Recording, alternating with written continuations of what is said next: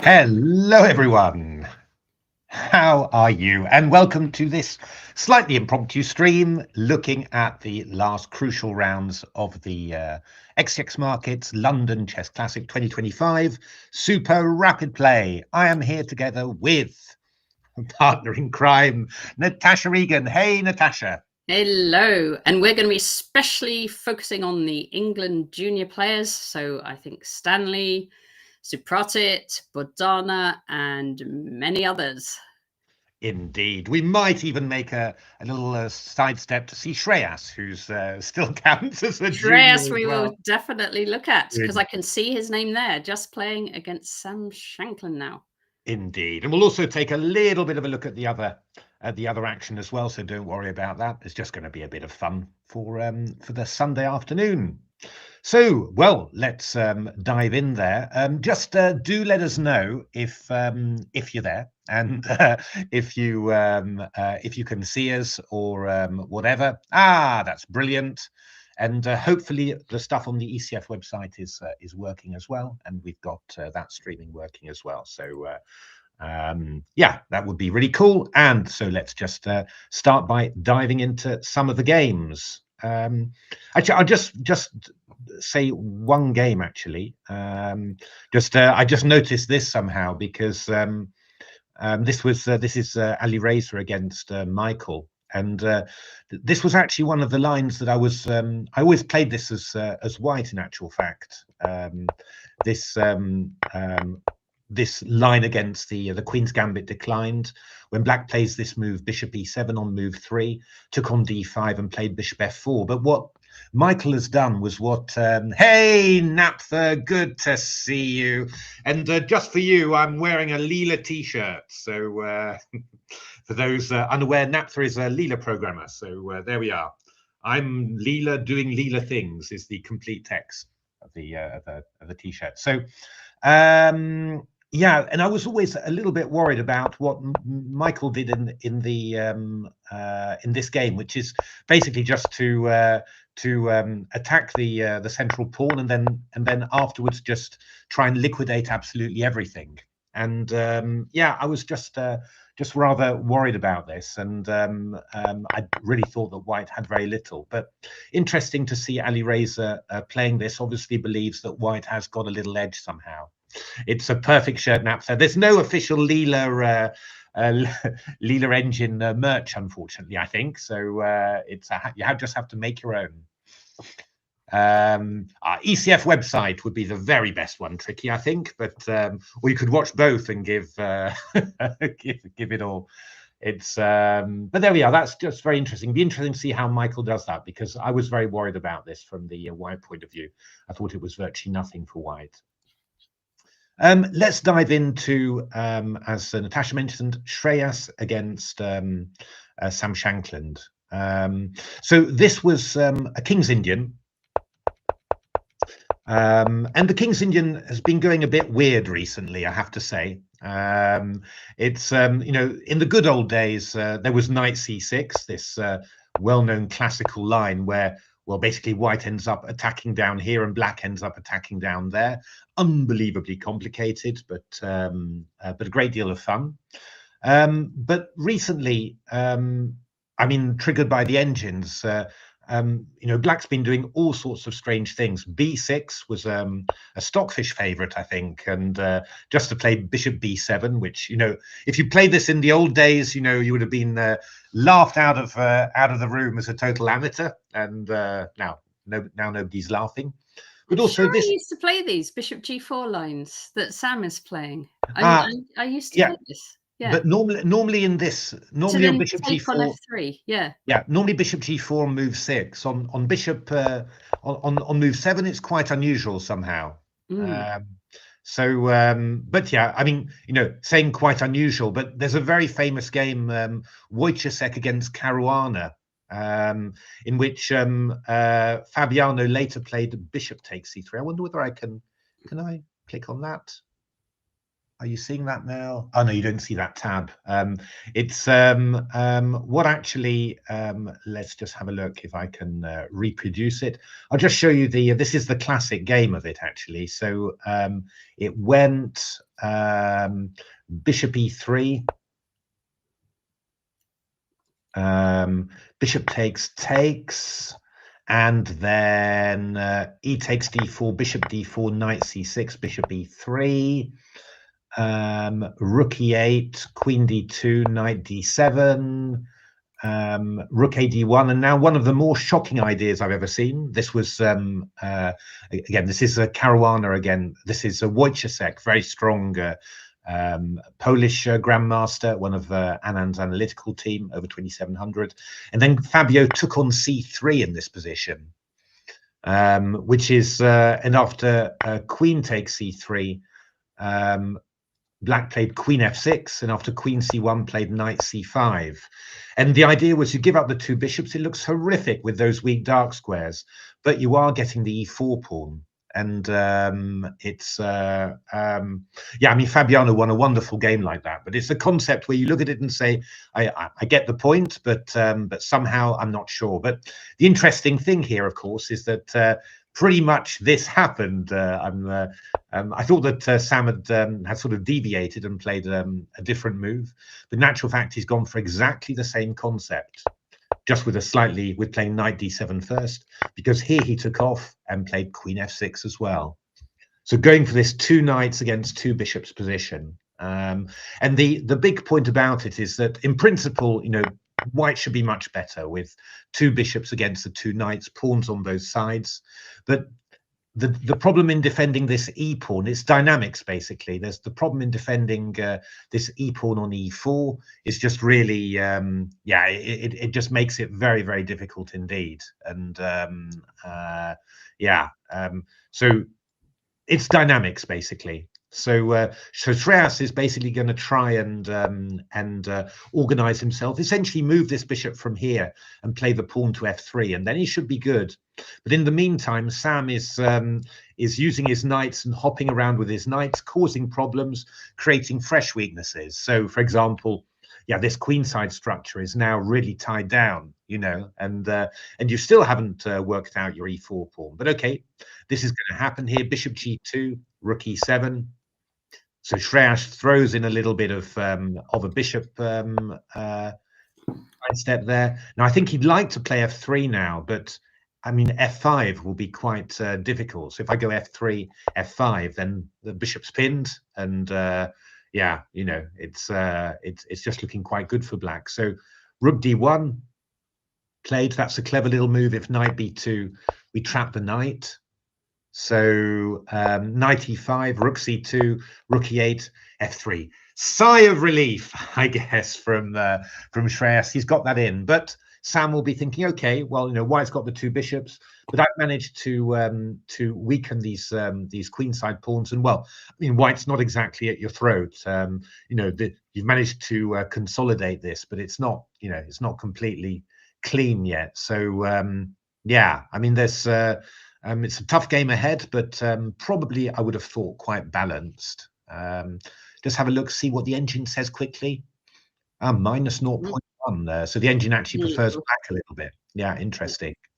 It's always tricky with these positions. I mean, it might be a little bit better for black objectively, but somehow, black loses control. The bishops get loose, and yeah, you know, it's a difficult position. So yeah, yeah, we'll see how it goes. But very interesting to see Sam repeating that concept of Caruana. Although I thought it was an engine thing, but there was somebody pointed out that this was actually featured, this bishop takes c3, in a book by Zlotnik, who apparently was one of Caruana's coaches in the early day, Boris Zlotnik, I think. So that was quite interesting to see as well. So sometimes human ingenuity does also get there as well as engine somehow. So so we will see how that goes.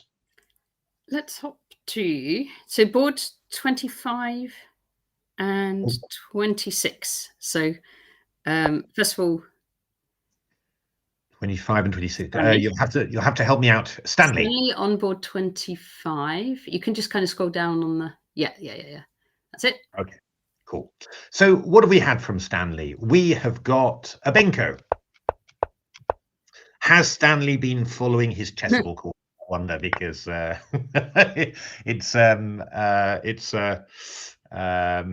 been a recent Anishgiri course on the Benko that's just come out. So I wonder whether that's yeah, perhaps. You never know. You never know. It's the lines in it. Yeah, no, I don't know the lines in it. I bought it in order to review it for my new in chess column, but I haven't yet looked at the lines. So it's supposed to be unbelievably detailed. So there are many things that white can do. Obviously against the Benko, B takes A6 is the traditional way. B6 was very popular. Luc van Vele, Dutch grandmaster, played this an awful lot back in the day. There's E3 that was played. If you're if you're following the latest engine trends, then Crazy Leela's G4 is the way to go. I mean, I do have to confess that the reason that I bought Anish's course was to be able to tweet to him that he'd forgotten to include this in the course. It's an incredible idea. It really is. He didn't include it at all. He didn't include it. No. So that was just that was part of the pleasure of buying the course, to be able to tweet that. Yeah, I mean, that's it's actually a really interesting move, and it's started to be played. Sarin played this very recently as well, and hey, Tricky. Oh, thank you. Tricky's giving us a few people to look at as well. But E3 was played, and this is one of the. Yeah, Maxime has also been doing very well this tournament, I think. I saw he was playing some of the games at the top. He lost to Nordebek. Okay. But he's got some wins against some very good players, and so Maxime, born 2009, so another junior player. Okay, so let's have a look what happened with Stanley. I've talked enough about the missing lines in Anish's courses.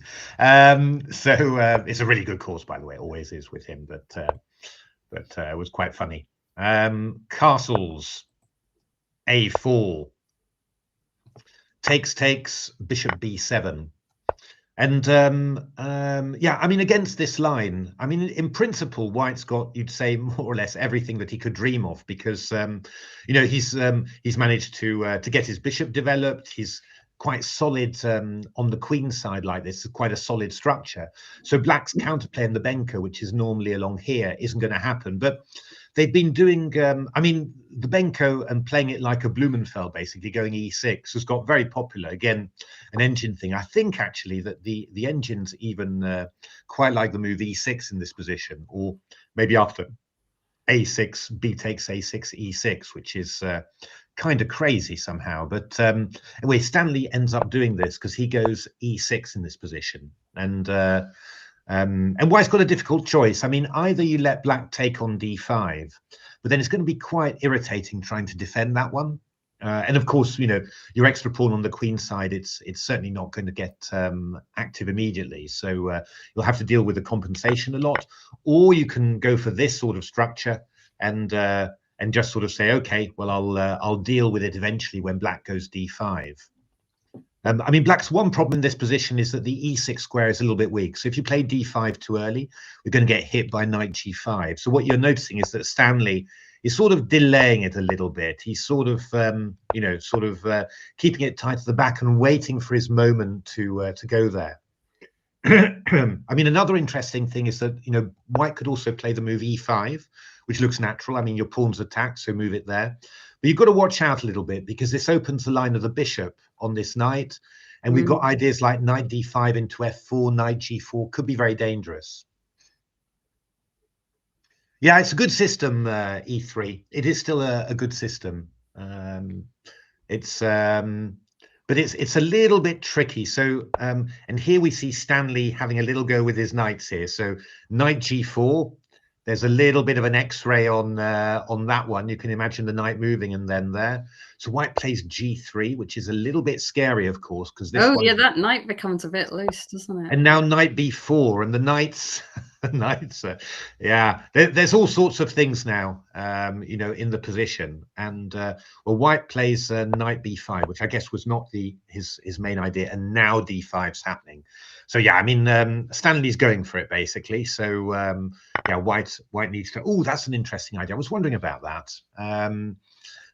I mean, e takes d5 is the most natural, and I don't think would be bad, to be honest. But bishop takes d5 is, I think, even more maximalistic because obviously you're hitting that knight on f3 already, and maybe you're going to get queen b7 in. Oh, well, there, there we are. Stanley's whacking out these moves at top speed. Yeah, I mean, this is quite dangerous now. I mean, we've got all of a sudden black's entire position seems to be combined. Oh, my goodness, Stanley's playing quickly. It's yeah, but that builds up the pressure even more, doesn't it? Builds up the pressure even more. I think I don't think white. I'd be amazed if white manages to, you know, to really hold out on this.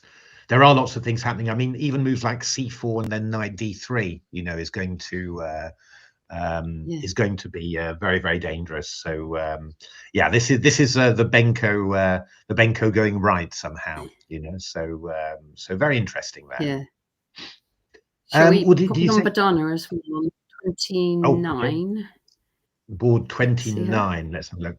Bodana is a black here and seems to be a pawn up against Jonathan Taylor. Taylor, rather. Yes. Just have a quick look how that went. So that was the bishop's opening. Bodana playing it very sensibly. White playing it rather oddly, or rather confusingly, I'd say. I've never seen this combination of moves before, but well, I'd say Bodana handled that very well, and took a reasonable amount of time, of course, to do it, which is also the idea. But has just emerged a pawn up there, so keeping the pieces at bay, stopping knight f5 coming in, and bishop c7 and rook f1, playing it quite nice and safely here. And now let's have a look. Yeah, just unpinning there. I think that's pretty decent. I don't think there's any particular danger here. I mean, you know, you can play rook takes d7, but then we're just going to take on there, and you know, we're just completely fine here. Rook f7, rook e7. So I mean, in general, white's in a little bit of trouble here. He's just a pawn down for no particular compensation. So you wonder, I mean, I'm sure he's spending a lot of time here. I'm sure he's trying to make something like this work, maybe, or he maybe was, you know, with the idea of takes, and then you'd have a d6 somewhere. But I guess that simply queen d6 is just going to be good enough. Yeah. Just block, and yeah, the pieces are just all just not in the right place there somehow. So queen e2 has been played, rook f8, and yeah, no, white's got very, very little here somehow. So yeah, this is probably going to be decent. Try and get the knight round to e3, but I mean, black's got a lot of ways of just you know, really just trying to improve the position. I mean, I think rook e8 and then knight h5 is quite tempting, just to attack the. You know, I think that's what Bodana's going to do. You attack the pawn on g3. If it moves, you come to here. And if white's going to spend a rook, you know, just defending it, then that's quite a nice little little thing, you know. So and then you start thinking about playing bishop b6 or knight b6 to stop the knight coming in, or whatever, you know. I mean, bishop d8 maybe as well afterwards. Maybe knight b, you know, maybe, I don't know, rook g1, knight b6, stop the knight coming in c4, play bishop d8, then exchange it off. I mean, it's just slow, but it's, you know, it's just very good for black. So going to be interesting there. Knight c5 played, attacking e4, also a good move. So shall we quickly look at Stefanova as well against Q? They've only got a few seconds left, so. Oh my goodness. Yeah. So so it looks like who's better here and why. So White's 2 pawns up, isn't she? Yes, that's right. So so White is definitely better, as always.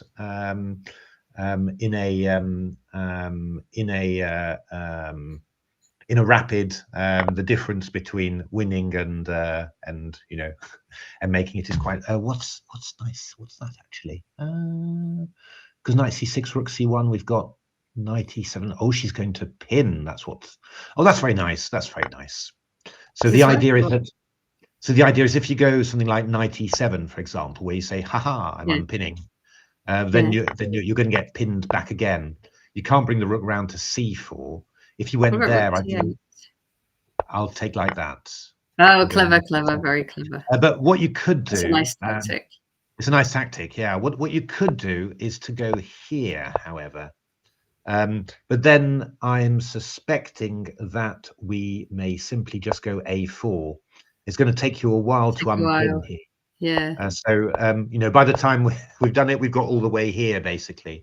So I think that could be very unpleasant. So c6 is a very nice move. Now the only thing I'm vaguely wondering about would be whether you could play a move like rook e4. But maybe in that case, you know, you're trying to chase away the knight on there. But I maybe you can just play a move like f4 then.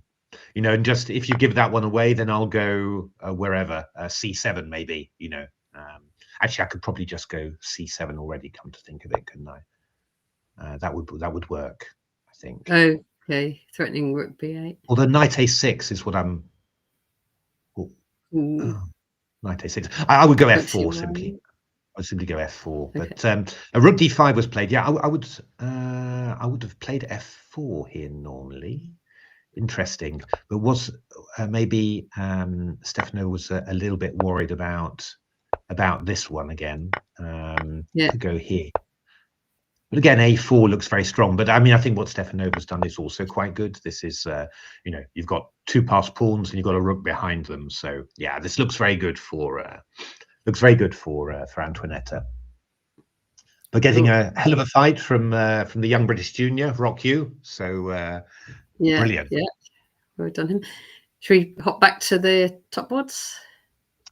Yeah, let's have a look. Have a look at the top boards. So Nikita Vichagov having a great tournament.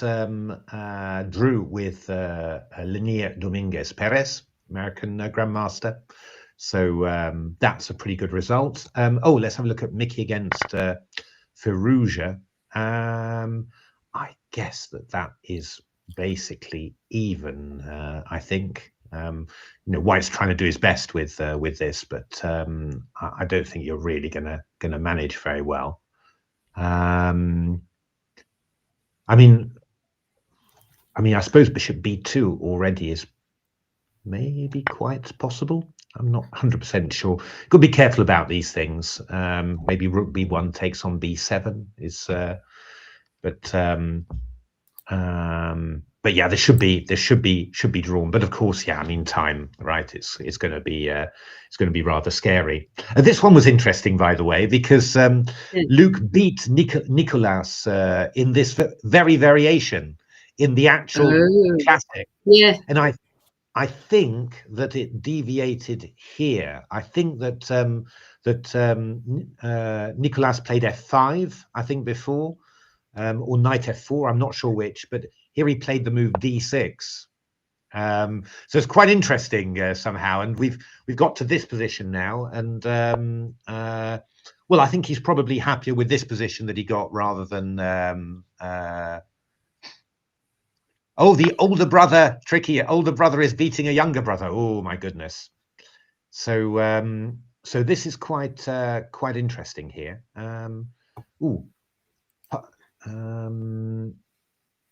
So how should we play this with black? This looks so dangerous for white, doesn't it? With all these squares so weak. What's the time situation? Luke's down to 20 seconds. Seconds. Oh, he's a good defender, though, is Luke. So. Oh, Luke's a brilliant defender. Luke, yeah, Luke's amazing. I once I analysed with him. When was that? Oh, you were. It was one where you were there actually. It was when I played Ivanchuk. I drew with Ivanchuk as black in a 4NCL match. Yeah. And we were analysing, and Luke. I was sort of saying, yeah, and this is obviously good for attack, and Luke was saying, well, and then always looking for defenses. He's really incredible defender, and a very I don't really get how he thinks somehow. You have that with some players, but he's got a very particular style, very particular way of thinking about it, and he really believes in the defense incredibly. It's looks like black can bring the rook into f3. Yeah, that's quite an interesting line. It's one of those positions where somehow that it's you're never 100% sure how to do things somehow, but this is going to be very nasty, I think. Actually, this is horrible, come to think of it, because after knight d2 we're going to go queen a1 check, and I mean we've always got rook f2 here, which is at the very least, which I think, well, I'm probably knowing Luke, this is exactly what Luke is aiming for, but I don't know. What about queen now to G1 or H1 or? You've got to watch out because I've got rook c8 and queen e4 here. Yeah. So that is quite worrying. So I don't actually know. I was thinking queen e5, but actually it's the same story. We go queen e4 check, so you mustn't do anything like that. I mean, this is the kind of the huge stress, right? About how. But okay, this one is queen d4. Oh, that's better. Probably. Yeah. There's going to be rook f2. But I guess that Luke is sort of thinking that he might be able to have some sort of fortress here. Really? But can't you push the pawn? No, if you push the pawn, I'm going to go rook e2 simply, and unless you've got something very clever, I'm going to be picking up that pawn. So obviously it's not particularly what Luke wanted, but I mean, at some stage you take what you're given, right? So I mean, what you could do there, what looks stronger, this would be your natural assumption would be queen d3, so threatening to go e3 to e2, when I'm not quite sure. Oh, he's gone queen a1. Ooh. Interesting. He's threatening knight e1 there. Yeah. But why? King h3. Well, now you can just take the knight, surely. Yeah. Oh, I think Luke must have just blundered, or I think, or missed, or maybe there was something horrible against other lines. Oh. Yeah. Well, Nicolas getting his revenge there, it looks like, for I guess Luke will be happy he got his result in the main tournament rather than the super rapid. I think so. Yeah, I think so. Because Luke did well there. He got 50% at the in the classics, so he did a good result there. How's Shreas doing now? Let's have a look at Shreas. Oh, that's the one. This is good for black. Right, so it's a lot of pawns down that one. So I think that Samus will win that one very soon. You can just. Okay, what about Gawain? Gawain. Let's have a look at Gawain. Gawain is a pawn up in a knight ending. Yeah, this should just be winning simply. I mean, they say that, that there's some sort of vague thing that they say that knight endings are like pawn endings because but it's hello, elevate yourself. Okay, Naphtha, thanks very much. But it's not really true, but it's the value of an outside pass pawn, basically, that is quite large, because of course knights are quite short-legged, and if you've got an outside pass pawn, you can distract the king and get in the other side, and that's basically what Gawain's doing there. The black's playing quite resourcefully here, just you know, keeping trying to stop the king from coming in and also keeping hold of the knight. So it's I mean, to be honest, it's you always notice how stressful it is to win one games, don't you? I mean, that's the basic problem all the time. Shall we have a quick look at Amit, how Amit is doing?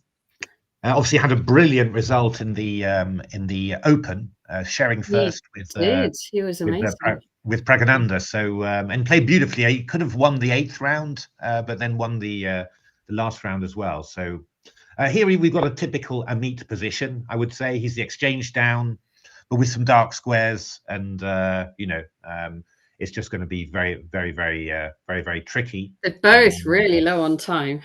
They're both incredibly low on time. Yeah, Irina's gone down, getting down to her last seconds here. It's actually a very difficult position for her to play, I think, because but that's not a bad move actually, because after bishop a4, she would have taken. Sorry, the move's moving too fast. I shouldn't be.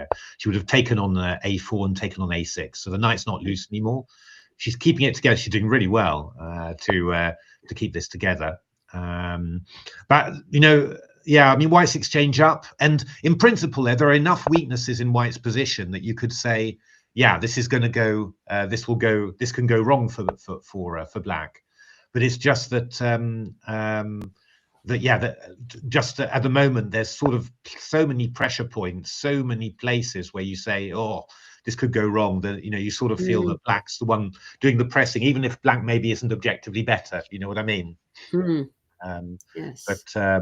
But yeah, Irina's putting up a very good fight here, so this is going to be very. I guess Black can get the piece over to the king side quick as well, like knight d3, knight f4, and queen. Yeah, this could be quite dangerous. In actual fact, you've got to watch out for g3. I mean, maybe I'd be looking to try and play a little bishop g5, h5, h4, and then hop over somehow. That would be my my sort of feeling. But yeah. I mean, I think that Amit is kind of trying to keep it tight at the back, you know, and he's waiting for his opportunity, I think. It might be interesting to play knight d3 and then knight ac5 now. That could be interesting. He's gone for this one, yeah. What's the increment, actually? They both seem to have built up quite a lot more time. It must be 10 seconds. It must be 10, I think. I thought it was 5, but I think it must be 10. So, yeah, I mean, this pawn could go, but you don't really want to take it, I don't think. And I think Irina's understood this pretty well. You know, she's sort of offering a few things to Amit, just but you know, you'd lose that compactness in the position, and if the open files start getting loosened, then it can be quite difficult for Black. So I think this is quite a nasty one, threatening takes and knight c6. So I think what Amit is sort of looking at, I think he wants to take with the queen, and then I think he'd be looking to bring the rook over. That would be. I wonder whether Irina should go knight c6 in this position. This might be a good one, because you don't mind about you know, if you lost this pawn, for example, you wouldn't mind that at all, I don't think, and because you've got this open diagonal then a bit, and you get a bit more space. Right. This knight on a6 is not great then, so she's played queen e2, or maybe queen e2's, although. Oh, I just got to. Isn't that just material? Well, no, you can take on here, and if bishop d2, you can take back with there. But of course, you've brought the knight back away from c6 now. So I wonder whether b3 would be. That looks good. b3 doesn't look bad, does it? I mean, it's bringing the pawn closer where it can be taken, but I think rook b7. Oh, rook b7. I think he's planning b3. Yeah, but what about knight a5 now? Knight a5. Will he go?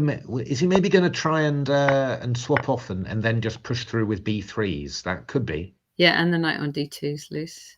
Could be. Oh wait a minute. A rook cb1 was played. Rook b8 and knight f3.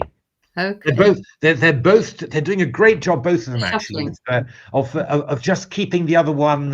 You know, they know what the other one's thinking of doing. You know, and they're just. I mean, in actual fact, Irina could even consider taking on e5 and taking on a6 at some moment.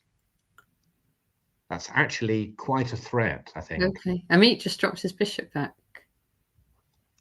Okay, I mean, this, if you want to clarify the position to take and take here, could be quite interesting. Because if you go b3, what would white play? Knight e5. Well, you could do, but queen g6 is even nicer, right? Very good. I don't know whether it's good or not, but anyway, that's it. So rook b7, rook cb1.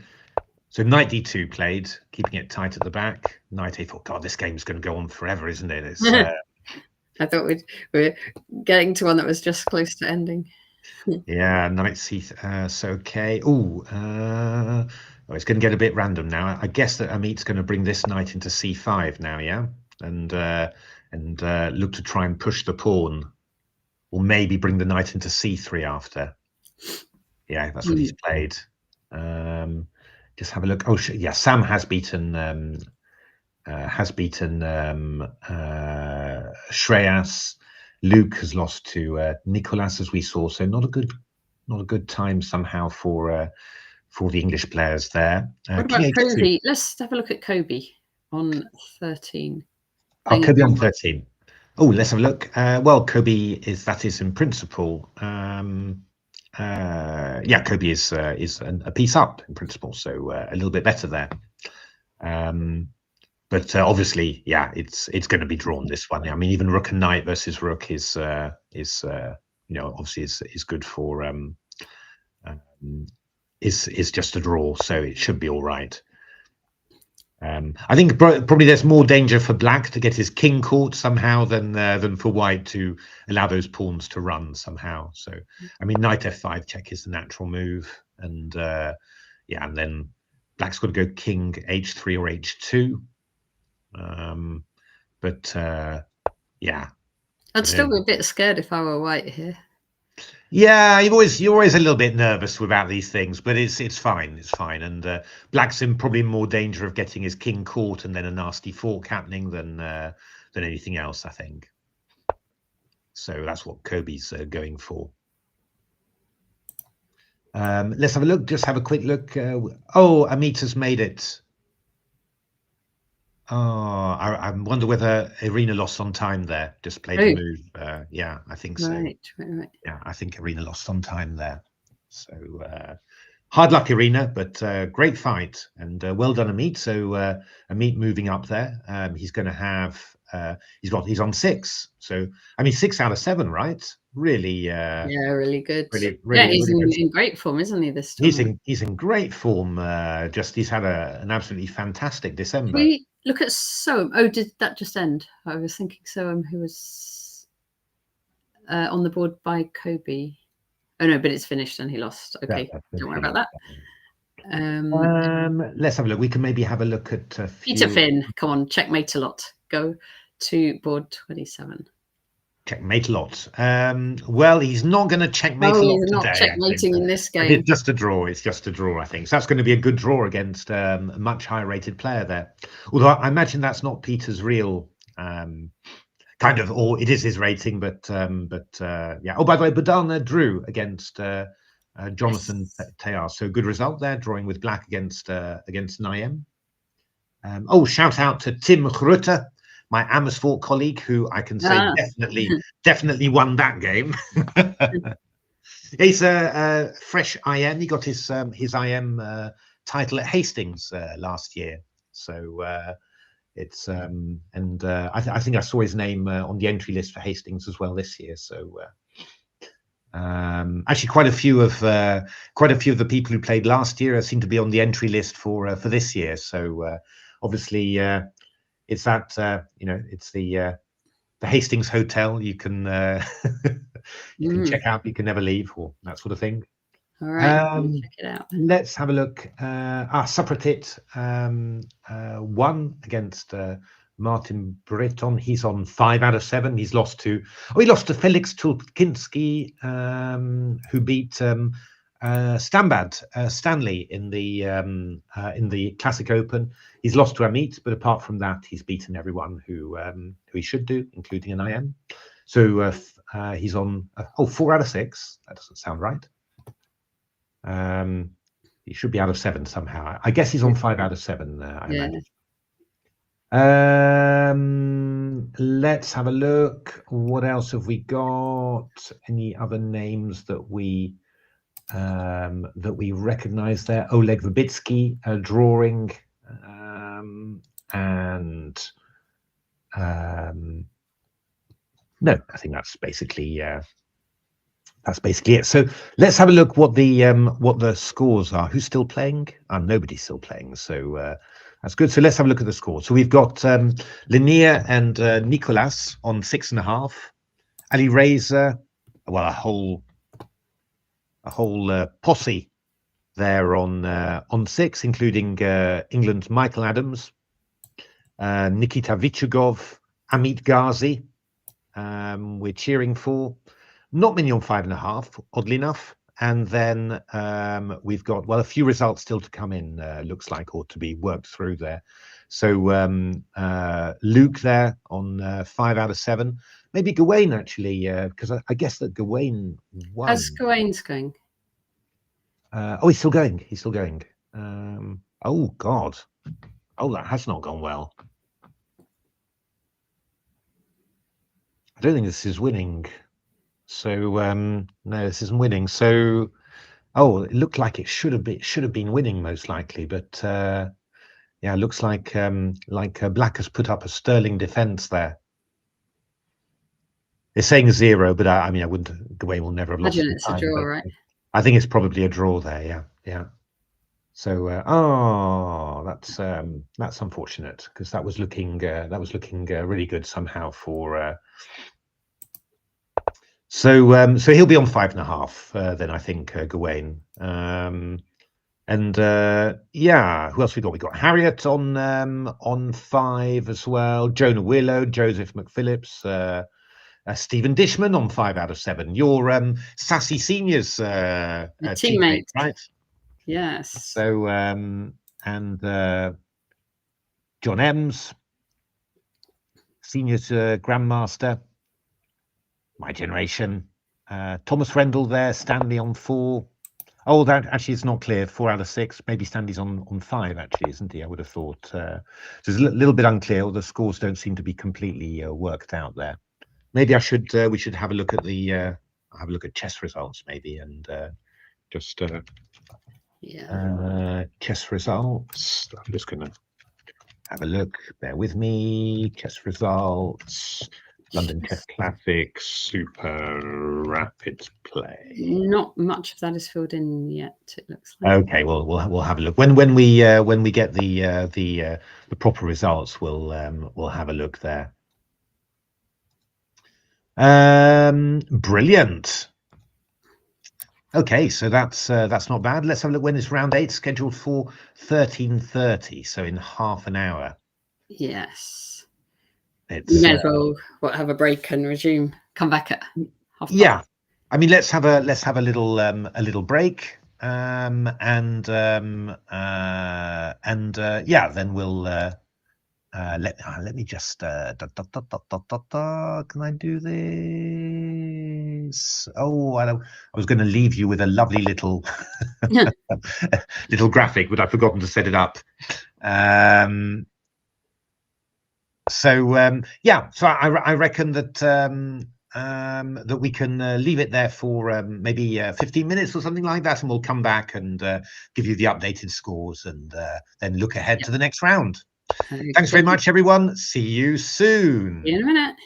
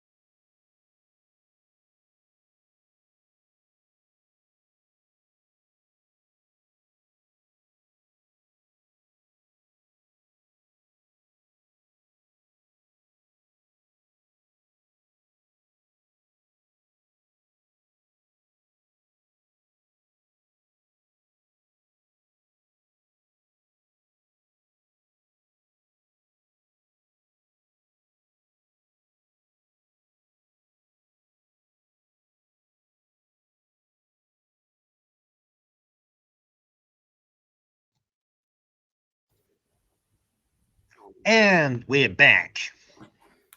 We are back. So we've got the scores just a little bit refreshed there, so we can see that Lydia and Nicholas are still in the lead. But then afterwards, we've got a few more people on 6 there.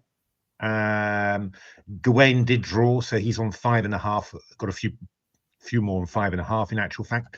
David Hayden still going incredibly strong. Look at that. He's good at rapid, isn't he, in blitz? Because I remember he won the 24-hour blitz. Oh, that was David. Ah, yes, of course, of course. It's well, we certainly shouldn't fear for his stamina then in this. But he's doing great. Hasn't lost a game yet, and beaten 1 GM and drawn with 3 others. So including a joint leader. So he's having a hell of a time. Let's have a look. Luke on 5 there. Stevie Gordon on there as well. It says 5 out of 6, but I guess that's 5 out of 7, I would guess. I'm not quite sure. Oh, that was probably probably a default, I guess. But Shreas on 5. Let's have a look, and then Stephen Dishman we mentioned again. I mean, just a huge amount of people on 5 there. Victor Stoyanov as well. So yeah, I mean, with 3 rounds to go, it's anyone's really. It's yeah, obviously it's a big field, and yeah, lots of people scoring lots of points. So it's going to be very, very interesting indeed. Got another quarter of an hour before we before we start up again.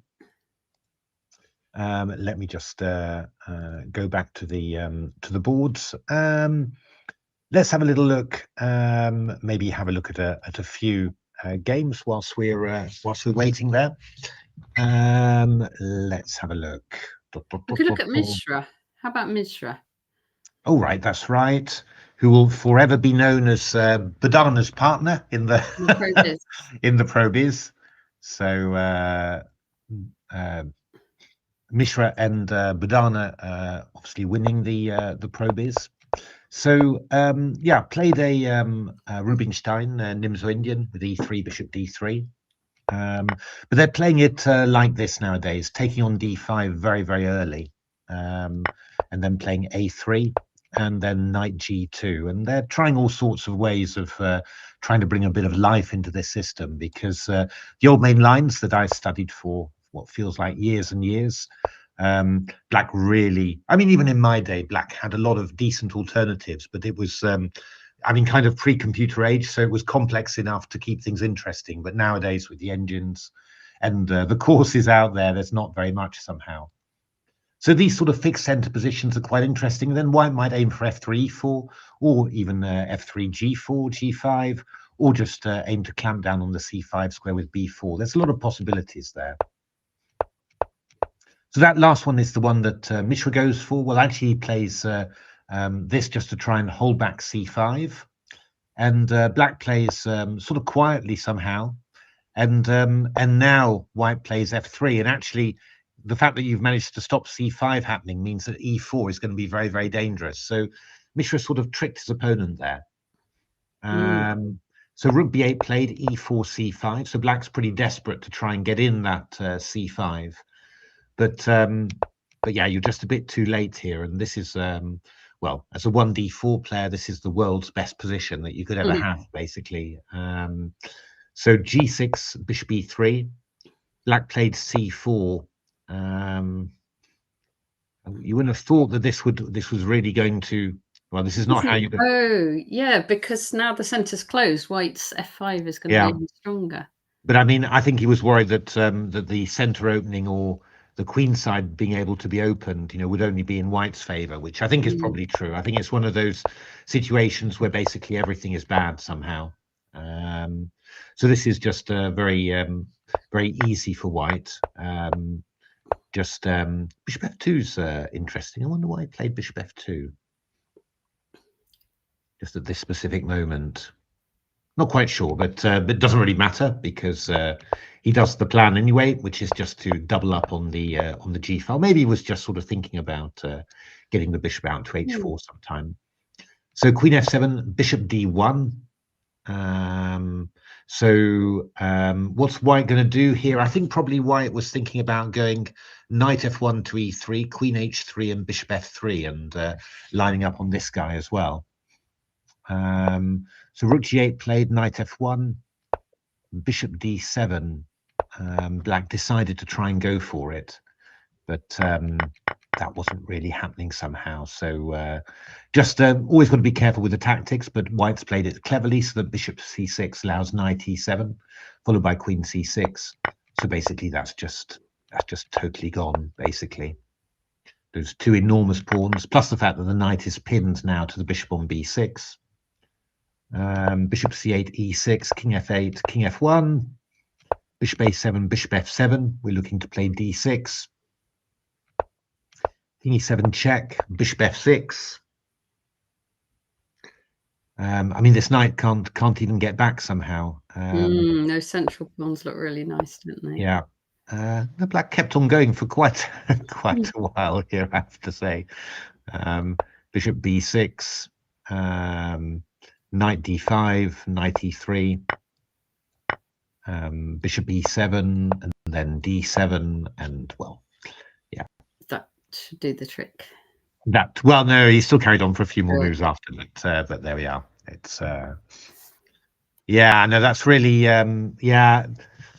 yeah, C4 couldn't be it, but it's hard to say really what could have been it. Really, it's just yeah. I mean, a very interesting system actually. I mean, I always find these systems interesting where the engine is giving not very much somehow, but you just see that how it turns so quickly. Because I mean, one inaccuracy basically from Black. They're saying that Black should have played Knight E4, tried to exchange off some pieces at least. But one inaccuracy, and actually, the engine says +1, but it feels like even more somehow. Yeah, it just feels like, well, you're just totally lost after that. And certainly by the time you get to here, there's no chance for Black at all, normally speaking. It should be objectively lost. So interesting system maybe there to have a look at. I think that's quite, yeah. This idea of just clamping down and then afterwards playing for the center is looks very strong indeed. Let's have a look. Oh, Stevie Gordon played. Oh, Livio. Yeah, Livio, who was in the winning team at the team splits. So that was an amazing team. Daniel, Fernandez, Stanley, Supratit, and Livio. If I'm remembering right, he was the board for there. They won all 9 matches, didn't they? I think they won all of the matches. They were very convincing. Stanley undefeated, I think 8.5. I think he got, didn't he? Out of 9, I think something like that. I think something like that. Yeah. It's so let's just have a look. This is Stevie Gordon. You'll always get C4 either on move 1 or on move 2 from Stephen Gordon. And he's just returned to playing, I think, after a long absence. TCC Swiss mentioned Mr. Beads, indeed. So Mr. Beads is the brains behind the TCC Swiss pairing system. So any complaints about the pairing system and engines being unfairly treated should be addressed to him.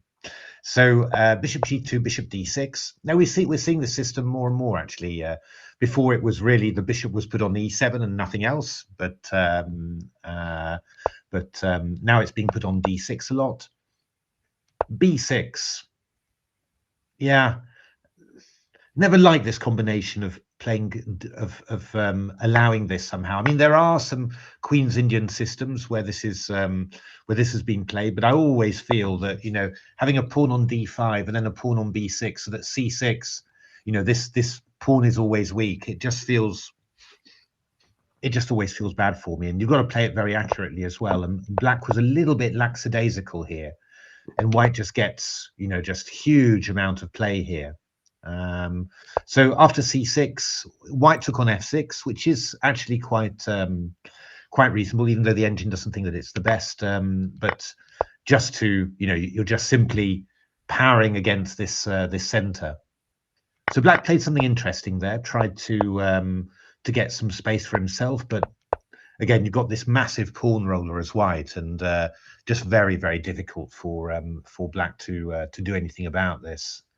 And yeah, knight b6 was definitely a mistake, because, well, I mean, you should really be trying to keep control of this f5 pawn, I think, but it also allows white to play b4 and break open the center there. And this is a massive position somehow. So not bad, eh? You play a sort of a system with a c4 and a fianchetto, and then you end up with a center like this. I mean, you can't complain about that, really. Black did his best to try and stir things up, but yeah, obviously this is. Oh, we've just seen another position with pawns on e6 and d6 there. So yeah, just absolutely huge somehow. Black had to give up the a piece, but unfortunately the a6 pawn is going as well. Easy. Yeah, now it's just easy somehow. So good game from Stevie Gordon. How's Stephen been doing there? He's done pretty well there. And he's playing Mickey in the next round. Oh, we've got the pairings. Oh, so let's see the next round pairings. Yes, indeed. Let's have a look. So we've got Nicolas Theodorou against Lemire. We've got Amit against Ali Razer. Abdusattorov. Dominguez Perez, he didn't play in the main event, did he? But he did play in the Pro Beers. It's sort of funny, everyone having to play each other again, you know, after playing in the main event. Yeah, no, it's true. It's really true.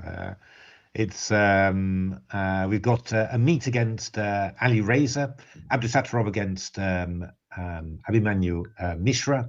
We've got Alexander Kovchan from Ukraine against Sam Shankland, Mickey against Stevie. We've got Nikita Vichugov against Pavel Ilyanov. Ilyanov's doing very well. He beat Abdusattorov. So that was very interesting. David Hayden plays against Gane. Petro Golubka plays against Daniel Yufa. Eitan Rosen against Sviatoslav Bazukutsa. And Shiva plays against Viktor Nikolevsky. Let's have a little look a bit further down as well. Sorry, just find my scroll bar there. Luke McShane playing against Tim Grutte. So my Amersfoort colleague Tim. So big game for him there. We've got Shreas with black against Zoka Gal. Stephen Dishman plays Elena Rubers, the young Dutch prodigy. Stan plays Eyal Noy, Israeli player. Kobe, who we saw in the last game, playing against Miraga Agayev from Italy, I guess. Yeah. Let's have a look. Who else have we got here? We've got Indy Southcott Moyes. He's done really, really well. He had a really good tournament so far. Okay. Playing against Aramudan Balaji. We've got Kai Hanash against Stefanova. Oh, good Lord. We've got Harriet against Denis Dupuis as well. Yeah. So, I mean, in all fairness, you can't avoid juniors nowadays playing in England. That's just something that you've got to accept. I think you're definitely going to play against. Oh, Bodana's playing Eldar Gasanov. That's quite a tough pairing. Yeah, so they were both. So Bodana won the women's blitz, and Gasanov, he won the open blitz last year, didn't he? That's right, yeah. As in 2024. So both really good blitz players. So let's see how they do at Rapid. Then we've got a future Talented Tuesdays guest, Kenneth Hobson with black against Yuen Ding. And who else have we got? George Shao. Yes, we saw George at my teammate, Barbican teammate. Oh, that's right. Yes, and playing against Adita, who we know from he was playing at Cambridge, wasn't he? Indeed, yeah. Peter Finn playing against Devon Batel. Rokyu playing against Eldar Alizada. Mejan playing against Gerben van Pel, Dutch player. So and the sisters are playing next to each other. It's nice. Well, looks like it's going to be a fun time here. So we'll keep an eye out on our juniors, of course. I haven't seen Socrates, actually. No, I was wondering that, actually. Let's just check. I'm going to check on chess results. Socrates. It is easy to miss people. Yeah, but, and not all the boards go on to Lichess, so if he's not having the greatest tournament, he might not. He was fine. He was on 5, I thought. Search for player.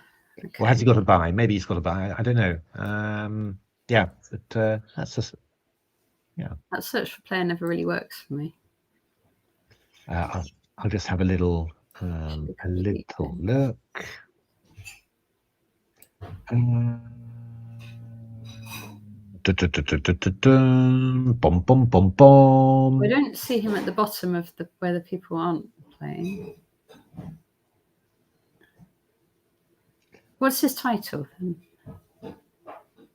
He doesn't. Does he have a title? I'm not sure. He was 2300. I'm looking for him in his. Must be FIDE Master, I would think. Oh, he's FIDE Master. Sorry, that's right. Yeah, he's got a 2144 rapid rating. That's why he's a bit hard to see somehow. But I don't see him. Maybe he's not playing.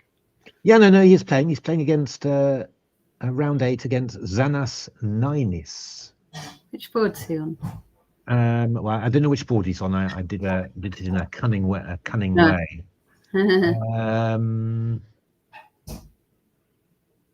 Oh, there he is. Sorry, he's here. So there we are. Just board 22-3 or something. Next Antoinette and Kai. But, I don't know why I missed him.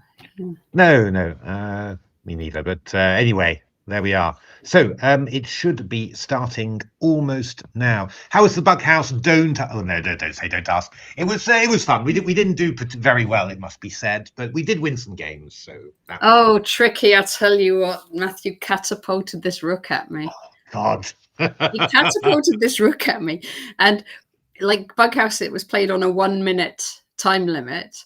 And you have to kind of reconstruct the entire position in the time, which I obviously failed to do.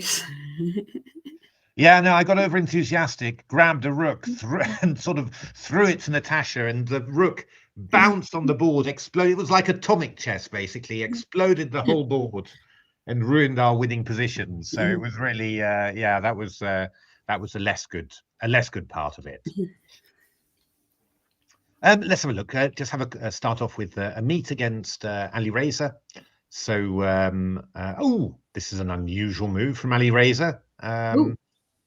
Although it has been played even in the Masters database quite a lot of time. You're basically trying to play some sort of. You're threatening to play some sort of Dutch.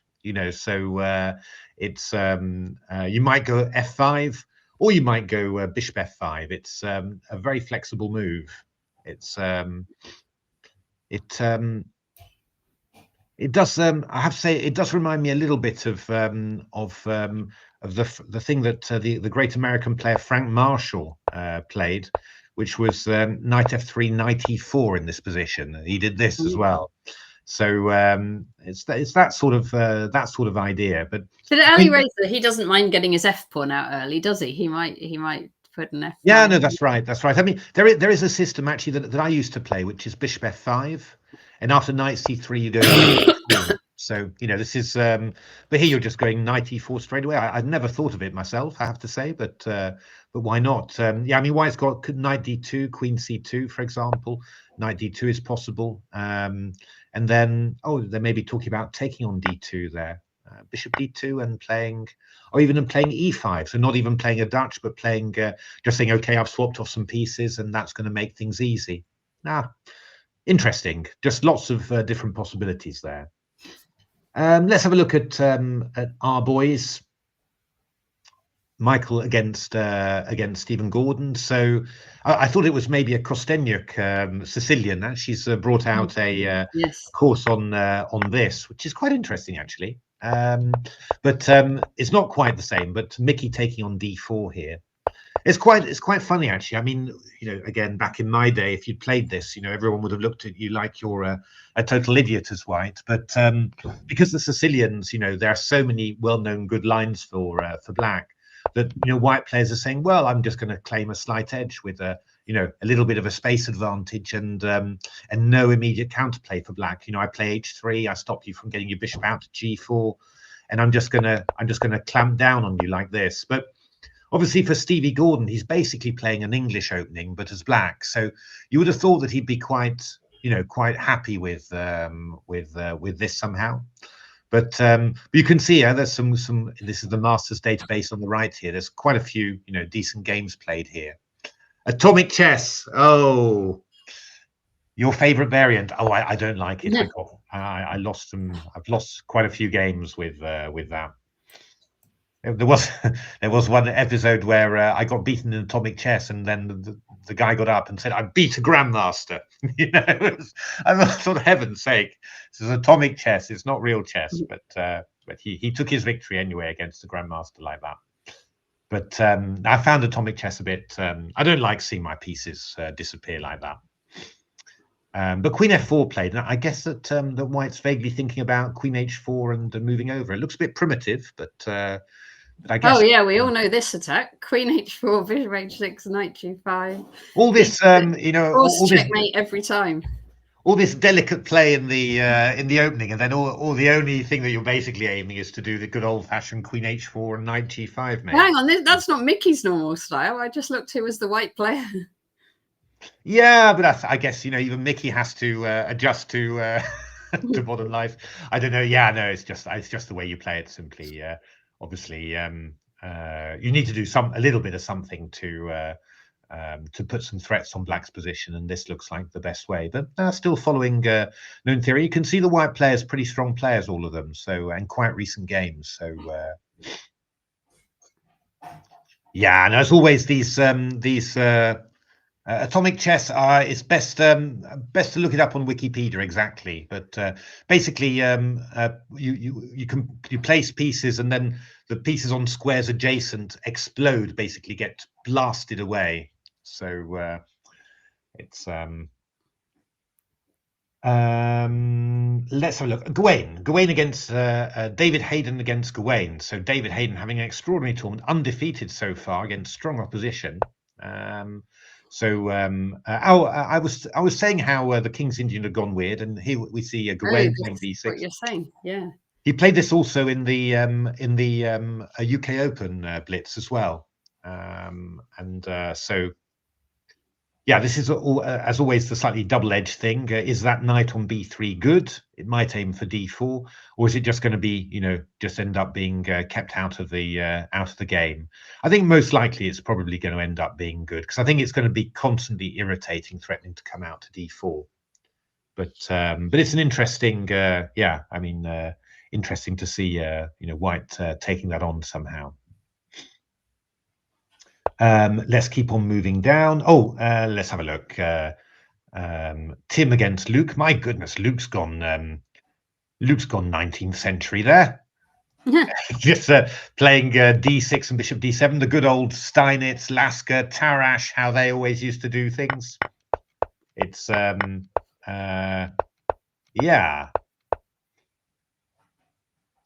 hoping that Tim, as a young player, does not wouldn't know anything about this, maybe.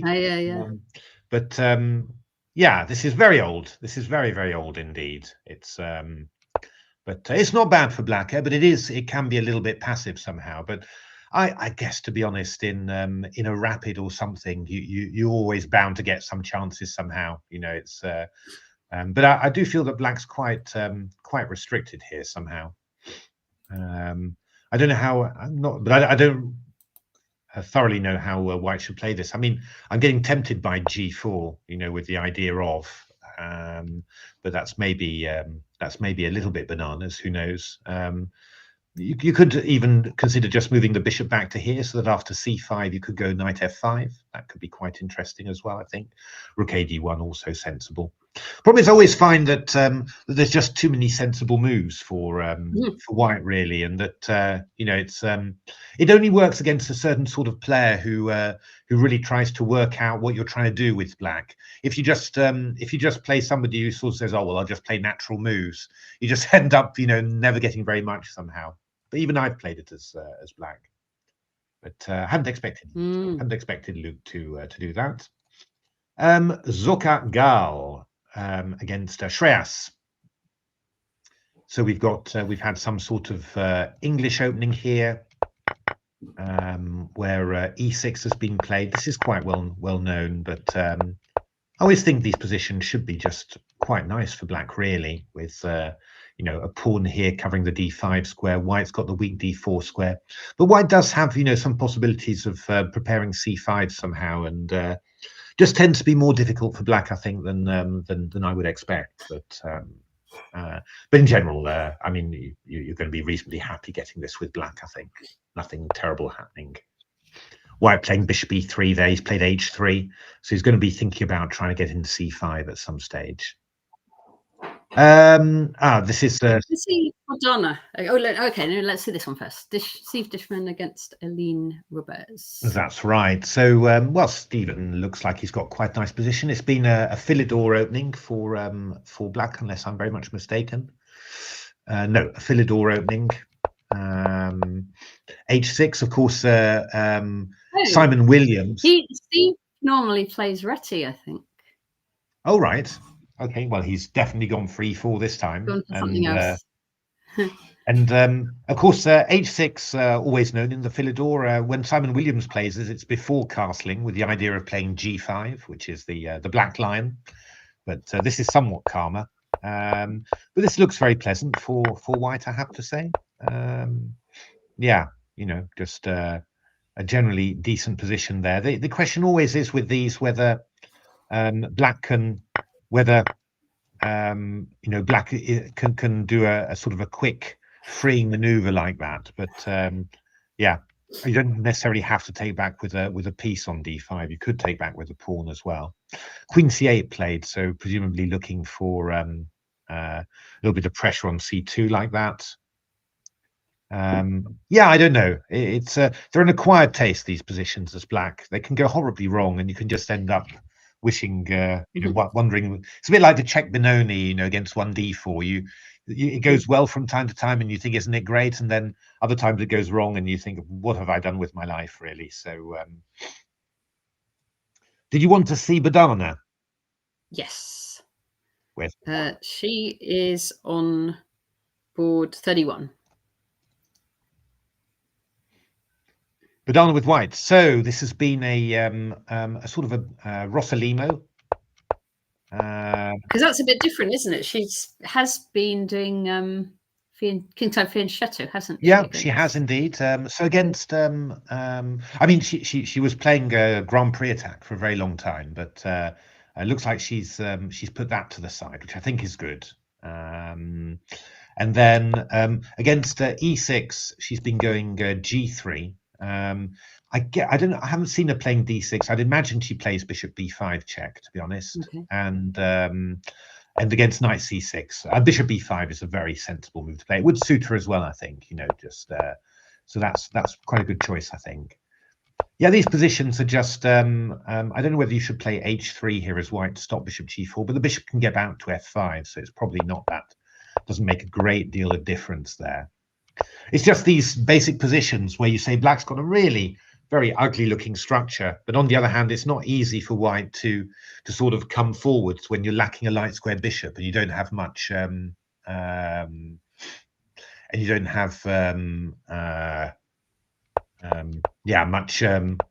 much push through the light squares there. But the position, I think both sides have played quite decently. So Bodana's just got to try and work out a little bit what sort of plan you've got as white. Not easy. Also not easy for a 10-year-old, to be honest, with you know, not necessarily that much experience of positions of this type. But I mean, one thing that seems very easy to play a3 and c4, just to drive that knight back from d5, and then maybe try and play d4. I mean, you get rid of the double pawn, but you do it at a moment where you've got space somehow. And also, queen e3, h4, h5. I mean, black's danger is that you can just end up being completely squashed, because you don't really have any great pawn breaks, So I mean, that's interesting, but okay, we'll see how that goes. I mean, it could be that after a3, black plays the move knight c7. Although no, it's just come from there. So I wonder why black played knight d5 actually. Maybe wanted to play b5 here. It's possible. Slightly double-edged. But yeah, I mean, in general, I quite like white. I played these positions. I mean, I'm not a big 1e4 player, but when I started playing again, bishop e3. That's a funny move. So Bodana's just looking happy to exchange off to get 2 knights against 2 bishops. Interesting. So unusual decision, that one. But Bodana's full of decisions like that. That it's not really. I think you don't really see Bodana playing or that often playing kind of super dynamically somehow.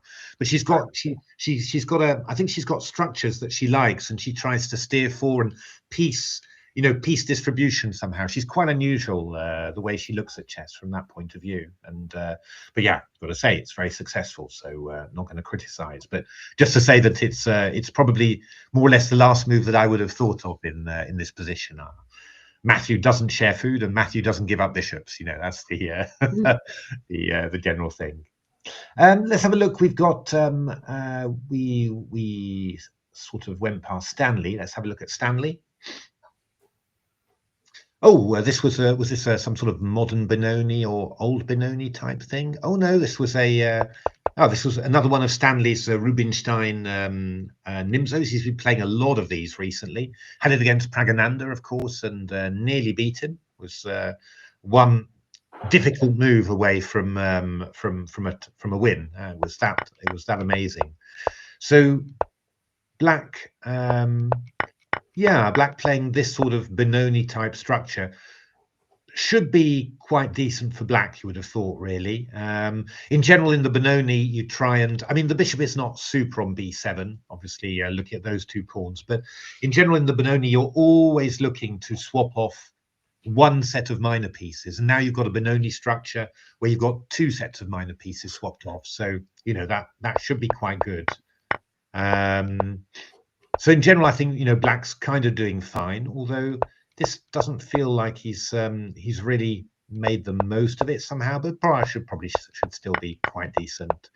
Rook e8, queen g6, queen e8, and Stanley's got to decide here what to do.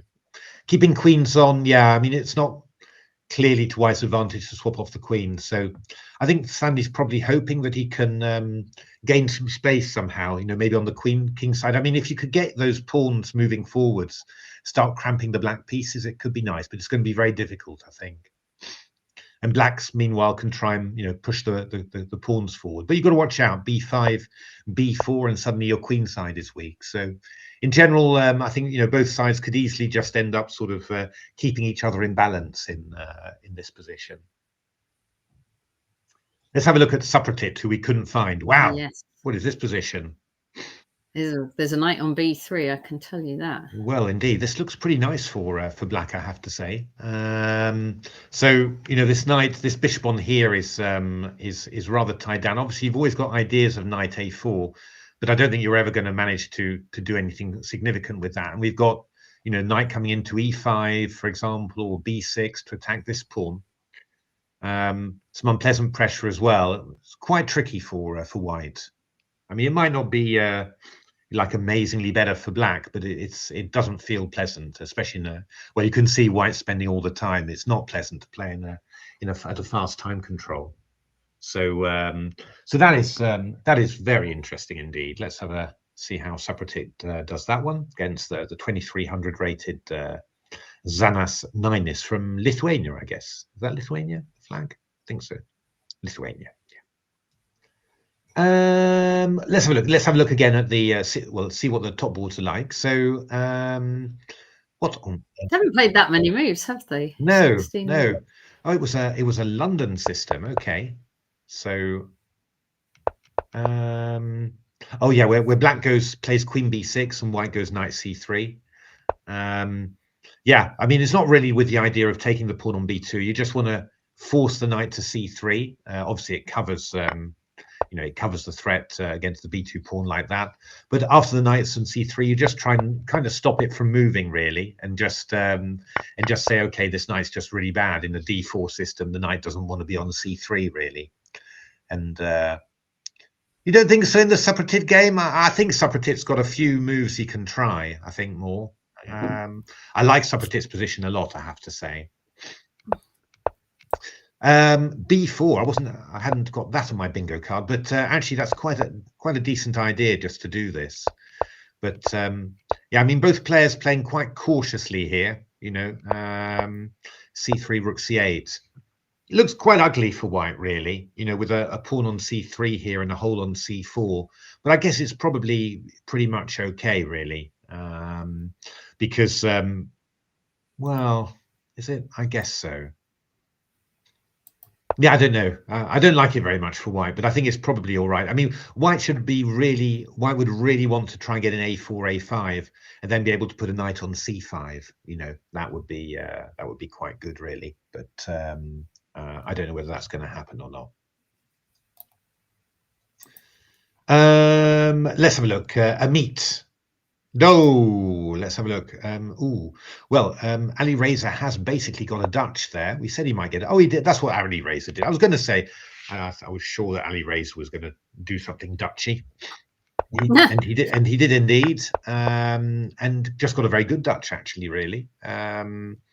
So what have we got here? Yeah, Amit's under a little bit of pressure. He's being tweaked on both sides by rook spawns. And obviously, this knight has got a nice square on d3. It's not a square that black can particularly use at the moment because I mean you'd be able to chase the knight away quite easily, but the threat of it is quite irritating. And of course, the knight could also jump into f3 as well, which could be slightly worrying for the king. So there's knight f4, which might be an idea. G5, you could go something like knight h5 or bishop e5 and knight g6, but yeah, this is quite a sensible move, I guess, from Ali Razer. Just wants to bring the bishop to f7 eventually. So deal with that one, and then you'll be able to play g5 without this knight. And then the bishop can come out to h5 and work on there. I mean, I wonder whether at some stage white will want to take on e5, but I mean, you don't really want to take on e5, but you might, feel the need to do so. But I mean, there are possibilities that you could sort of say I could take on e5 and go knight f4 with the idea that if the bishop comes back to there, I could go there. But I don't know about that. I mean, it could be that you just give up the pawn and then you just say, okay, I mean, maybe I go AB here and go G5 and I don't know, maybe I've got really lots and lots of compensation. I'm not sure. But I'm sort of wondering whether something like that, he's gone here. The reason I thought was that if you're going to play this plan, then you'd rather not do it when the queen can take on e5, because that's much, you're much less quick there. But maybe you could go play a move like rook d6. It's possible. Oh, that's what he hasn't done that yet, but I don't know. I'm not sure. It's getting to that point where you're getting a bit nervous as white and wondering, should I actually be taking some action here, or can I afford to wait a little bit longer? And I don't know what the right answer is to that. It's always very difficult to know. So I played with Ali Razer, as you know. I played with Ali Razer in the Pro Biz, and one of the nice parts of it is you have timeouts with the player, and Ali Razer, his instructions, it wasn't like loads and loads of lines. It was always quite simple, just kind of one line, and he'd repeat it for me just so I'd remember it. But he managed to do it in such a way that that I sort of got the instruction for the next few moves. So he managed to say things quite simply. So I don't know what you think, whether he does a lot of calculations, or maybe he actually does less calculations, but just kind of knows what the plan is. Because he was a very active player, but there was this game where we did the sacrifice to get a huge attack, and he just said, sacrifice the rook, sacrifice exchange, and play positionally, and it all just seemed to work. Yeah, I think he's one of those. I mean, he's just, it's the supreme talent, right? That you can that in every single position you've got some thoughts, some clear thoughts about what you should do, and Yeah. I think most of us are not like that, simply, and most of us, when you ask us, it's sort of we've got to get into the position, and players like that, also Magnus as well, because obviously he's at that level, Ali Razer. They've just always got a clear idea of what they want to do in the position. And I think that's probably the definition of an absolute top player. It's somebody who's always purposeful in what they do at every single moment, whether it's whether you're playing the critical game for the World Championship or whether it's the Pro Biz. It's just a bit. You just seem to see it very clearly and just be able to explain it in a few words. Yeah, if you see what I mean. But I think that's the difference between the absolute top class players and even the ones slightly below, and it's just simply just always having a clear idea in their head about, okay, we should be doing this, simply, Yeah. And obviously being able to explain it is a very good skill, but I think that's really true somehow. And so knight f4, I'm thinking knight f4, maybe I mean, we're sort of looking to go there, and knight g6.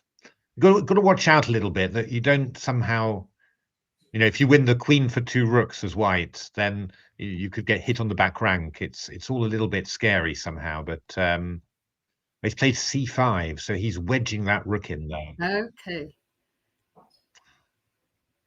Which, I mean, black could. It makes sense. Block that d-file somehow with bishop d5 at some point. Yeah, I mean, you'll have knight f4. It sort of makes sense. It's just that intuitively, I'll just say I'm a bit nervous about giving up control of light squares somehow with these guys there. Oh, he's attacking this. He's gone for it straight away. That move makes me nervous somehow, but I'm not 100% sure about it. But I would have wanted more, counterplay against the light squares somehow, and keep your light squares. But yeah, I don't know. I'm not sure.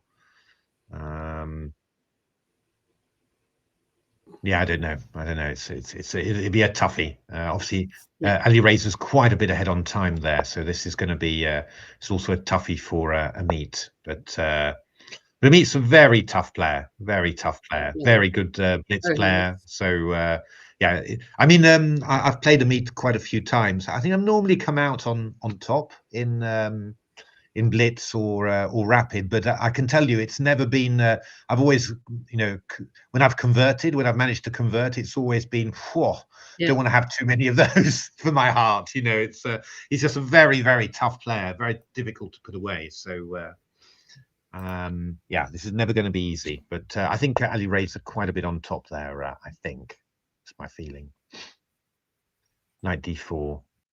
This doesn't feel like it's going to achieve something somehow, if you know what I mean.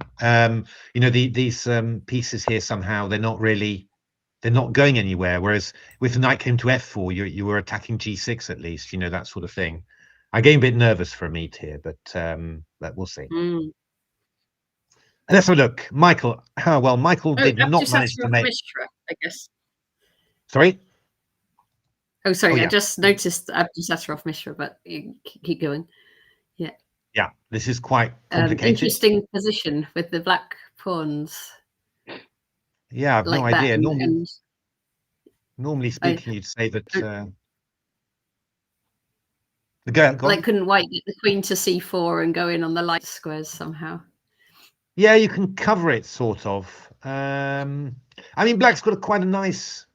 He is keeping the white pieces at bay on the king side somehow, but I have the feeling that this should be very good for white in the long run. You just got to create a little bit more space on the queen side, and once you enter, that'll be it, basically, I think. So, yeah. little bit nervous about that for Black. Stevie Gordon. Well, Mickey did not manage to mate Stevie Gordon, but not with the Queen H4 and no, but it is a little bit of an unpleasant. Plan. It's an unpleasant position for Black, this, because we've got little B5 threatened, and there's also this as well. So I'm not sure really. I would have thought that this was a position kind of made for Mickey, really. I think we're going to see some creeping. I mean, the trick is Queen D3 E4. That's the trick. I was actually expecting Queen D2 and then Queen D3 from Mickey, something like that. But he's just gone C4, which is probably even just, solidifying himself there. Yeah, I don't know. It's just I just would not like this sort of position against Mickey. I mean, I've said this.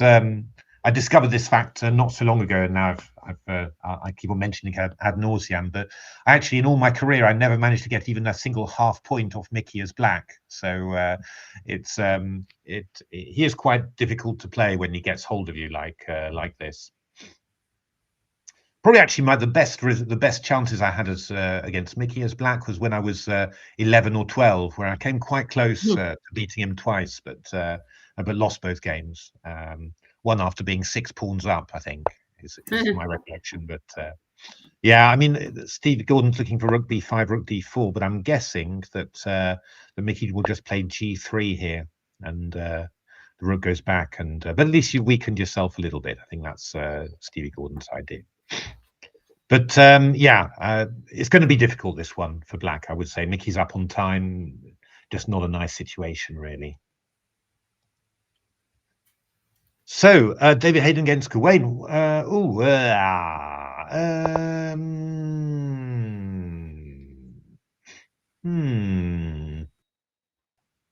mean, I quite like Black in this position because you've got, because the White King's a little bit weak somehow, and with opposite coloured bishops, that does tend to the side with the weakest king, does tend to suffer a little bit.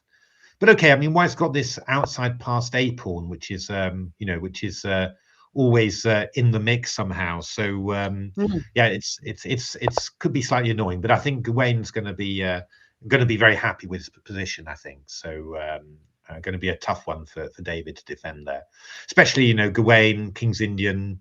He's got his King's Indian dark square bishop. Yeah, I think. Psychologically, I think he's going to be feeling very good about life, But yeah, it's I don't know how much it is, whether it's a clear advantage or only a slight advantage. But I think Black is definitely. And he's 3 minutes up on the clock as well, so that will help. Yeah, this is not going to be easy for David to hold. But yeah, I mean, playing excellently. So I would say that probably if he's going to hold it, then this will be the moment, because he's playing brilliantly at the moment.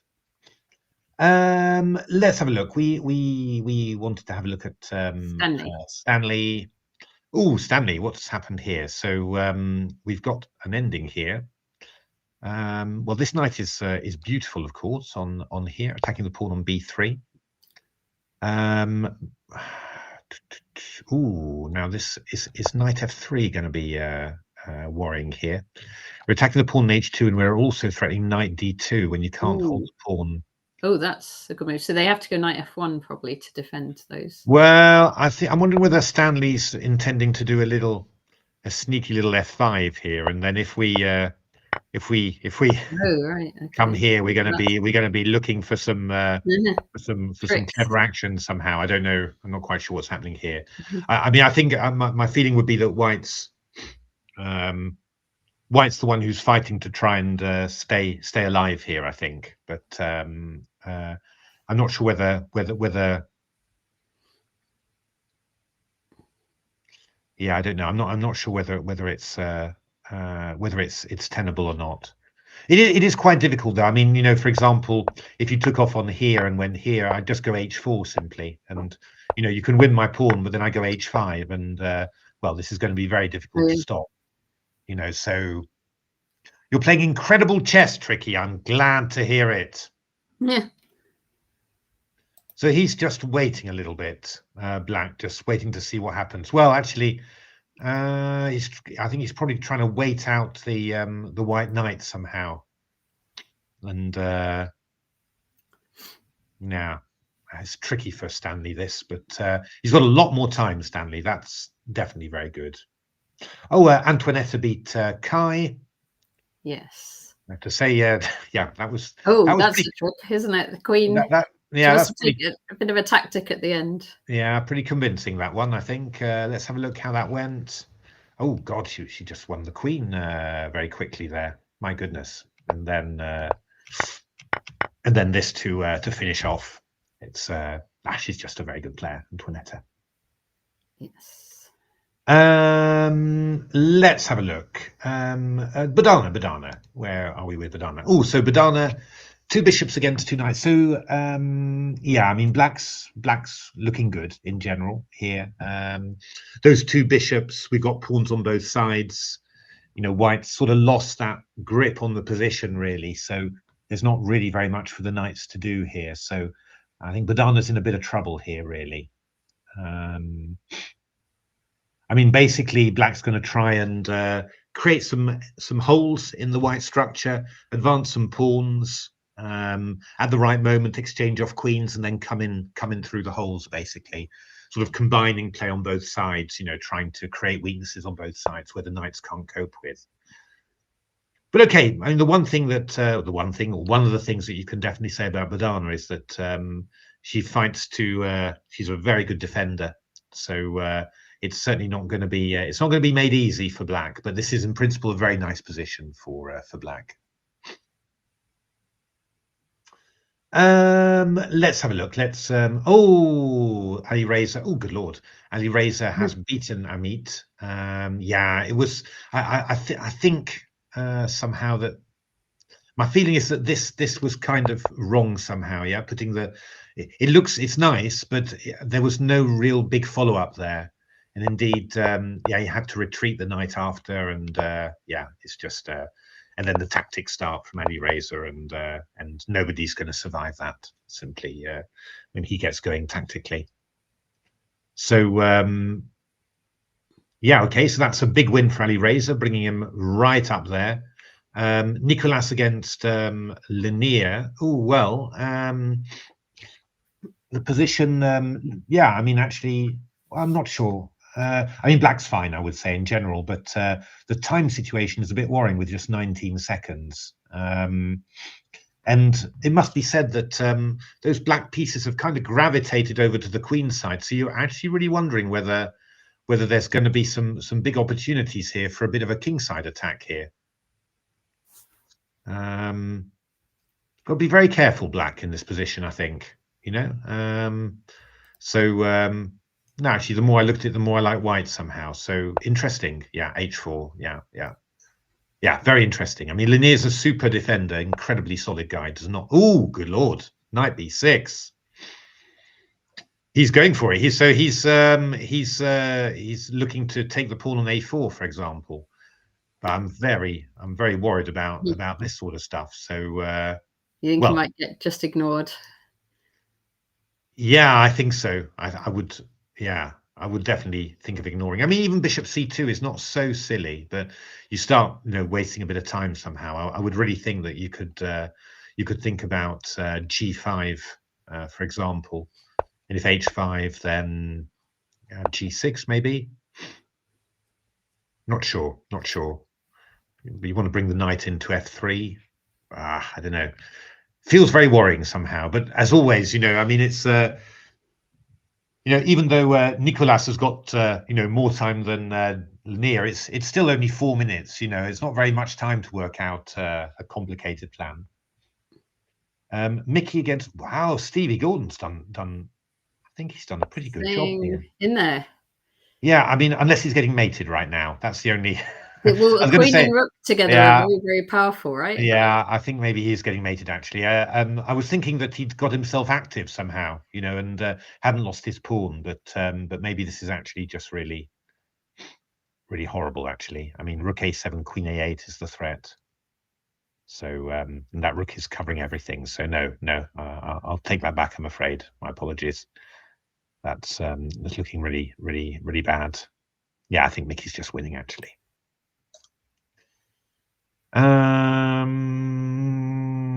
Let's have a look. David Hayden against... Whoa! This is a bit of chaos, isn't it? Yes. So Gawain's exchange up, but look at those white pawns coming in.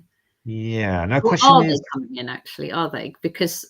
I think I'm wondering whether Queen C4 is possible here, because you go check, I go King G7, Queen E7, and then I go here, and the Queen is cunningly covering.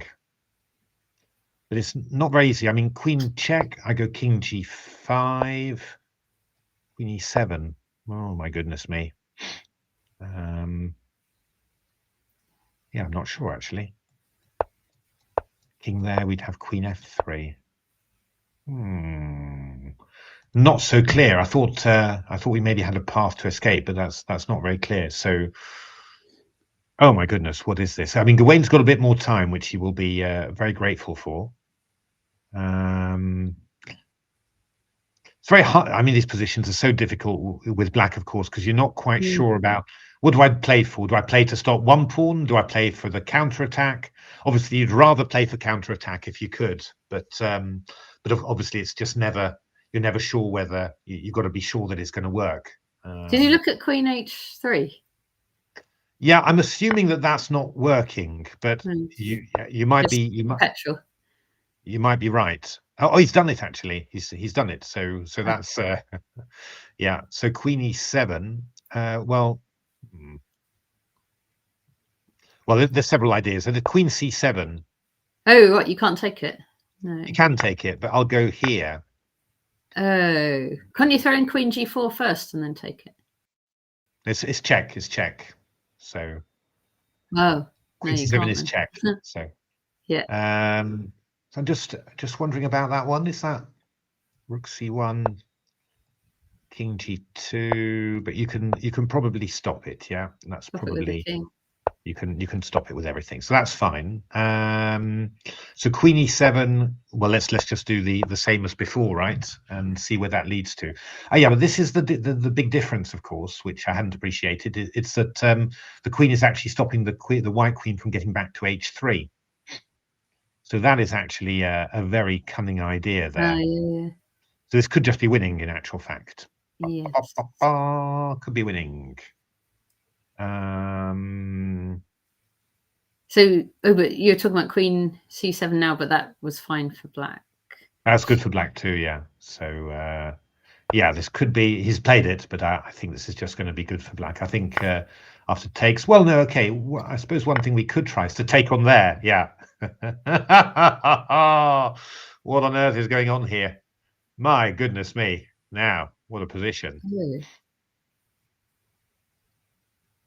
All right. So I guess you want to check.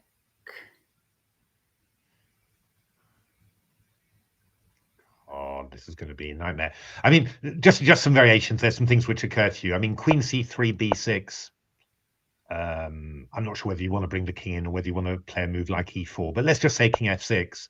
Yeah. You've got to watch out in these things because Bishop here, I could go check, and if I get something like this, then I'm holding everything back. But of course, what I could do, what I could do is, after Queen A1 is I just come back here. And then you've got the same problem somehow. So this is actually kind of, let's say this is far from trivial in terms of, so what you could do, you could go Queen C8 here, B6, and then we're just going to try and bring the king round here. But are you going to make it? Because I'll go King H2, and then I'm threatening Bishop H3. What you could do, of course, is to play the move G5. G5, yeah. And then if they go F3, you go H5. G4. I go H5, but then I go King G3. But that's all right, because you can still bring the king over, can't you? Well, no, then I go Bishop H3. G4 takes, and we're not sure about that.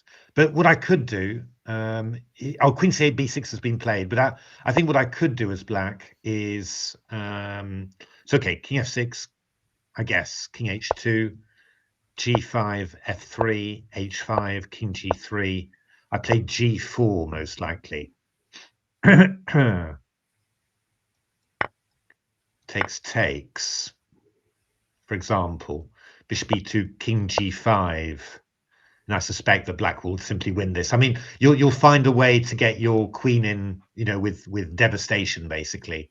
I think he's played G5, Gawain. So I think we're probably going to get that. I don't think there's another way for White to try and do something somehow.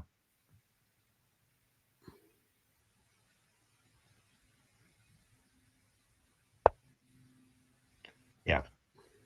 I know you can do G4. You can do G. You can maybe he just does it immediately, possibly.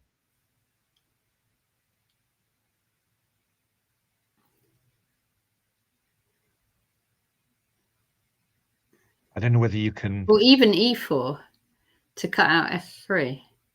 Yeah, possible as well. He's gone G4. It's probably quite sensible. yeah. Nah, this should be winning for Black somehow. But crazy. Oh, and Mickey has won, so Mickey is right up there. Look at that, 7 out of 8. So withdraws against Faruja and Inyan, and otherwise, wins against all sorts of strong players. So Mickey's in great form. Oh, Nicolas Theodoro has won. Ooh. It was kind of on the cards. It was actually plus 1.9 after H4, but Knight B6 made it worse, of course. Queen takes H5. I mean, this is a real March of the H pawn win, isn't it? Rook B7, that was very nice. Just drawing the knight away, and then you're going to go H6 and here basically. So very nice win from Nicolas Theodoro. Actually, a brilliant idea of how adding a rook's pawn into the mix can really cause a lot of damage there. But so he's incredibly well placed, sole leader on 7.5. So with 2 rounds to go. So Gawain we think is going to win. Let's just have a look. Luke, Tim. Oh, good lord, Tim Grutte beat Luke. Oh, my goodness me! That's your friend, Tim Grutte. That's my friend. Yeah, Tim Grutte. Yeah, it's my friend from Amersfoort. Well, congratulations, Tim. I think this is probably the finest win of his career. I think so. Wonderful. Hard luck, Luke. Never nice to see your English colleague losing, but as I said, I know Tim quite well, and he's a lovely chap as well. So, congratulations. Shreas, how's Shreas doing? Shreas is winning, I think. I mean, it's never easy. I mean, White's essentially got enough pawns for the knight, but I think Black's got way too many threats for the for the pawns, really. So I think that's going to be looking good. Oh, Elena Rubers beat Stephen Dishman. Stanley lost there. He got caught with all the pawns. It was a bit worrying, Stanley's position, but that's a shame, as we saw Antoinetta beat Kai. Supratit won. Playing very well, Supratit, again in this tournament. He's he's really he's on 6, I think, isn't he? So he lost to Amit and Tulkinski. I am, but otherwise he hasn't had any draws. He's just won all his games. No, but actually, when they played the Nightmares, the Blitz, I think Supratit made 6 out of 9, but with 6 wins, 3 losses somehow. So he seems to be in a. He seems to be in a very. But he's very. I don't know. I find him. He doesn't just offer a quick draw. That's for sure. No, I find him very Gukeshi. Supratit. His style is quite different, isn't it? Because Gukesh likes to bring all his pawns forward and no, it's true. Go crazy wild, and Supratit's a bit more solid, but they both play forever. So the mentality, I think, is very is very similar, which is a massive compliment, of course, to Supratit, because I think nobody has a better mentality in the game than Gukesh somehow. But this, unfortunately, Bodana has got ground down by Eldar here, so Bodana has resigned there.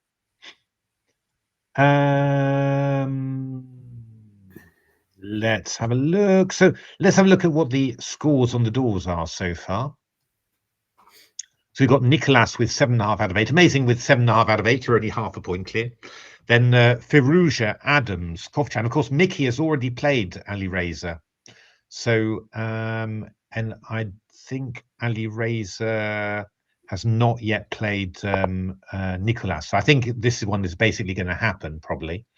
And then Mickey will probably play Kovchan, who's having also having a hell of a tournament, I have to say.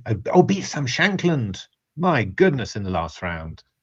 So that's pretty impressive. So who's Kovchan? A Ukrainian grandmaster. Youngster. No, not young, I don't think. No, I don't think young. I think older is my impression. Okay. But, yeah, quite unusual then that the top Ukrainian isn't Pavel Ilyanov. Oh, Nordibek drew. He drew with Mishra, so he's on 6.5. Yeah, we're still waiting for the results to update a little bit there. There we are, 6.5. We've got Gawain back on 6.5. Nikita's on 6.5. So Gawain beat David Hayden in that crazy game. Yeah. Very well done. And then who else have we got of the English players? We've got Harriet's on 6. Tim Rutte, friend from Holland, is on 6 as well. We've got John Ems on 5.5. David Hayden as well. Stevie Gordon, Shreas on 5, and Shreas should be on 6, I think. No, he lost. They're saying. Oh, he had a good position, didn't he? I thought he was totally winning. Let's see. That's what I was telling. Yeah. Oh, did he? I think he lost on time. Why C takes B? Go back one move. Yeah, no. Well, B5 was played, and I mean, I think Knight takes B5 is winning, but I think he lost on time. He must have lost on time, I think. Why does it say that's a draw? Well, I don't know, Natasha. You can't. But presumably something is something is leading to a draw. Maybe this is this. Why is Knight B5 so good? Yeah, it's a table-based draw apparently, but Knight takes B5 was better. Just, but I think he's lost it, so I think he must have lost on time. The clock is on 0, so what a tragedy for Shreas. Oh dear me, but it's chess, isn't it? Really, just it can just sort of somewhat blurry for a 720p. We're always saying that we're blurry. People are always saying that we're blurry. Are we blurry? Yeah, that's what they're saying. You promised if we went through your streaming setup, we wouldn't be blurry. Yeah, maybe I'll try doing it at a slightly lower definition sometime, or yeah, I don't know. I'm not sure. Yeah, Mickey's hey Key 453. Mickey has been playing beautifully. He played really well at the London Classic. I think he took a while just to settle down, but by the end, he was playing beautifully, and he's playing really well here. I mean, I think the faster the time control, the even better Mickey gets, and I think rapid is really the sweet spot. It feels like 360. Sorry about that. It's I think I've often had comments about it, and lots of people say things about that often for my streams there's the graphics could be better and all of that, but I sort of think that yeah, not really aiming for the Hikaru or the Gotham chess market. It's just meant to be a bit of fun. Yeah.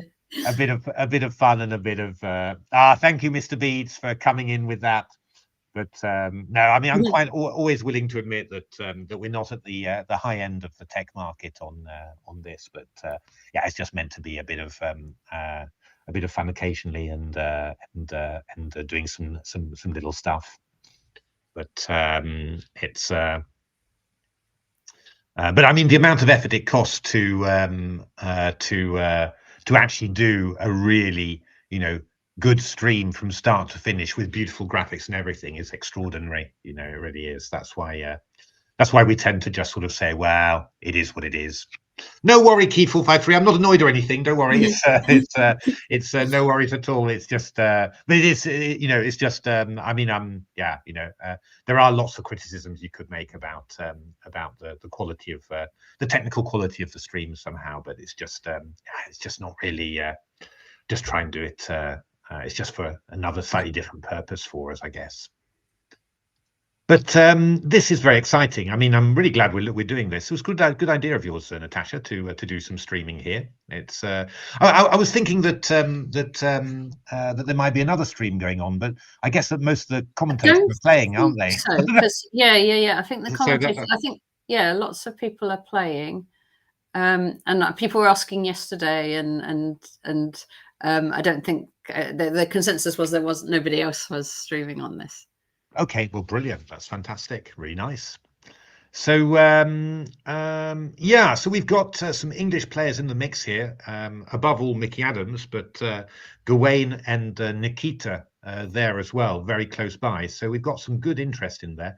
Amit not so far away, still on 6. So you know, and a few others on 6 as well. You know, so yeah, very good, very nice. So let's have a look. Who's still playing? I suppose that's the interesting thing. Just one rook, bishop, and pawn against. Oh my goodness! I would have thought that will not cause too many problems. That would just be a win, right? Yeah, that's just a win. Yeah, of course. So I'm a bit surprised Black's carrying on. Really, I would say. You just tie yourself out, really. You know, with I think you've always got to watch out. Thank you, Doubleization. You can always just you got to watch out for tiring yourself out. You know, it's obviously you fight until the end, but also when you know that it's hopeless, then you know it's maybe good to just cut loose and say, okay, I'm going to focus now on the next one. It's difficult with you know, it's always difficult to know, because I mean sometimes you also you can also, you know, I always find you can damage yourself a bit as well by playing on for you know, for too long and staring at a hopeless position for too long. Yeah. You know, it can actually just it can actually make you miserable and make you just dislike chess, really. You know, sometimes it's better just to always remember what Miguel Ilescas said to me once, because I beat him, his Spanish Grandmaster, above 2600, and I beat him once with a big novelty in like 12 moves or something. Well, after 12 moves, he had the most horrific position you could ever see. And he said simply, well, and he resigned, you know, and I was thinking, that's very strange. But he said, no. You know, I just said, okay, I'm going to make a clean break with this game. And then I'm going to, and funnily enough, it was a zonal tournament, you know, to qualify for the interzonal. And he ended up qualifying and I just missed out, you know, and but he said, he just rested himself and he said he terms with it straight away. That's a good I was very impressed. It was it was when we talked to him at Valencia where we gave a call, and he mentioned, and I thought it was really impressive, you know, because I hadn't really understood why he'd resigned, you know, because I thought, well, I'm sure I was going to win that, but still, you know, you carry on, right? But no, he just said, okay, that's I've been caught out, that was great, focus on the next game, and he did, and he did it brilliantly. So hi, Kevin Winter, and thank you very much, Graham Stewart and Harry H. Oh, Kevin, good to hear from you. Let's have a look. 32 minutes, the next round. Well, maybe. Well, why don't we come back 10 minutes before the start? 10 minutes before the start. That's right. So let's have a look. It's going to be then, we will come, so 32 minutes. 50. So it's supposed to be at 15. So we'll be back at 14:50. 14:50. Let's do that. Let's do that. And let me leave you with something exciting to look at. Yeah. There we are. And look at that position. You said that's actually Gawain against David. You see. Oh, how did that? Oh, it did go what we said. Yeah, it's exactly what we said. That the Queen, at some moment, steps out. You know, to go there. I was going to say, what if it goes Bishop G4, but you just go Queen F2, as you say. Yeah. It's so brilliant play from for hard luck David, but I mean brilliant tournament so far. But yeah, Gawain in his King's Indian, very hard to deal with.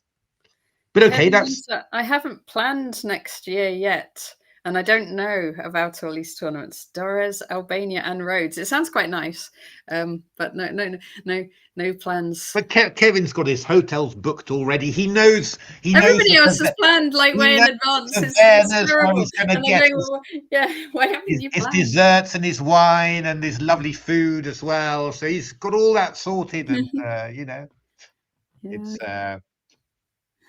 But I mean, Kevin is always the man who I know that when I post a picture of one of my desserts, I'm always going to get a like from Kevin. So, but yeah. So what we'll do, we will be back here at 10 to 3 for round 9, and yeah, do join us. I mean, it's going to be incredibly exciting. I have to say, it's looking really hotting up, and I'm keeping fingers crossed for Mickey, of course. But yeah, and also, of course, Gawain and Nikita, who are right there in the mix as well. And of course, the England juniors, who we always follow interestedly, because if anyone's watching here and isn't aware of the Talented Tuesdays podcast, we follow a lot of our top juniors there, and you will be just absolutely impressed and amazed as they discuss their games every Tuesday night at 7 p.m. Exactly. So do join us there.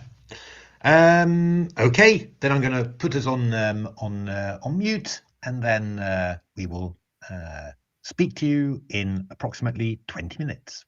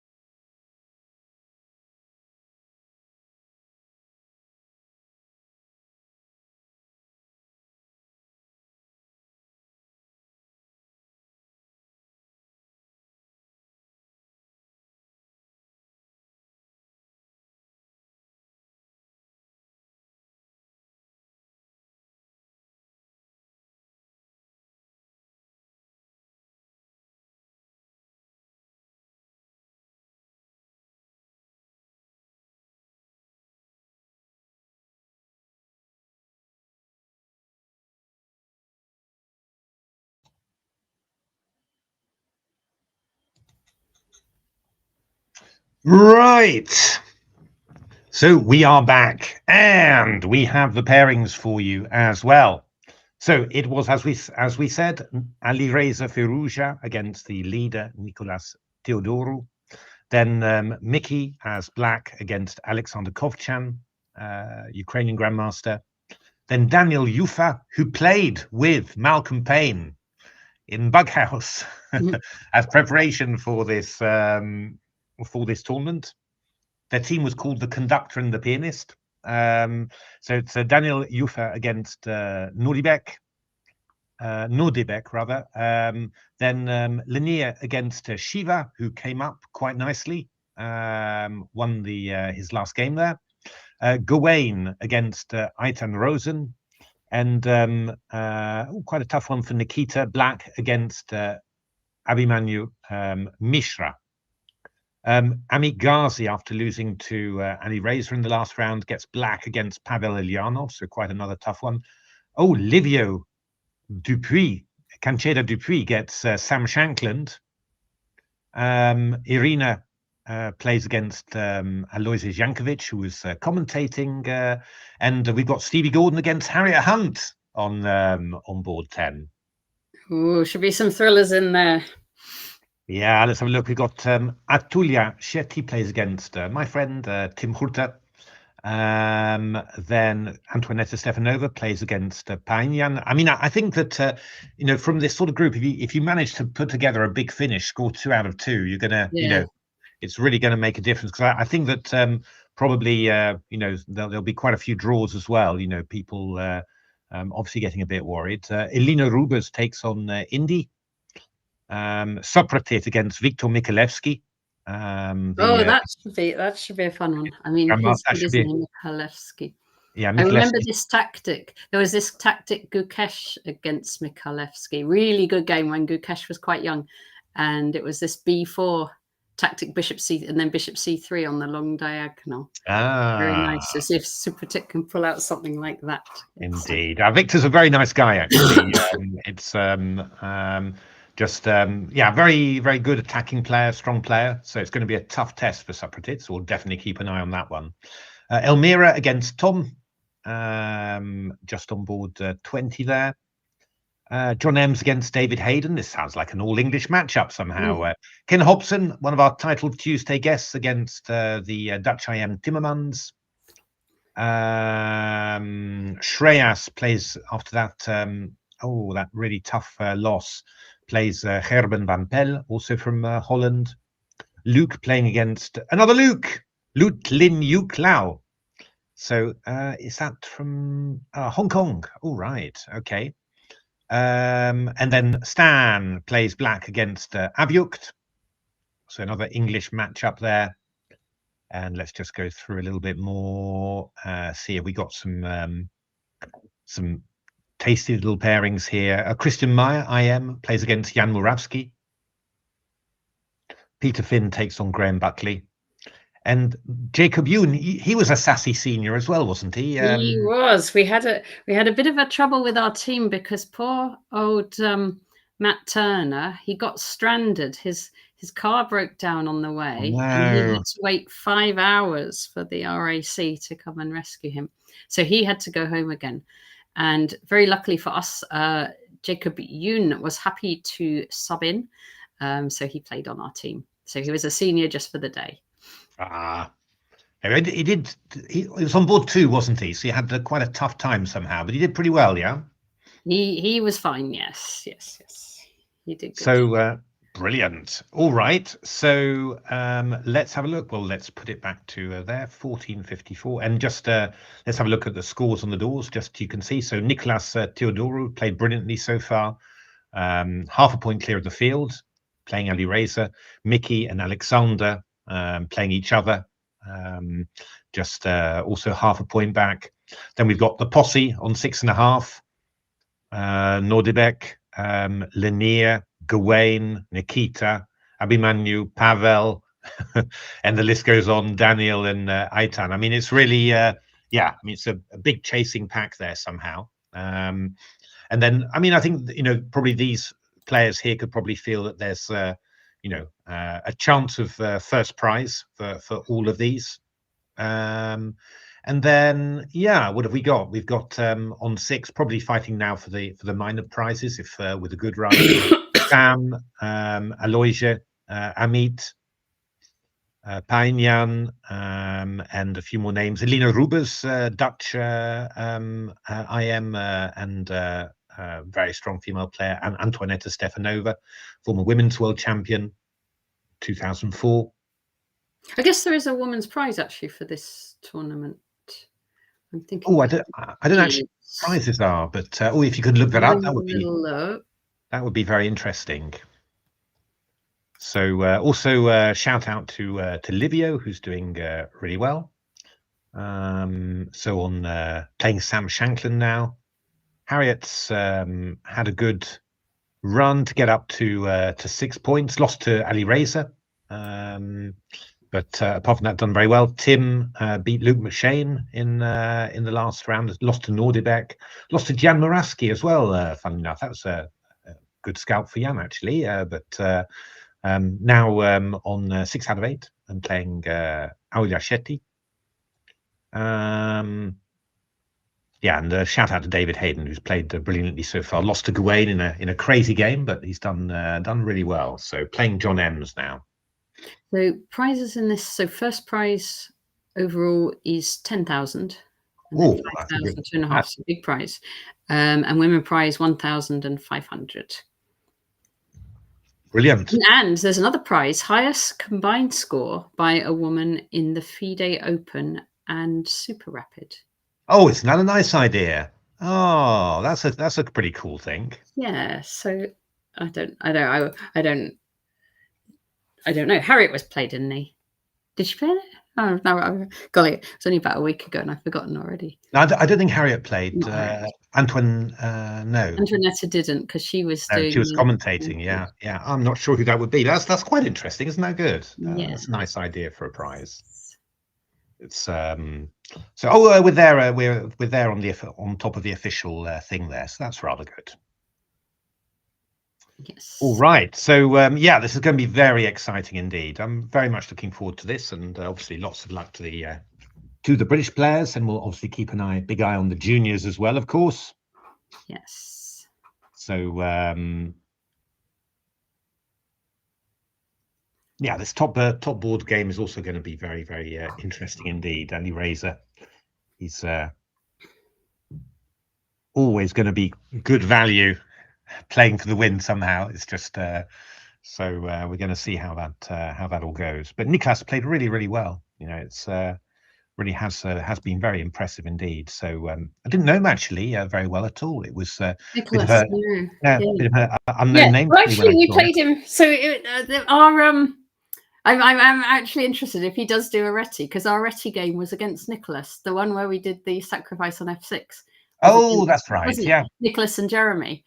So if they go down that kind of line, because I don't think he was that familiar with the idea. I don't think Nicholas was, because we had a timeout at one point, and I think and Jeremy said he hadn't been expecting anything like rook takes F6 or anything. Oh, okay.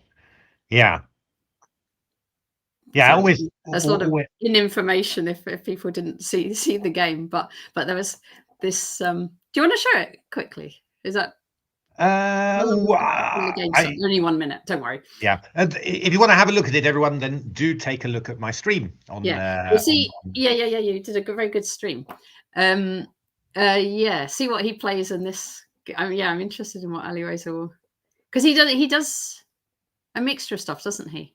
Oh, Ali Razer plays absolutely everything. He's like all the top guys. They really just they play everything. But I think they played the other way round. So Ali Razer was black, but it was a Reti. When they played in the actual event, because that was right near the end. That was after the Pro Biz. I call everything a Reti, by the way. That doesn't mean it's an actual Reti. It just involves knight F3 at some point. We will see.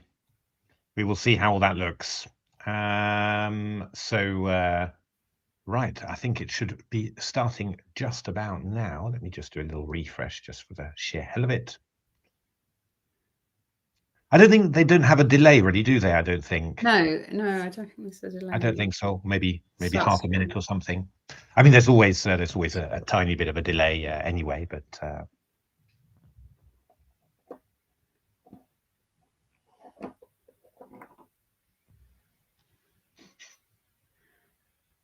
got some moves coming through. Oh, really? Let me have a look. Not here yet. Dun, dun, dun, dun, dun, dun. Just on the lower boards. Oh yeah, on the lower boards indeed. Too impatient, probably. Oh yeah, this is Chris and Meyer. I am against Jan Murawski and Stephen Dishman. Maybe a senior, but he's as quick as the juniors. Dennis against Kai. I was looking up Bodana's game. It's like a junior event. This one down here. Adita against Cian. So let's have a look. Are we? No, we don't have any top boards yet.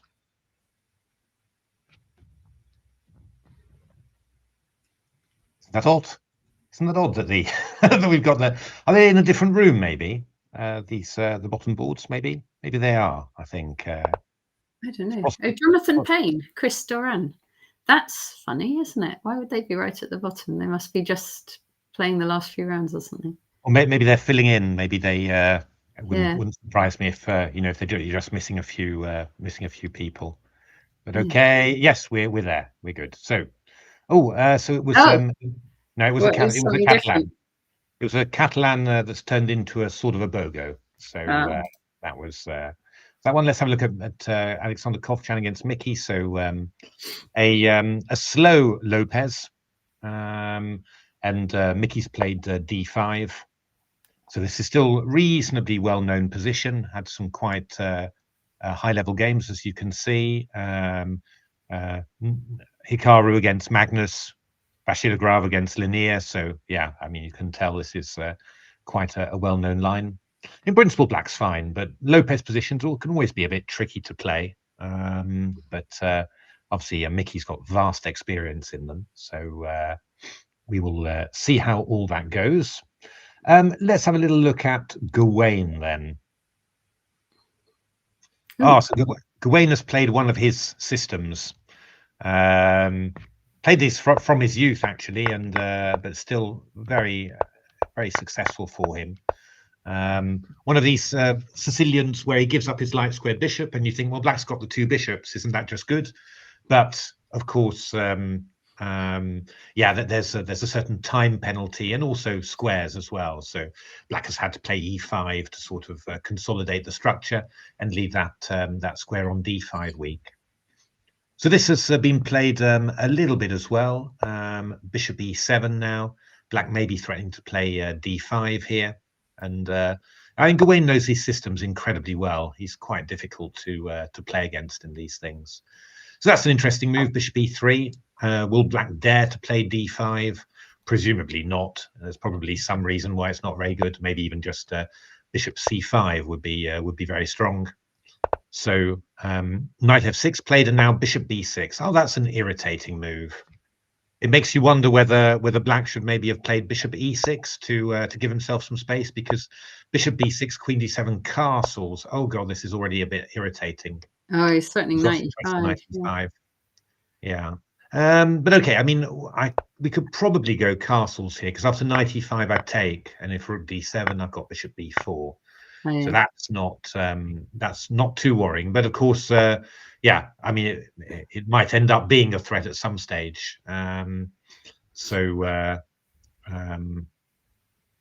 and black's just a little bit hemmed in there, really. And yeah, if Gawain's got some clever ideas about how he's going to develop and do this stuff, it could be quite unpleasant for black. I mean, black's spent a bit more time, so I don't think Gawain seems to know it incredibly well, as you'd expect. And I think that black's a little bit less certain here, but play queen c6 anyway.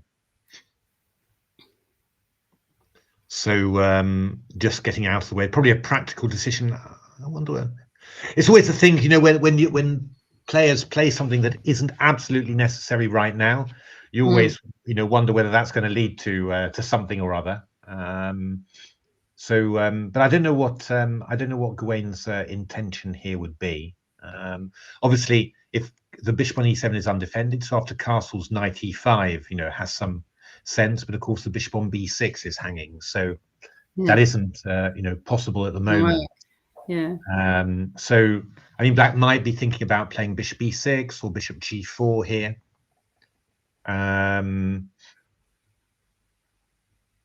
Yeah, I don't know. I'm not quite sure. I mean, a move like h3 doesn't seem totally silly to me, just to stop bishop g4. That doesn't seem crazy. I'm just wondering what else would I be interested in. I mean, knight d5 feels like a sort of an aggressive move, but I don't think you're particularly, you know, doing much when you do this, really. So I don't think that's particularly good. It's vaguely tempting to play a move like bishop a5, just that after castles you might have knight e5. But I guess that, you know, maybe black could play a move like b5 or something. But I'm kind of expecting that Gawain has got something, something special sort of prepared here. But he is Why don't you just like go king b1 and rook e1 and just... It's possible, but I mean, I think if black gets sort of developed, gets the bishop to e6 and stuff, I don't know. I'm not sure. I'm not sure somehow. I don't know. I don't know whether white, what this queen's doing on b4 is. White can end up worse. That's with these sort of things, because you've given up the bishop pair and all that. So I'm not 100% sure, but okay. Well, we'll see what happens. I mean, a4 is vaguely occurs to me. Castles a5, because I'm threatening knight e5 now. You know. Yeah. That feels more normal than moving the bishop back. But I mean, you can go rook e8 somehow, and but I don't know. Maybe you could do something like this and just say, okay, well, I've got a complete, you know, clamp on the queen side here, so you know, I'm fine. But I don't know. I'm not sure. But I think that white needs to have some good idea, obviously. But well, right, always the case. Aline Robers has played a King's Gambit. We might have to just see it quickly. Oh, let's have a look. 16 against Indy. Oh, good lord. But Indy is it's a King's Gambit, but not a pawn down, right? Because black sacrificed a pawn back. Yeah. Yeah, this looks sort of evenish. Usually when I play the King's Gambit, well, sometimes I get mated along the E file if things don't go well. Yes. No, that's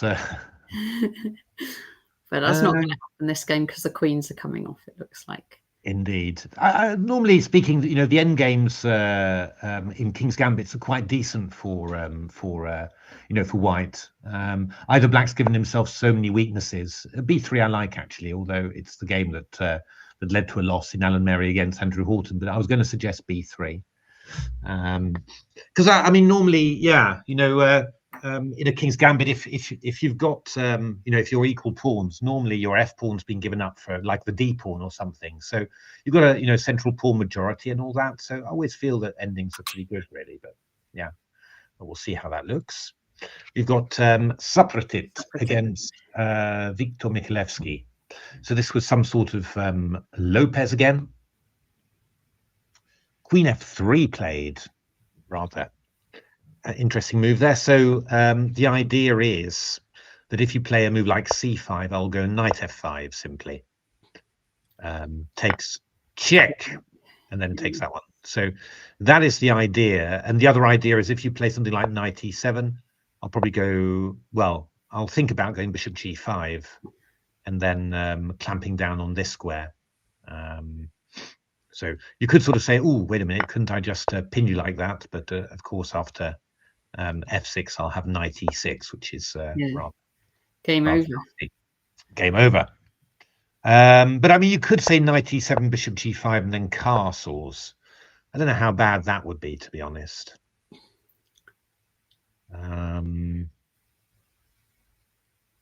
But okay, I suppose I go knight d2. But I mean, you could sort of force the bishop come here, then you exchange, go knight c6. It's probably not so bad. I would have Pieces thought. coming off. Yeah. Pieces coming off somehow, but not clear somehow. It's something to think about. I mean, there's also knight f6 is possible as well. The only question is whether e5 is possible then. Bishop f3, ef, and then we take, and we've got 3 pieces for the. That'd be interesting. Yeah. Yeah, it's not very clear really. I mean, the pawn can go to c5. You could sort of get your pieces sorted. You'd be restricting the white pieces a bit, and it's 2 knights, not 2 bishops. I don't really know who'd be, it's normally more comfortable for the pieces to play, but yeah, I don't know what objectively the evaluation would be. But Queen e7 played, which interesting. Oh, yeah. No, interesting. Yeah, it feels a little risky in a way, but yeah, there's maybe nothing immediate for white. So because that rook on e1 isn't defended. No. So I'm not quite sure what white should do here. I mean, something like bishop f4, knight d2 is quite natural, of course. But yeah, I don't know whether queen g3 is maybe interesting. I don't know. Yeah, I've got vague ideas of knight f5 followed by queen g7 simply. But I don't know, and I could maybe throw in the bishop g5 as well. Might be interesting.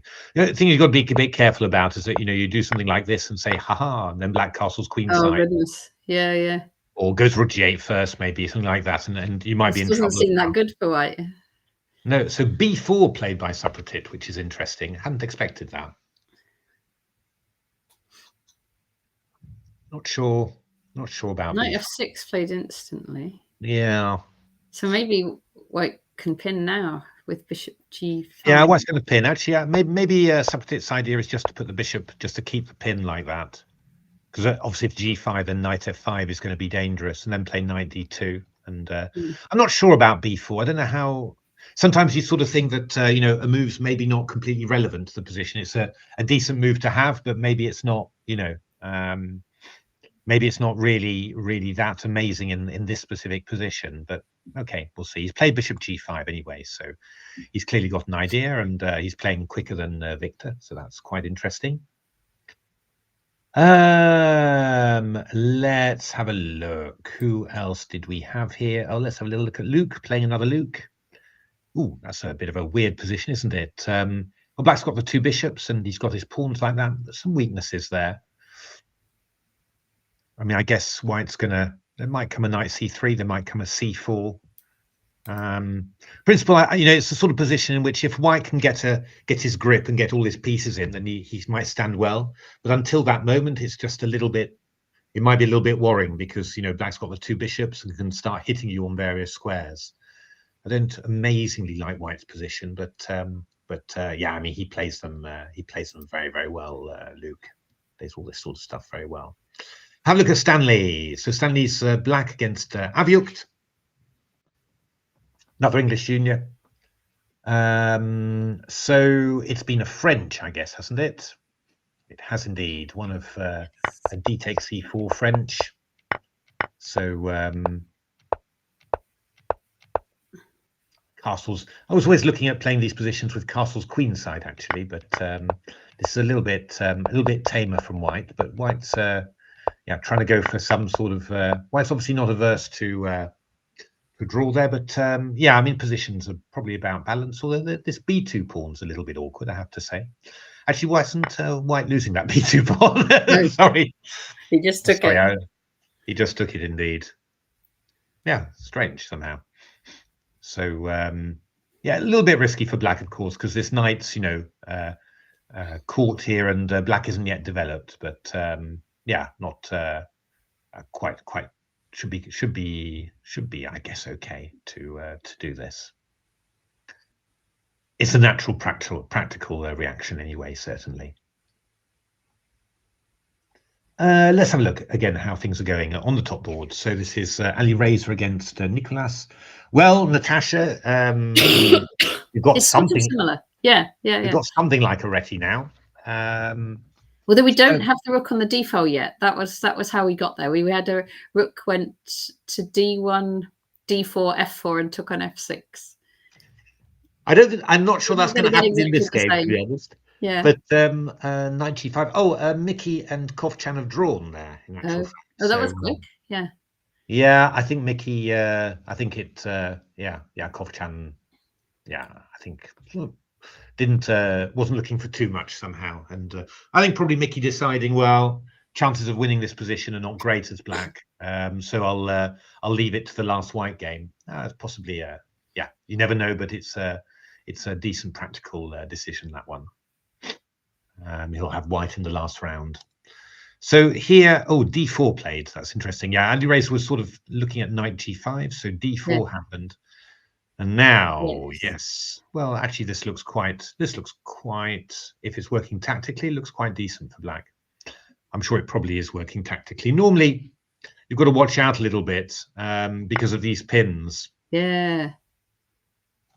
But I imagine that this is just working. Yeah, I mean, Can't you take on d7, knight e2, queen d2. That would be fine. And obviously, e takes d4. There's bishop beat g2, followed by bishop d4. That would be good for or fine for black. And you could go e takes d4, knight d4, knight d4. That's possible. Yeah. Bishop g2, and we could try knight d6. But then we just take it, and then we take on d2. So, basically the queen on b1 is too badly placed for this sort of stuff. So, what I reckon is going to happen. Yeah, I reckon this is going to happen. I reckon that Ali Razer is going to go knight f3, and then basically play for this position and claim a small edge. Yeah. It's a tiny edge, but it's not very much. Ivan Sokolov did a big analysis of this type of position in one of his books on middle games, but it was more the dangerous thing there was having a knight on there and then the queen over on f3. Oops, sorry, queen over on f3, and well, I can't do a Kirby line. They don't go like that anyway, do they? The queens. No, so yeah, that was that would be quite. But yeah, this looks just very equal. But you can always go wrong and rapid. You don't quite get it right in your head, and then all of a sudden it's before you know it you're just worse. But still, it's nothing much at all there. So Daniel Yufa against Nordibek.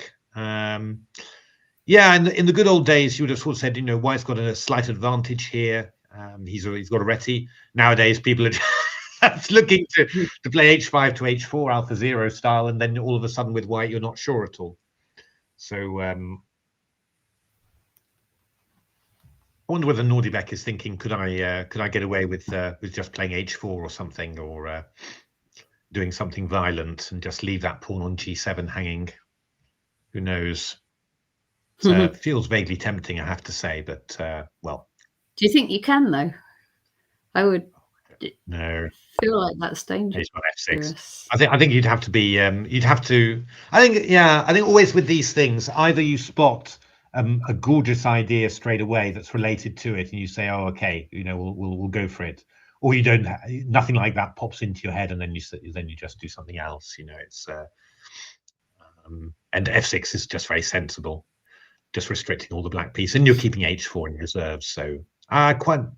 Yeah, I mean, it's sort of the key question is whether White can go F3 and E4 and drive you back and have some sort of control. But I think even if you manage to drive back a little bit, you're probably still not really in control. Everything's a little bit weak. So, but okay, we'll see how that goes. Quite a sharp game, that one. Let's have a look how Gawain's doing. Whoa! Oh God, that does not look good. 1, 2, 3, 4, 5, 6. No, it doesn't look good at all. Gawain's in a bit of trouble, I think. Oh, come on, Gawain.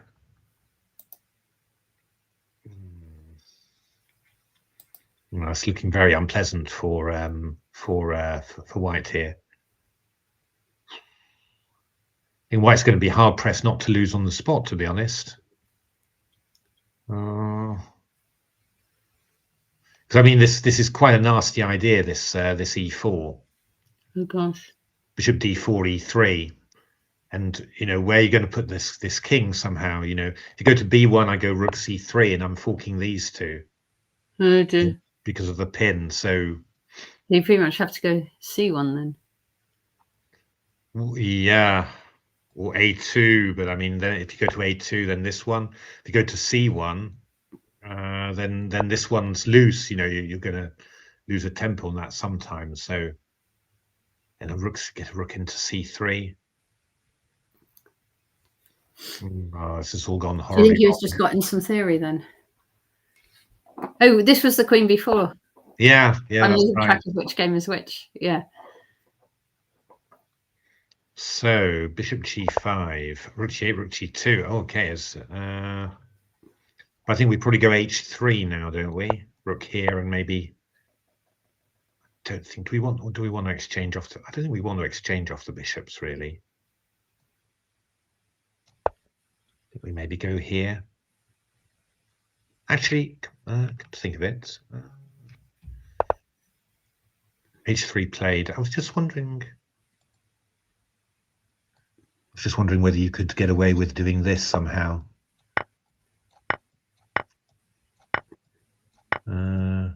It's just that it wouldn't normally be good, but it's just rook g2 is just really. Could you go knight g4 just to kind of block it off? Yeah, you can probably block it off there. You're not quite quick enough. Yeah. He's gone bishop h8 anyway, which is sensible, and we're keeping this idea of e4 in reserve. I don't know whether this has really helped somehow. I don't know. Gawain's a good defender, so but he's yeah. I mean, obviously with white was not what he was looking for really, but okay. How's Nikita doing? Oh, my goodness me! So this was some sort of oh, good lord! This was some sort of well, this is. I'm pretty sure that I've submitted this system for the TCC when you have to select bad openings for black. I'm pretty sure that this was one of them, to be honest. This looks absolutely awful, simply. But well, I think Nikita's going for this one in a big way somehow, yeah. But yeah, I don't know. I mean, it's nice that he's got the pawns like that, but you wonder whether they're going to come any further somehow. Whoa! Knight c5. What a move. So he's looking for this. Is this going to work? 100% sure. I mean, I think you probably can't ignore it. I mean, that's probably true. Although, yeah, actually, I'm actually also wondering whether we could throw in g3 now. That knight was doing quite a nice job of defending there. Knight b7. Presumably, this is all too horrible, right? Don't have enough threats there. Yeah, okay. So d takes c5, bishop c6, and now, for example, there, I don't know, queen c6. We go knight e5. We go queen f6. And then what are we going to do? Are we going to? Is this the idea? There must be just stacks of theory on this, mustn't it? No, I don't think so. No. This is just a bit. They're making this up at the board. Oh yeah. No, this is super ropey for black, but he's played queen c6. I was actually wondering whether b takes c6 was better because it controls the d5 square. So you know, when you do something like this, you don't get a queen d5, which I was rather worried about in this line. But okay, I guess you could still come in on the fourth rank, like rook e4 or queen c4, perhaps. You could do it, but you're a bit further away somehow. I'm not. Yeah, I don't know. I mean, yeah. I mean, the question is how much he's calculated here. If he's calculated a lot here, then it could be rather worrying. Obviously, I mean, one of the ideas would be to go takes in here. I don't know whether. When again, I'm feeling rather annoyed that the white's going to get queen d5 in. If you see what I mean, you know. Yeah.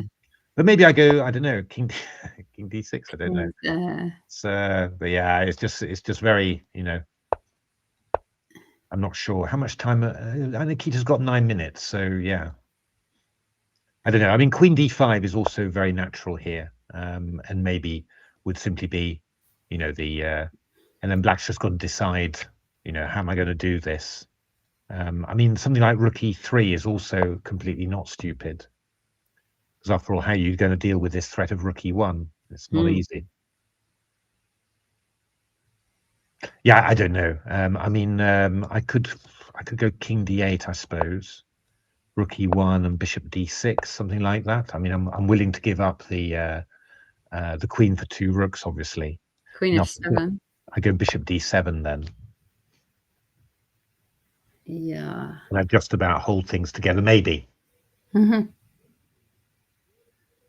I mean, there's stuff like Rook E7 there, which again, you're just not really sure. But if Black survives, they're going to have a good endgame, aren't they? It's like if you survive, then you're laughing. But if you don't survive, then you're crying. You know, it's I don't know. I mean, also even even Queen B5 check, right? With the idea of taking on here and going Queen C5 is maybe quite nasty. I don't know. Yeah. But maybe you come back here. Maybe that's possible. Yeah, that's possible. Quite tough for White, and he's used a lot of time already. So you know, it's yeah. But yeah, in general, I think that the Black should be in a lot of trouble. Would be my expectation. But yeah, it's far from easy to work out how to do it. I mean, you could just go Rook E4 as well.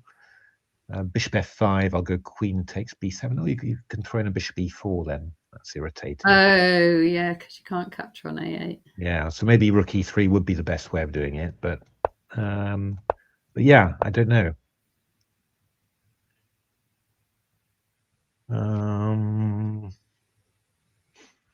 Queen F7, Bishop D7. D7. Haven't got maybe enough open files for the rooks.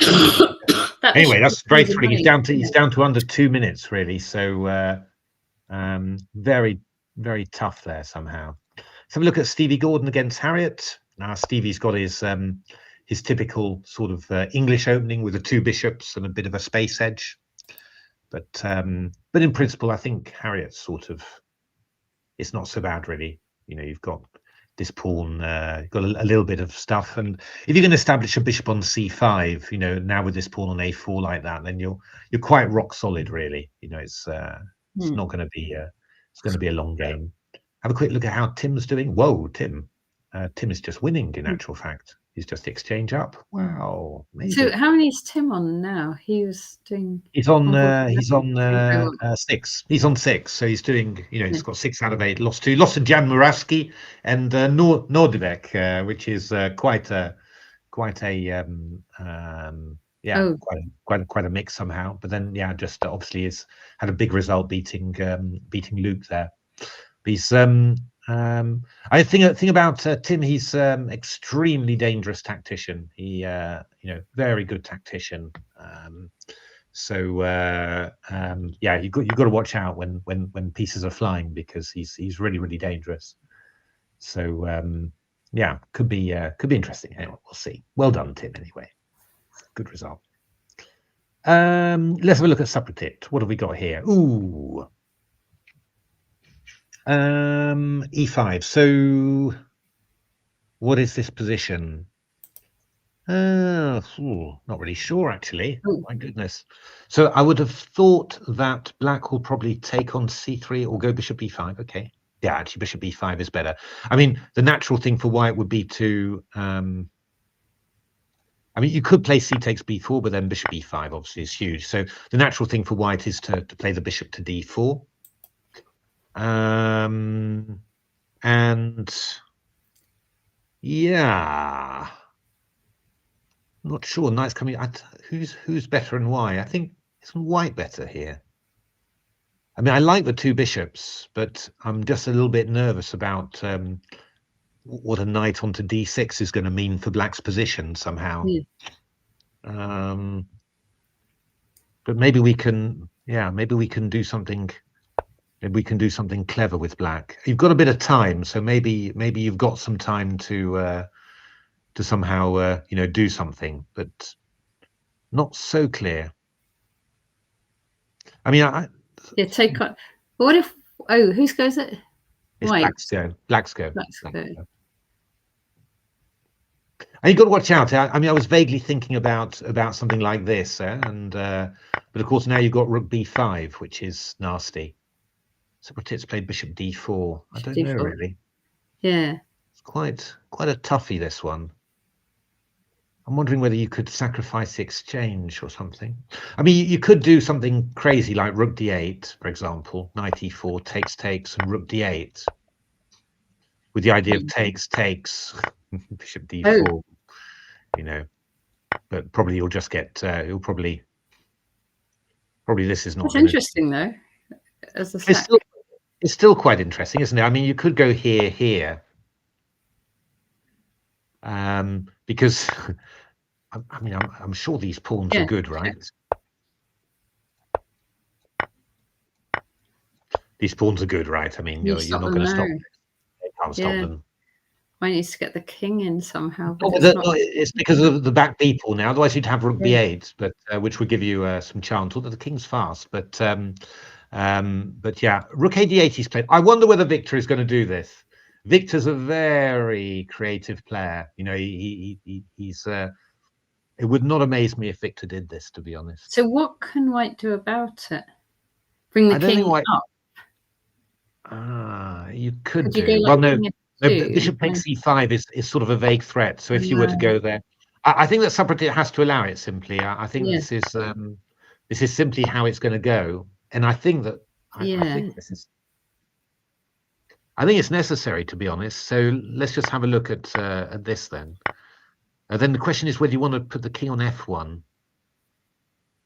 But then can't you go c3? Isn't that going to be really scary? Well, then I've got rook b5. Check. I've got rook b5 then, you see.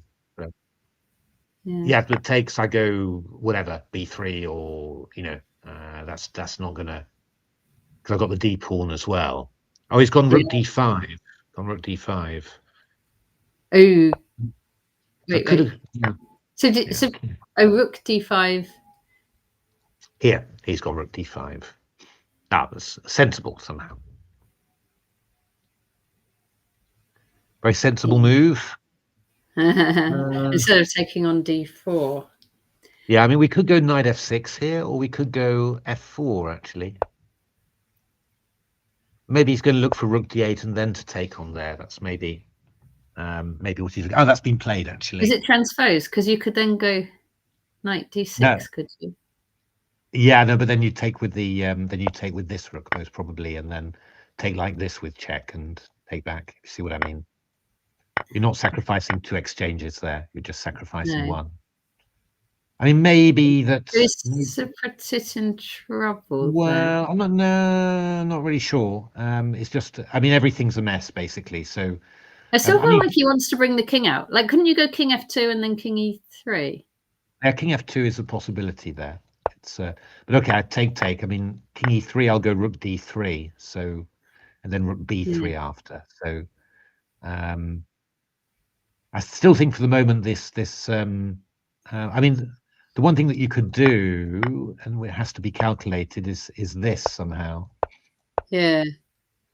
But I don't know whether have you got anything or maybe king e3. Yeah, I don't know. I'm not sure. It's not clear that it's okay for white. I mean, knight f6 is one idea as well, just to block this somehow. I mean, if I took, I've got rook b5 and then rook mate, so that keeps you. Oh, that keeps you honest for a while. He's got knight c5 Subreddit. Okay. Oh, that's actually quite a good idea as well. So if takes on d4. He's going to take on a6. Yes, and that stops any prospect of 3 very dangerous queenside pawns. Exactly. I mean, you could also conceivably think of doing this one. But probably king g7 then is good. Yeah, king g7 is good then. So then you could take on f7. Wait. Go back. Could you take on f7? I give a rook check. Yeah, I give a rook check, and then I go bishop takes c5. So oh, that doesn't help. Oh, yeah. Bishop c5 probably immediately would have been good too, but I think knight a6 would be probably fine. So interesting. What could we do here? I mean, you could just take off like that, and then take off rook f4. I mean, I don't think that this would be. I'm sure that black should be able to save this somehow, but you maybe want to have something a little bit better somehow. I mean, g5, g3. Oh, he's played rook takes d4. That's probably quite good. He's gone for this line. Oh, he's gone for this sort of line. That's true. Yeah, rook c8's a good move. Stops bishop c5. Yes. And you're currently threatening rook a8. Rook a8. This must be quite good for white. I'm not sure. I mean, I think you're going king g7. Thing is, unless you've really got something amazing, you're going to be a bit loose. I mean, I suppose what I could do, I could play a move like e6 here. Takes and then rook f1 here. Just to force the exchange of rooks, and then this one will be going as well. Okay. Oh, yeah. That might be quite irritating. Oh, he's gone. Oh, or even or even just rook c1, just attacking the pawn. I mean, I wanted to get the rooks off, but yeah. Okay. Yeah, I mean, white's better here. I would expect that black can probably hold it. Yeah. But I don't think that white's shouldn't be in any particular danger of losing this anyway. So I wonder whether e6 and rook f1 was better. I'm not sure. I mean, black could have tried then to swap off all the pawns on one side, so probably would have been okay for black as well. But yeah, tough game, right? Socrates, 11 years old. Going toe to toe with a. I mean, better side of a draw grandmaster, right? Yeah, no, I mean, Victor's rating here is 24.35, but I mean, he's 25.80 in real life or something. So he's a very strong grandmaster. Let's have a look. How is Indy doing against Eileen? Oh, Eileen. Eileen is going for. It looks very King's Gambit-y what Eileen has done. So she's got 3 pawns for the exchange. So in principle, doing quite well. But as always with the King's Gambit, you feel it could also just be lost at any moment somehow. So, but she's got a very big time advantage. So that's maybe going to play some. Let's have a little look. We saw. Oh my goodness! Livio beat Sam Shankland. Oh wow! Oh, let's see how it went. Oh, we can see it between the rounds if you like. Yeah, we'll have a look at that one. But my goodness, wow! Well, that's Shiva, a nice result, isn't it? That would be memorable. Lanier beat Shiva, so Lanier is back in the run there. Niklas against. Well, let's see Ali Razer. Yeah. Well, Ali Razer is a pawn up, so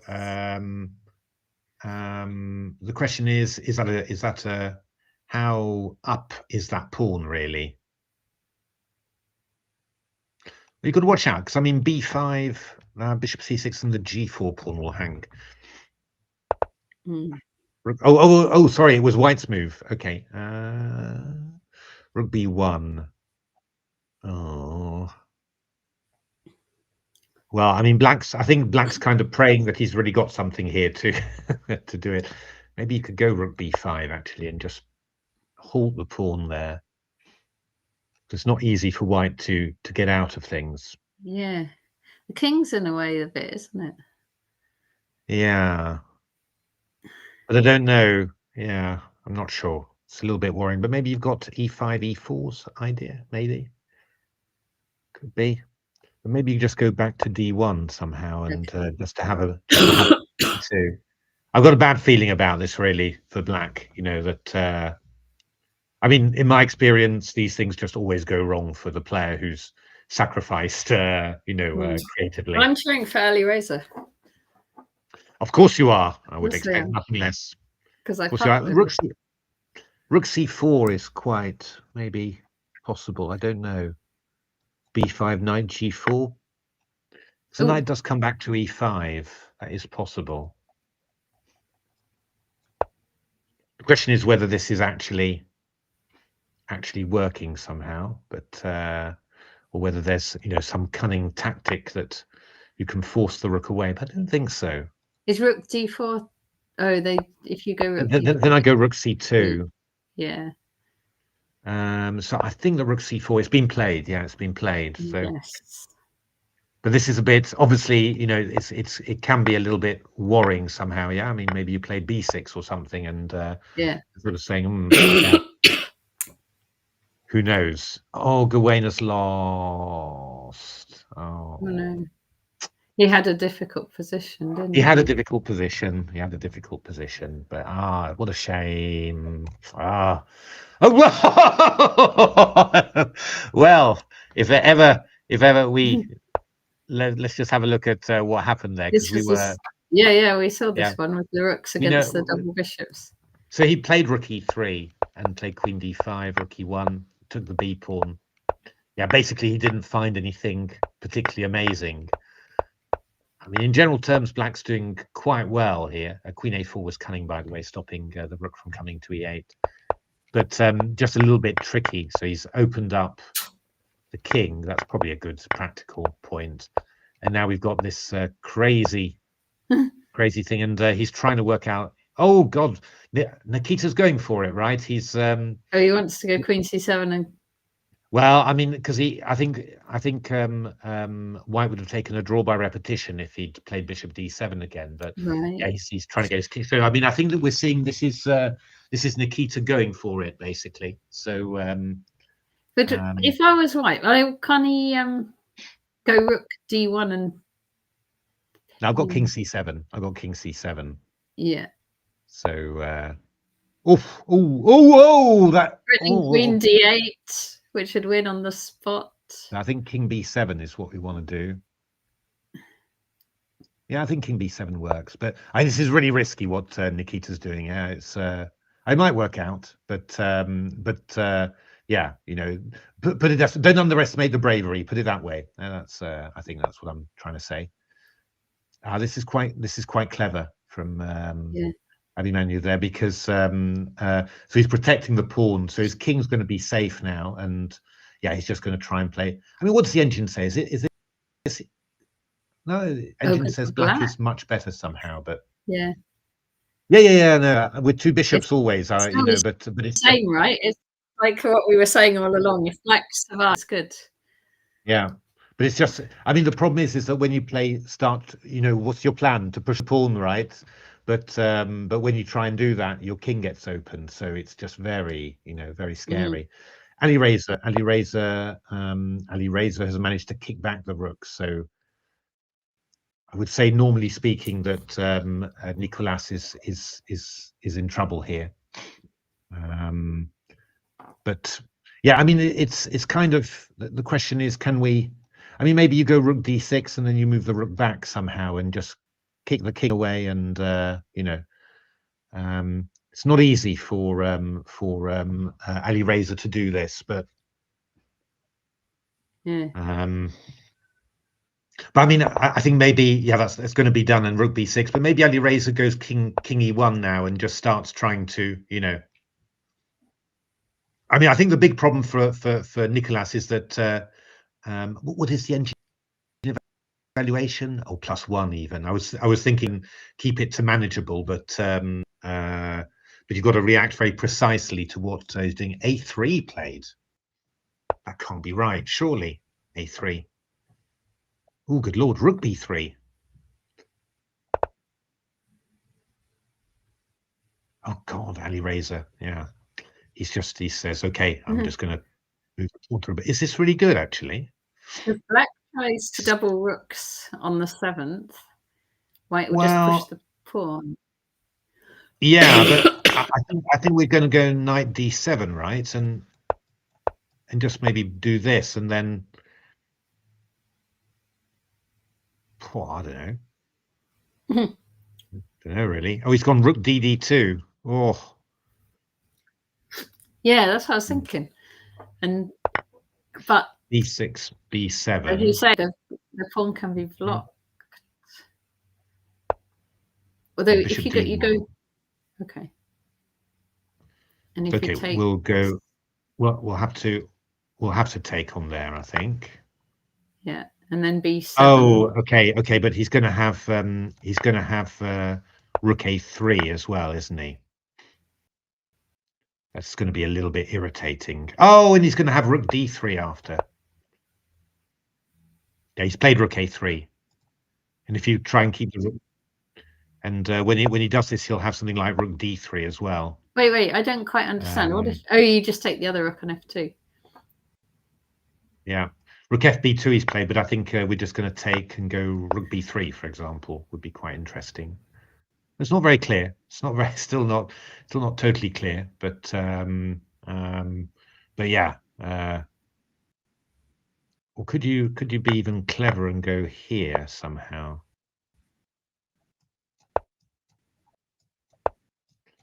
I don't know. I can go king D1 to C1. But then, I don't know really. Sorry, just have a quick look at what the engine. The engine is saying 0, so the engine thinks that has not played the best here. So who knows? Oh, really? Oh, the coloured rook's pawn for the bishop, right? So if a lot of pawns get exchanged off, then it's really, and it's not so difficult for black to exchange off a lot of pawns. So I really am sort of feeling that this must be a draw. Oh, Nikita's drawn. Oh, yeah, okay. Nikita's drawn. Managed to. Was it a perpetual? Yeah. Well, no, he was going to win this one, and yeah, it was going to be. Hard luck, Nikita really gave it a huge go there. Amit lost to Pavel, unfortunately. So not a great day for the English players. Harriet and Stephen drew. How's Tim doing? Oh, God, what a position. I have no idea what that position is. That's just crazy. So probably going to be end up in a draw, I think. That one. What a position. Let's have a look. How's Indy doing? Oh, he lost a lot of pawns on the way there, so that looks like Elena is going to do that. How's Supratit going on? Ooh, Supratit's done pretty well, really, have to say. Yes, so exchange up for a pawn in the end game. So this should be good for white. It's just winning, yeah. It's just winning. Well done. Well, I'm saying it's just winning. I mean, it is winning. It's just you're going to be a little bit. It's going to be a little just bit. About it. It's going to be a little bit scary because the pawns are going to start marching. That's the. But you should be very early, simply, you know. Because the king can't actually approach, can it? Because of the rooks cutting. Well, no, but I think the point is that black's probably going to have to give up this bishop quite early, I think. Yes. I mean, if he could wait like 5 moves or something, but I don't think he'll be able to, which should mean that white's been back in plenty of time to deal with it. So I think Supratit is going to win this. How long has he got left? Nearly 2 minutes, so he's 2 minutes. Yeah, he should be good there. Let's have a look at Stanley. Stanley won. Well done, Stanley. So very good. Your mate there. So hard luck, Avyukt. And I think Shreas beat Gerben van Pel. Oh, good lord, with a nice little mate there. So that was pretty good. Luke beat the other Luke, Yes, as you'd expect. So let's have a look again. Top board. Oh, Bodana. Right. Sorry. Top board. I think this is going to be drawn, right? I think. I'm not looking at it too closely, so do forgive me if that's totally wrong. Bodana. Golly. I don't want to jinx her. I think she's doing well. She's black. Let's have a look. Yeah, she's slightly better here. Oh, wait a minute. She's 2 pawns up. She often has long games. Is going to drop. Yeah. I wonder where she played rook E1, actually. When did she play rook E1? Because rook G1 would have been, rook C1 would have been more natural with the, some sort of idea of maybe of sacking there. She's maybe got an idea. It's good for black, this, but bishop G1. Still trickier. Yeah. Easy. Still a bit tricky. Don't know. It's going to be a long one, I think. I would have been, yeah, plenty more left I in would that have been, game. yeah, I would have been really tempted to try and do something like this somehow. Yeah. Even, I mean, you're not going to queen that B pawn, but then you sort of get in, right, like this. And here I can hold the pawn and then, you know, maybe move on. I don't know. Nice. It's other people's pieces, right? That's that's the thing. But that feels like that's going to be your big chance. But maybe she gets the chance again later. Eh? That's let's have a look. Oh, drawn. That table base is saying drawn, so that must be. Oh, good lord! You're cutting out as well, so I don't know whether we're both cutting out or. Oh dear me. Yeah. It could be me or you or both. So we'll see. Okay. So yeah, this is drawn. This is drawn basically. So yeah, it looks like Nicolas will go into the last round, but Nordebek has beaten Daniel Juffa. So he's got a lot of points. Lanier. So I think Nordebek. I think it's important if Nordebek wins this, he gets like 10 points for the Grand Prix, FIDE Grand Prix, for the candidates qualification. I thought somebody said he'll get 10 points for this, and if he won the World Rapid and the World Blitz, what's it got to do with the Super?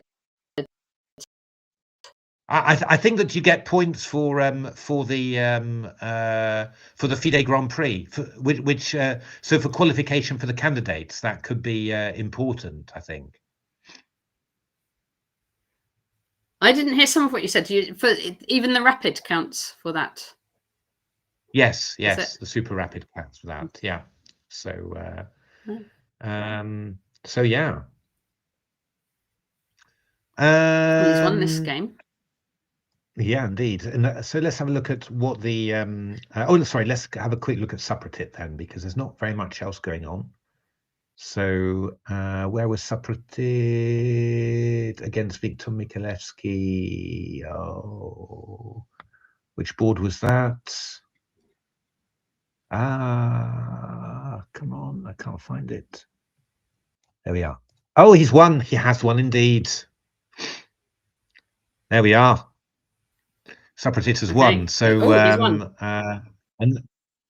Another victory against a very strong grandmaster. My goodness me. So yeah, excellent. Yeah. Well played, Supratit. Really tough game, really interesting game. And Tim drew indeed. Antoinetta won. She's very well placed for the final round. Let's have a look at Livio against Sam. Just have a quick look how it happened. Yes. So we'll just go sort of on there. So this was the position. It was sort of, oh my goodness. And then Sam blundered, played rook a5, knight here, and then knight e3 was happening. After which, just the exchange down for absolutely nothing. Oh my goodness! Oh, because of the fork on e3. Indeed, it's just a big blunder there. So, oh dear me. Terrible. Well, even so, like getting into a position where you can do that kind of trick on him. Yeah, no, he played very well. The position was just even out of the opening, but my goodness me. So there we are. So let's have a look. This one's still going, but I think it's going to be drawn. Let's just have a look at what the scores will be then. So we're going to have Nicolas. He hasn't played Nordebek yet, has he? No. So we're going to have Nicolas on 8, it should be. And then Nordebek, Lanier, Mickey, Pavel, Alexander, and Aitan on 7.5 after that win against Gane. Also Ali Razer as well on 7.5. And then on 7 points, we've got Nikita, Abimanyu, and a host of other players, including Antoinetta and Livio. Look at that! Wow. Okay. And yes, yeah, I mean we've got some great things. Luke's on 6 there. I think Supratit as well, isn't he? Supratit's on 6, gaining 104 elo. Daniel Dudek is gaining 206 there. My goodness. So Who is? yeah, I mean some very good. Oh yes, yes. Yeah, some very good junior performance. Of course, Supratit is quite a bit underrated at 21.44, but. So let's have a look. We'll just see how this goes. Rapid play ratings are probably less evolved, aren't they? Because only a few rapid play FIDE rated tournaments in the year. Yeah, so it's probably the one that lags the most. Exactly. It's so yeah. I mean, we're going to have a thrilling last round, right? I mean, just you can't say it any other way. It's been drawn. It's been drawn. That's right. So normally speaking, if we do a quick little refresh there, we should have it exactly as it is. Yes, that's right. So 1 on 8, 1, 2, 3, 4, 5, 6, 7 on 7.5. Maybe, yeah, I don't know. I don't know how those pairings work out. That'll be very interesting. And then a whole posse on 7. Actually, not as many as you think. Nikita, Abhimanyu, Miraga, Anand Pranav, Elina Rubas, Antoinetta, Stefanova. So big fight for the women's prize, at the very least. Quite apart from the, and they're also fighting, of course, for the major prizes as well. Harriet's no, she's further back. Behind, she's on 6.5. There. No, she's there. I see her 6.5. Yeah, half a on point 6.5. behind, Yeah, but not on 7. Not on 7. Yeah, and also Rina Bulmaga. As well. That's it. Yeah, that's right. So those are those have the chances for the women's prize.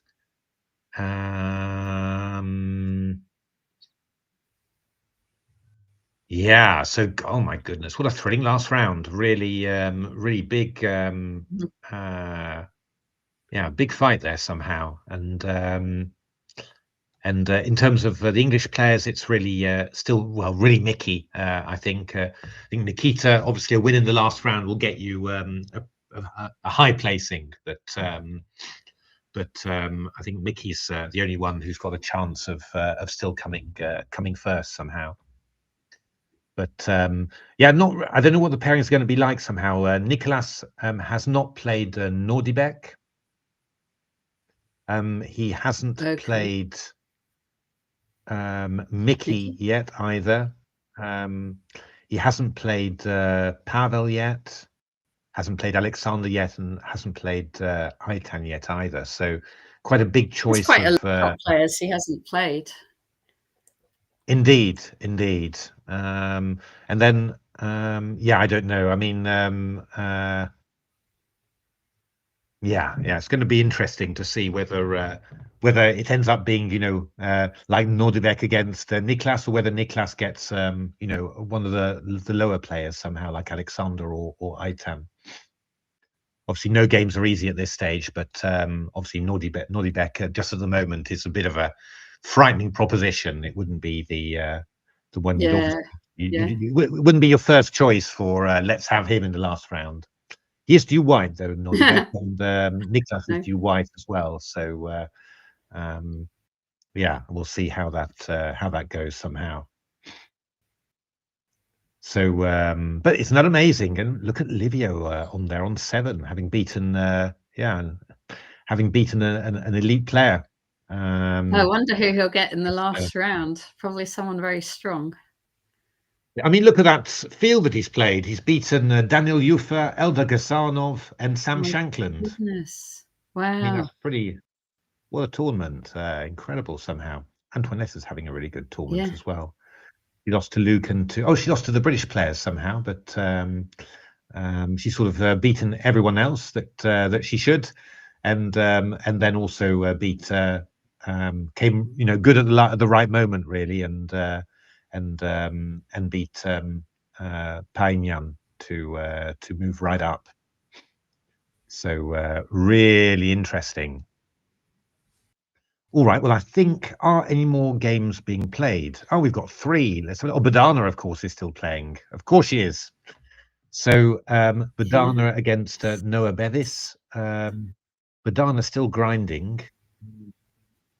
collared bishop end. Played like all the rounds of the open, and she played the pro biz right in the middle of that.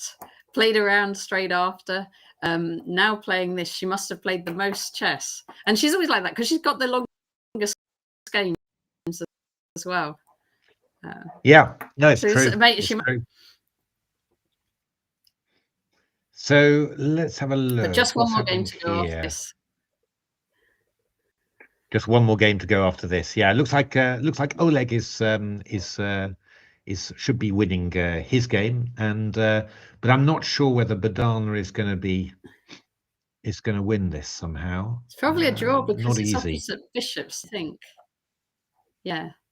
Yeah, that a6 pawn is quite annoying, and I don't really see how she's gonna do. I mean, you could play c4 to give up the pawn and block the a7 square, but I don't think you can really make very much of it somehow. So you're going to have to take some risks, I think, if you want to try and do anything to win this. And I don't know whether it's really worth it. Yeah. I don't think so. So it could well end up being a draw there. But I mean, all credit to her. She's trying. Yes. Yeah. She's really trying amazingly hard to win every game that she can. So she really, is a fighter, isn't she? Yeah. She's a real fighter somehow. So let's. But this is a tricky one. I think that's been drawn. I think. Yeah, I think that's been drawn. Yes. So all right then. So well, we'll leave maybe Oleg doing that. 28 minutes the next round. So maybe what we'll do, we will have a little break there, and we will come back at 20 past. Sounds or thereabouts. Good. And let me just leave you with the last round scores there, and you can just work out for yourselves what the pairings will be. All right, thanks very much, everyone, and see you in 20 minutes.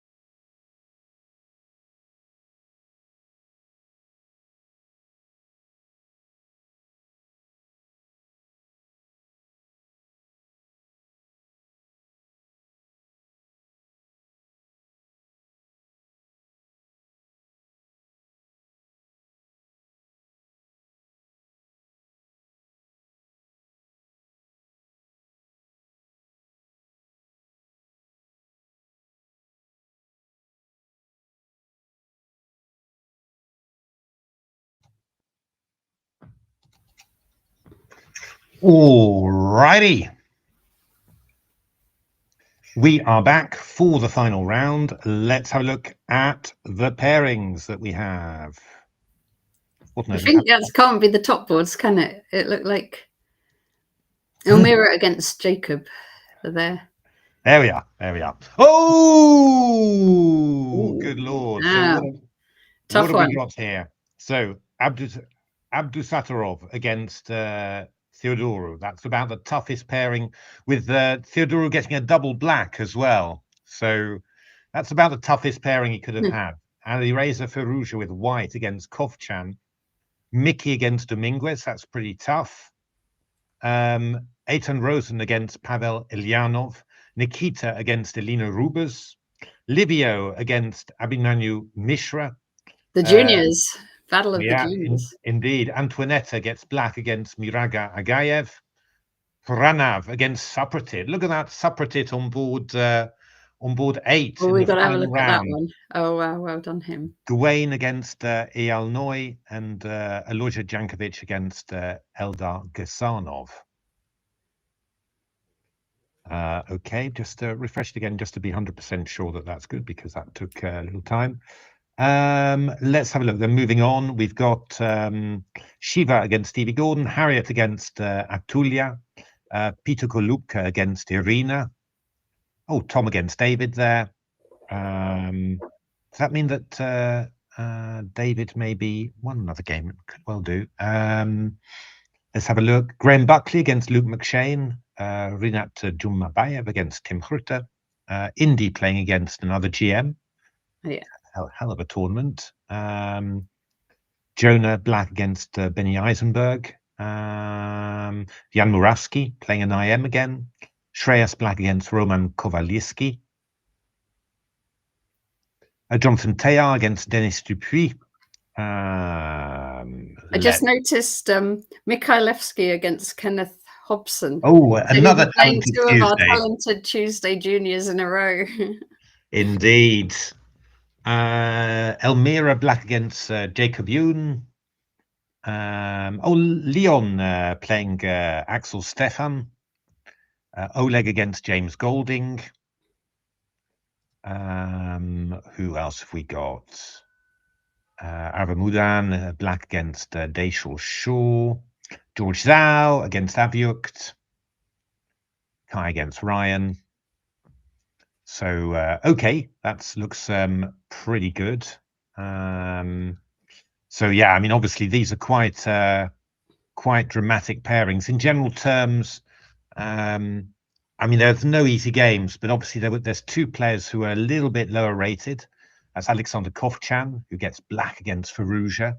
So Firouzja gets a double white, actually, just like Theodora gets a double black. So that's quite I think that's quite a favourable pairing in general terms. No disrespect meant, of course, but just just when you're looking at who you could play.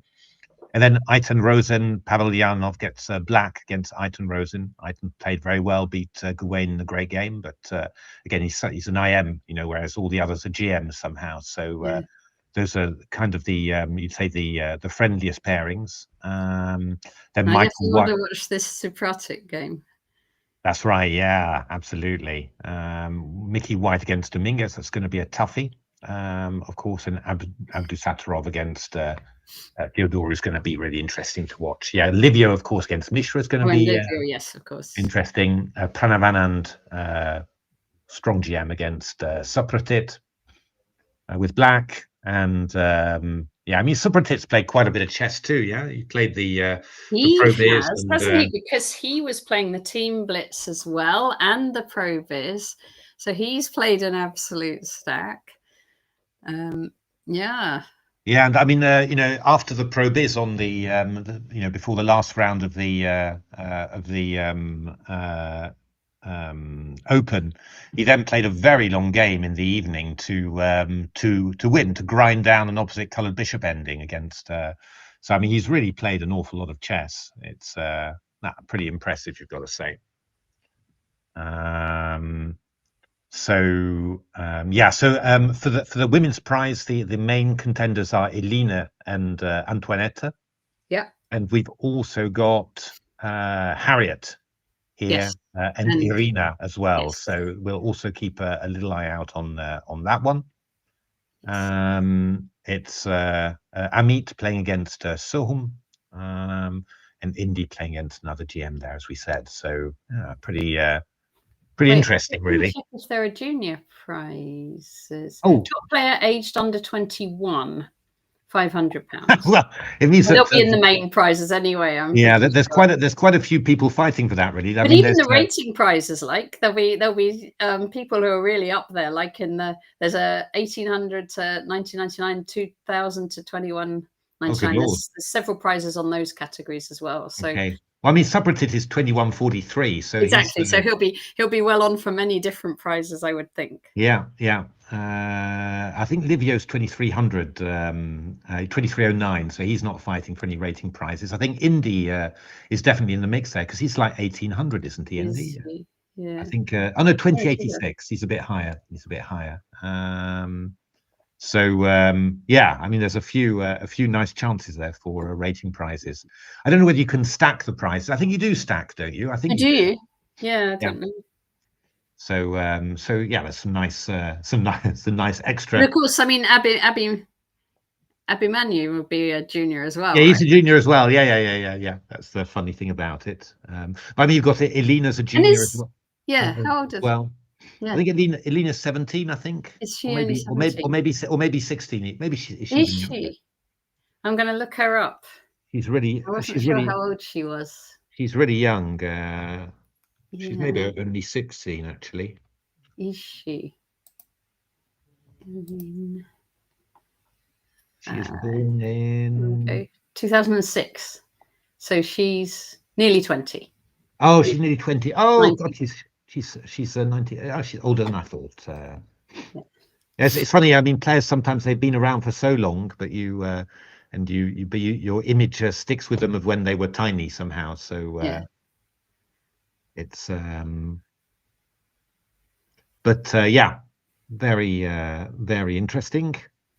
So yeah, there's a lot of prizes to be played for there, really. But yeah, I mean, the field is fairly tight. So you know, a last round win could just could change the world, really. You know, so it's yeah, it could really could really just change everything. So we'll see. But yeah, whew, let's have a look. One more minute to go. Maybe start at the bottom boards because that's where the moves normally. Phoebe, name sounds familiar. Bodana playing against Eunice. Yeah, that would be an interesting one too because they must have just played each other quite recently in the British Blitz. Ah, of course, yes, that's right.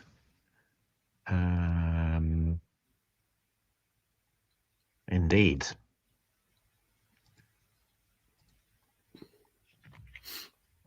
It's time. It should be starting.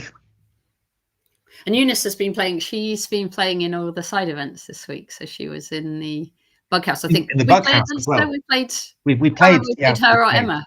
No, we played both of them, didn't we? We played both of them.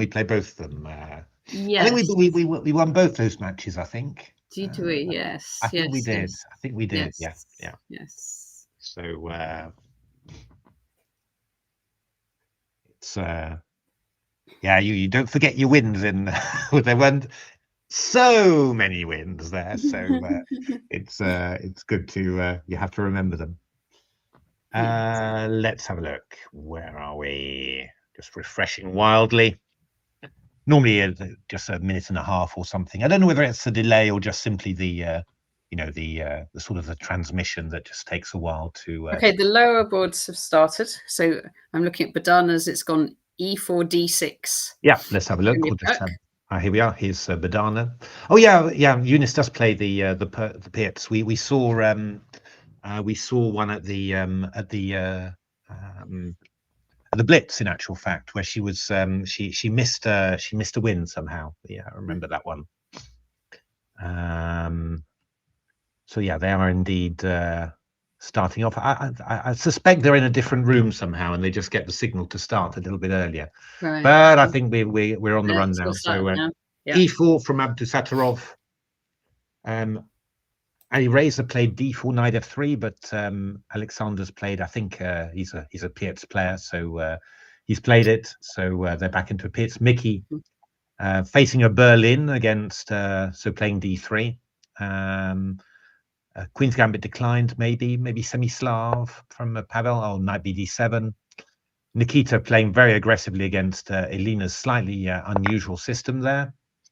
Livio playing Magnus Carlsen, Sicilian, could be interesting. Miraga with a Caracan against Antoinetta. Supratit playing a Petrov. Petros, yes. Gawain with some sort of Reti. So let's dive in a little bit to the games then. So yeah, Supratit playing a Petrov. I mean, loads and loads of games here. So yeah, Supratit doesn't always play the Petrov. He's got a little bit of a choice, a French as well. He can play the French as well. Yeah, it's quite good, really. He's building up quite semi-Slav. Maybe, Mr. Beads. If there's a semi-Slav, we will definitely look at it. We know that you're a fan of the structure. So so many games in here, but probably quite a good choice against Strong GM. I mean, he's 2580. Pranav Anand. So I think a good choice to say, okay, show me something, you know, and we'll pick up the pieces if you go wrong. So I think quite a good practical choice there. Let's have a look. What house this one? Oh, interesting. So knight e2 from Abdusattorov here. Very unusual move. It was Theodora went for a Kalashnikov. That's knight b5 d6. You can play this, but he went for knight e2. Very unusual. I thought it was just supposed to be quite bad, really, but but no, it's been done by some good players, as you can see. Topolov amongst them. Very important to chase away this knight with this bishop with knight a4. Otherwise, if you just play quietly, then h5, h4, and knight g4 happens. But yeah, you're chasing away the bishop there, so you don't get to have any attack, and yeah, you're just vaguely sort of aiming at these squares. So quite interesting. It looks, to me, looks quite decent for black, but I'm sure that there's a lot of serious preparation behind there. So going to be very interesting. Ali Razer, ooh, that looks quite nice. Black played knight c6 there, and Ali Razer took the chance to punt the knight, and then yeah, the question is, are you going to put the knight on c3, or are you going to play a pawn to c4? Leaving it flexible for now, not letting the bishop come out to g4.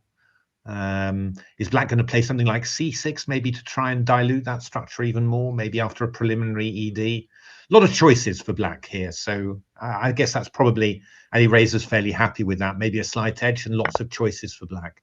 But Kovchan playing quite quickly, in actual fact, so maybe he it could well be that he knows quite well what he's doing there. So Mickey against Lanier. This is obviously quite I think both of them will know the Berlin very well. Lanier's actually done quite a good job. Knight on e6, quite nice with this structure here. And probably will play c5. It's going to be very solid somehow. So not easy for Mickey to make something of this. It's just going to be, I think, one of those games where you're just going to try.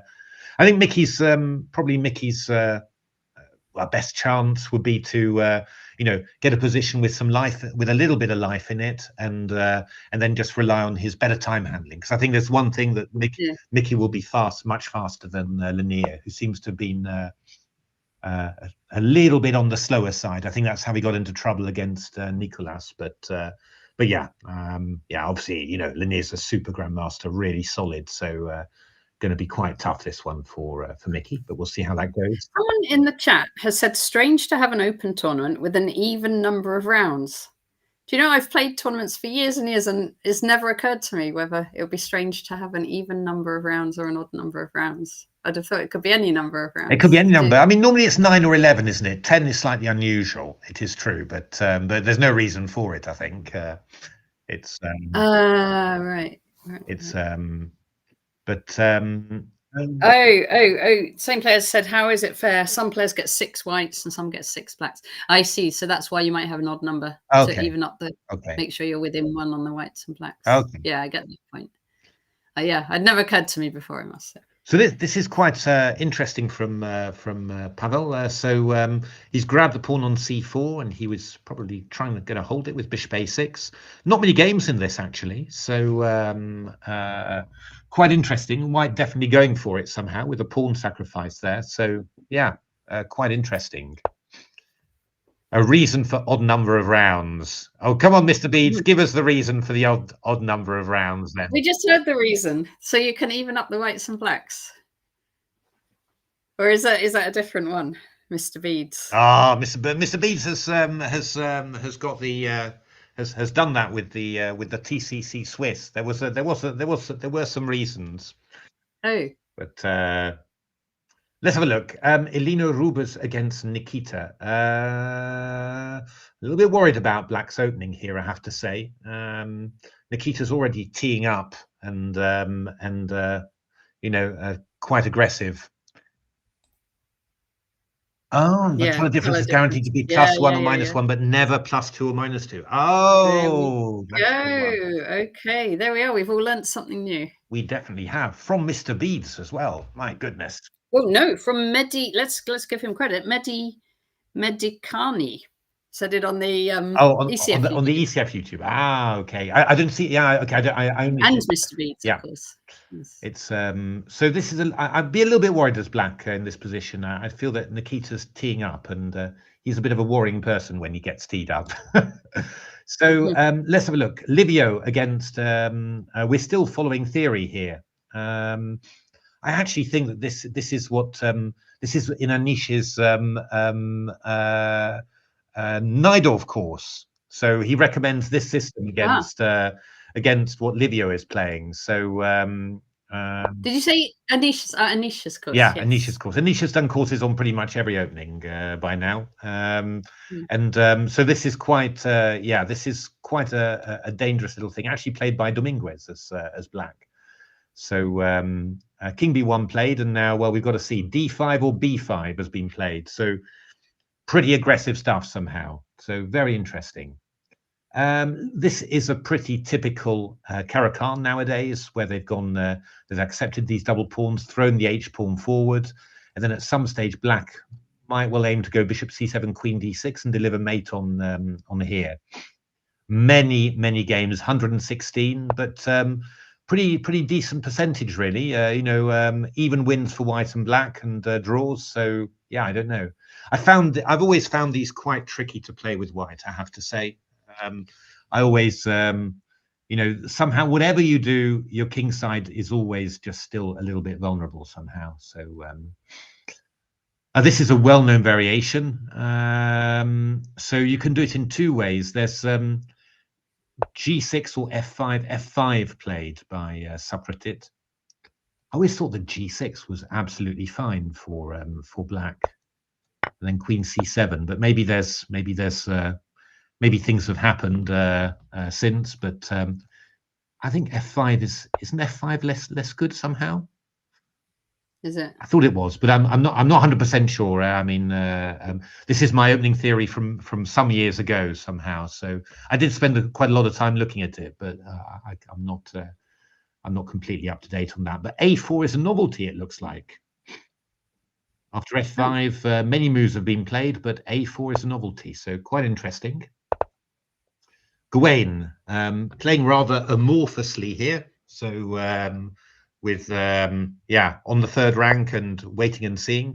He played like this in the Blitz, in actual fact, the UK Open Blitz. So I mean, maybe it's his kind of blitz and rapid type. Yeah, could be somehow. Because it kind of works well to just play a system in those blitz and rapid sometimes. Yeah, that's right. It's this one's actually a little bit awkward. I mean, he's played super fast, and he's also threatening E5 as well. So I think Black's in a little bit of trouble here. Let's have a look. Who else have we? Let's have a look at Harriet then, because Harriet obviously definitely in the mix for the in the running for the women's prize. He actually got quite a nice position. These knights are a bit odd somehow. So this, it looks like some sort of French structure. And well, I mean, Harriet's, you can trust Harriet to do a good attacking game. So Yes. I think she's going to be happy with this, definitely. Let's have a look at Irina Bulmaga. Yeah, that's not so bad, actually. It's turned out quite well, I think. White's got some sort of pressure, but the a6 pawn is not so weak, and you're going to get your pieces sorted out there. She's done a good job, I think, of organizing herself. White's playing this. This is a good idea, to go f3, and probably the knight will come round here or something. I'm not sure. White's pieces, I just have the feeling that White's got not enough good squares for too many pieces somehow. Yeah, I mean so yeah, I think Black's doing quite well here, in actual fact. So well, let's have a look at Graham Buckley against Luke McShane. My goodness, Luke, there's some sort of Caracal here where he's played e5 very early. That is very aggressive indeed. So I don't know. I'm not sure about that. It feels like it's maybe a bit too much somehow, but why not? Sometimes you can just do this somehow. I mean, White isn't very strong in the center here, so Luke's trying to take full advantage of that. So very interesting. Okay, let's go back to, we're going to stay with the top action here. So Niklas Theodorou playing very aggressively now against Nordibek. Knight d4, knight c5. Actually, this is looking quite decent for... actually, Black's doing very well, isn't he? I mean, simply knight e2. If queen e2, bishop c4 wins the exchange. And if knight e2, we can just go bishop c4. I mean, looks pretty pleasant for Black. Good, good bishop. Also got ideas like knight g4 in here as well. So yeah, I think Niklas will be very happy, and he's got good time as well. So yeah, it's looking quite good for Niklas at the moment. Ali Razer against Alexander. Ooh, this looks nice with the knight in there against the king. This could be very unpleasant for Alexander, unless he's got something really very good somehow. This could be horrible, because I mean the knight's coming round to e4, f6. This knight's out of play. Yeah. And yeah, I mean you can't play a queen g7 because of takes, and I think just rook e7 there. So you're going to start. Yeah, you just take bishop e8. We're going to munch there simply, and we've got knight e6s as well. And so I think this is horrible. Maybe I don't know what he does. I don't know what Black does, to be honest. What does Black do? What does Black do? That's a good question. I mean, f6. You would have thought, can I keep it tight at the back? But we just take and go here, right? So I mean, I think all the tactics are horrible. I think f5. That had to be the move, didn't it? Yeah. But that's not. This is absolutely Maybe not. That works then. Or can you go? I kind of want to get the rook in, like knight e6. They'll just take it. Yeah, although I mean, it could be very dangerous still. Yeah. It'd be very dangerous. You can go bishop c4 and stuff. Yeah, I mean, something like c4 looks quite tempting. I mean, you could do something like this, right? And they're going to follow up with c5 and stuff. It's really, really very unpleasant indeed there. And Ali Razer's got a massive time advantage there as well. I mean, queen h4 is not crazy either. I mean, if you went queen g7, I could take on h7 and then do this. Oh, and get the bishop at the end. Get the bishop at the end. Oh, he's played knight. Oh, he's played knight h7. Placed, isn't it? He's done it already. Yeah, this is was one move too slow somehow. So yeah, king g8, rook e7. It's over. It's over. As he raises, it's going to win that. That was always going to be a tough one for Alexander, with Black against Ali Razer. So yeah. Okay, so Mickey's got this typical structure here. I think Mickey will be quite happy. I wonder what the engine says about this. Does he say just equal? He says equal, but I don't know. It's got yeah. I mean, you can play somehow, and Mickey's got a small advantage. Probably hasn't built up enough time advantage, I think, to make this really serious somehow. But we'll see. We'll see what Mickey can do. This one is very cagey. Pavel's a pawn up, but not much space. And yeah, White's just put his pieces sensibly there. So Yeah, you don't know. I mean, some b5 sometime, but you'll get some d5. White maybe going to try and gain a little bit more space somewhere, and yeah, this is going to be a cagey one. This is tricky. It's basically it's the stronger player taking a few risks, and the weaker player, ready to strike back and take advantage. So, yeah, very interesting there. So Nikita has gone for it a little bit. This is really risky. My goodness. I mean, knight b5 looks interesting already, right? Takes ed here somehow, because obviously the rook on there is. I'm not 100% sure, right? Because I mean, there's queen b6. You've got some knight f2s here, but I mean, this is definitely worth calculating somehow. I don't. What about rook takes e7? Yeah, rook e7 is a possibility there. I don't know whether you go rook. Yeah, I don't know. I mean, it's just you're living on the knife edge there with black somehow. So I don't know. I'm really quite worried for Alina there. Let's have a look. What has happened here? Yeah, still a lot of time. So d5 was played. H3, bishop e6. G4. We're still following theory. The game Shirov Dominguez. Was this Dominguez Shirov or Shirov Dominguez? I'm not quite sure. Knight takes e4, takes. Both players playing very fast. So this is definitely known. Bishop g2. This is where Queen g2 or Bishop d5 was new. Rook c8 was played in this previous game, but Bishop d5 was new. And now takes and Rook c8 played. But I don't know whether this was preparation or not, but black took some time and white's now taking some time.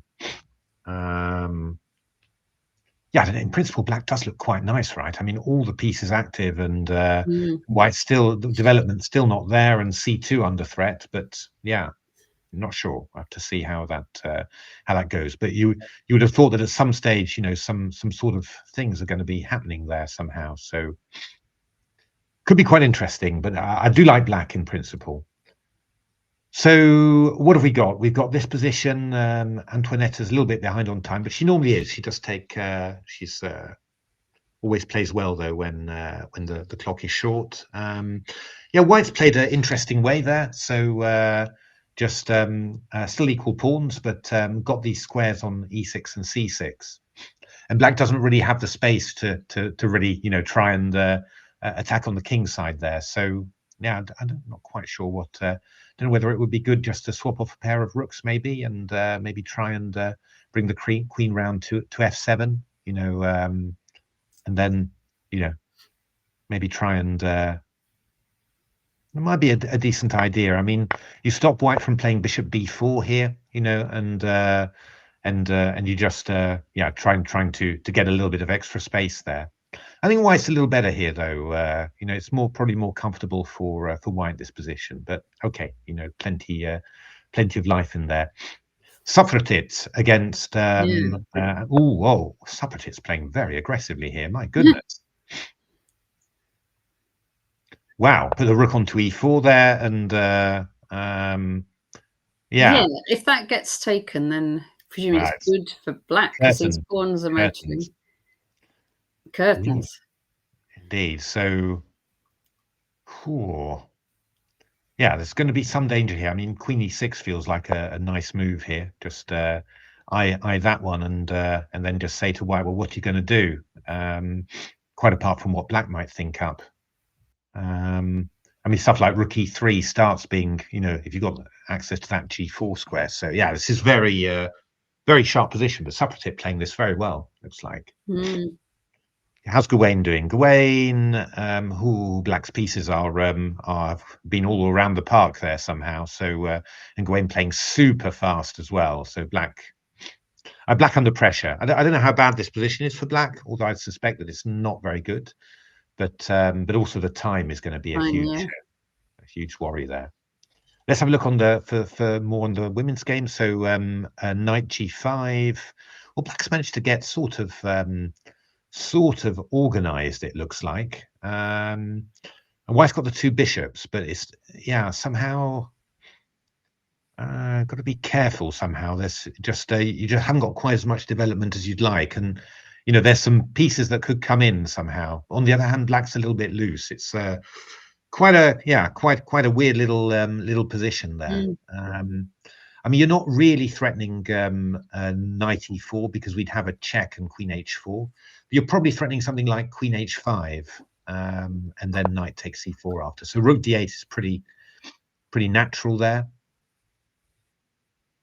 If you were to go queen h5, we'd probably go h6, I guess, knight e4. We'd take, and then we could take there and take on there, you know, which would be fine for black. So I'm not quite sure how it's going to do that. Got to watch out a little bit. I'm not sure. Might be a good idea to, yeah, I don't know, maybe queen e2. Bishop f4 things, I don't know, queen e2, queen e5. Yeah, I'm not sure. It's not very clear to me who'd be better there. Let's have a look. Irina against Petro. Yeah, black is doing quite nicely, I think. This very unpleasant bishop. And I think h5, g4 is kind of what you're thinking of here. And just, yeah, it's a very nice position for black. So that's looking quite promising. So all very tight there. Let's have a look. How is... oh, good Lord. That was unexpected there. Knight f5, rook a8. So what is happening there? I think black's fine. It's just I'm a bit surprised at how the course of the game went, but yeah, in principle, I mean, I wonder whether white could. I mean, if white can get in e5 f4, you know, then that would be quite nice, and I think he probably will get it in. Of course, e4 is threatened somehow. Maybe e5. How would e5 go? Knight e4 maybe. Bishop d3 f4. Oh, it could be. I'm not sure. Might be a little. Could maybe get a little irritating for black. I don't know. I mean, maybe after e5 I could play queen d5. That might be quite interesting. And then after queen d5 I go knight d5, and here I'd go knight c3, which would be rather embarrassing. So maybe that's a good idea there. Maybe white could play bishop d3 here first. Not sure. You're going to need some accuracy, but if you get an e5 f4 structure without allowing the knight into d5, you know, you'd be doing really well. So Ali Razer has won, so he's on 8.5 points. So well done him. Well done, Ali Razer. So he's first into the barn. So here we've got Mickey against Dominguez. Yeah, I don't know really. I don't think you think that it would be odds on that that a draw happens here. But okay, I mean, Mickey's got a slight time edge there, so that's the big thing. But so far, you sort of feel that the time edge hasn't been big enough really for it to mean anything. Yeah, it's still within the bounds, isn't it? The time. It's very much within the bounds, really, and I'm not 100% sure about this rook f5. This allowing the exchange on f5 somehow, but yeah, I mean, rook e7. I guess Mickey could put his queen in on g6 and yeah. I was going to say get that e-file as well, but maybe he can't actually do that. You can win the pawn, but that looks quite risky, really, with the rook coming in. Yeah. Don't know. Yeah, interesting. We're going to see that. Oh, so what's happened here? So some sharp stuff here. White stacking this one, black stacking this one. So I guess if bishop takes, we're claiming that this is working, I guess, yeah? This is what we must be claiming. I imagine that's probably right, actually. That looks like pretty good. There's not much happening for white there. So that, is there something that white can do instead that would cause something? I don't think so. That's looking quite good. So queen b7, or rook d7 has been played now. Queen f3. Okay. So you can play bishop g2 now. That's possible. I reckon that's probably going to happen. But okay, what is this position? What is this position? That's been played. Queen g4, maybe. Ooh, queen g4, queen b3. So queen g4 played. I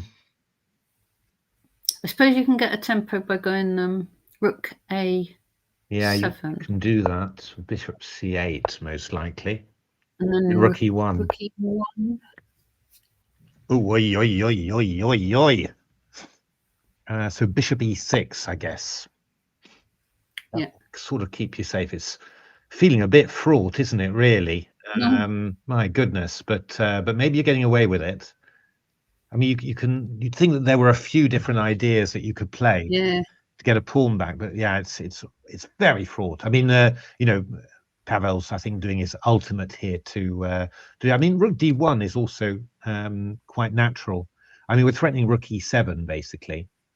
Yeah. So the question is whether, I mean, the most natural would be to play bishop f6. I guess bishop f8. I'm a little bit maybe worried. Well, maybe we just bring the rook back. No, so, but.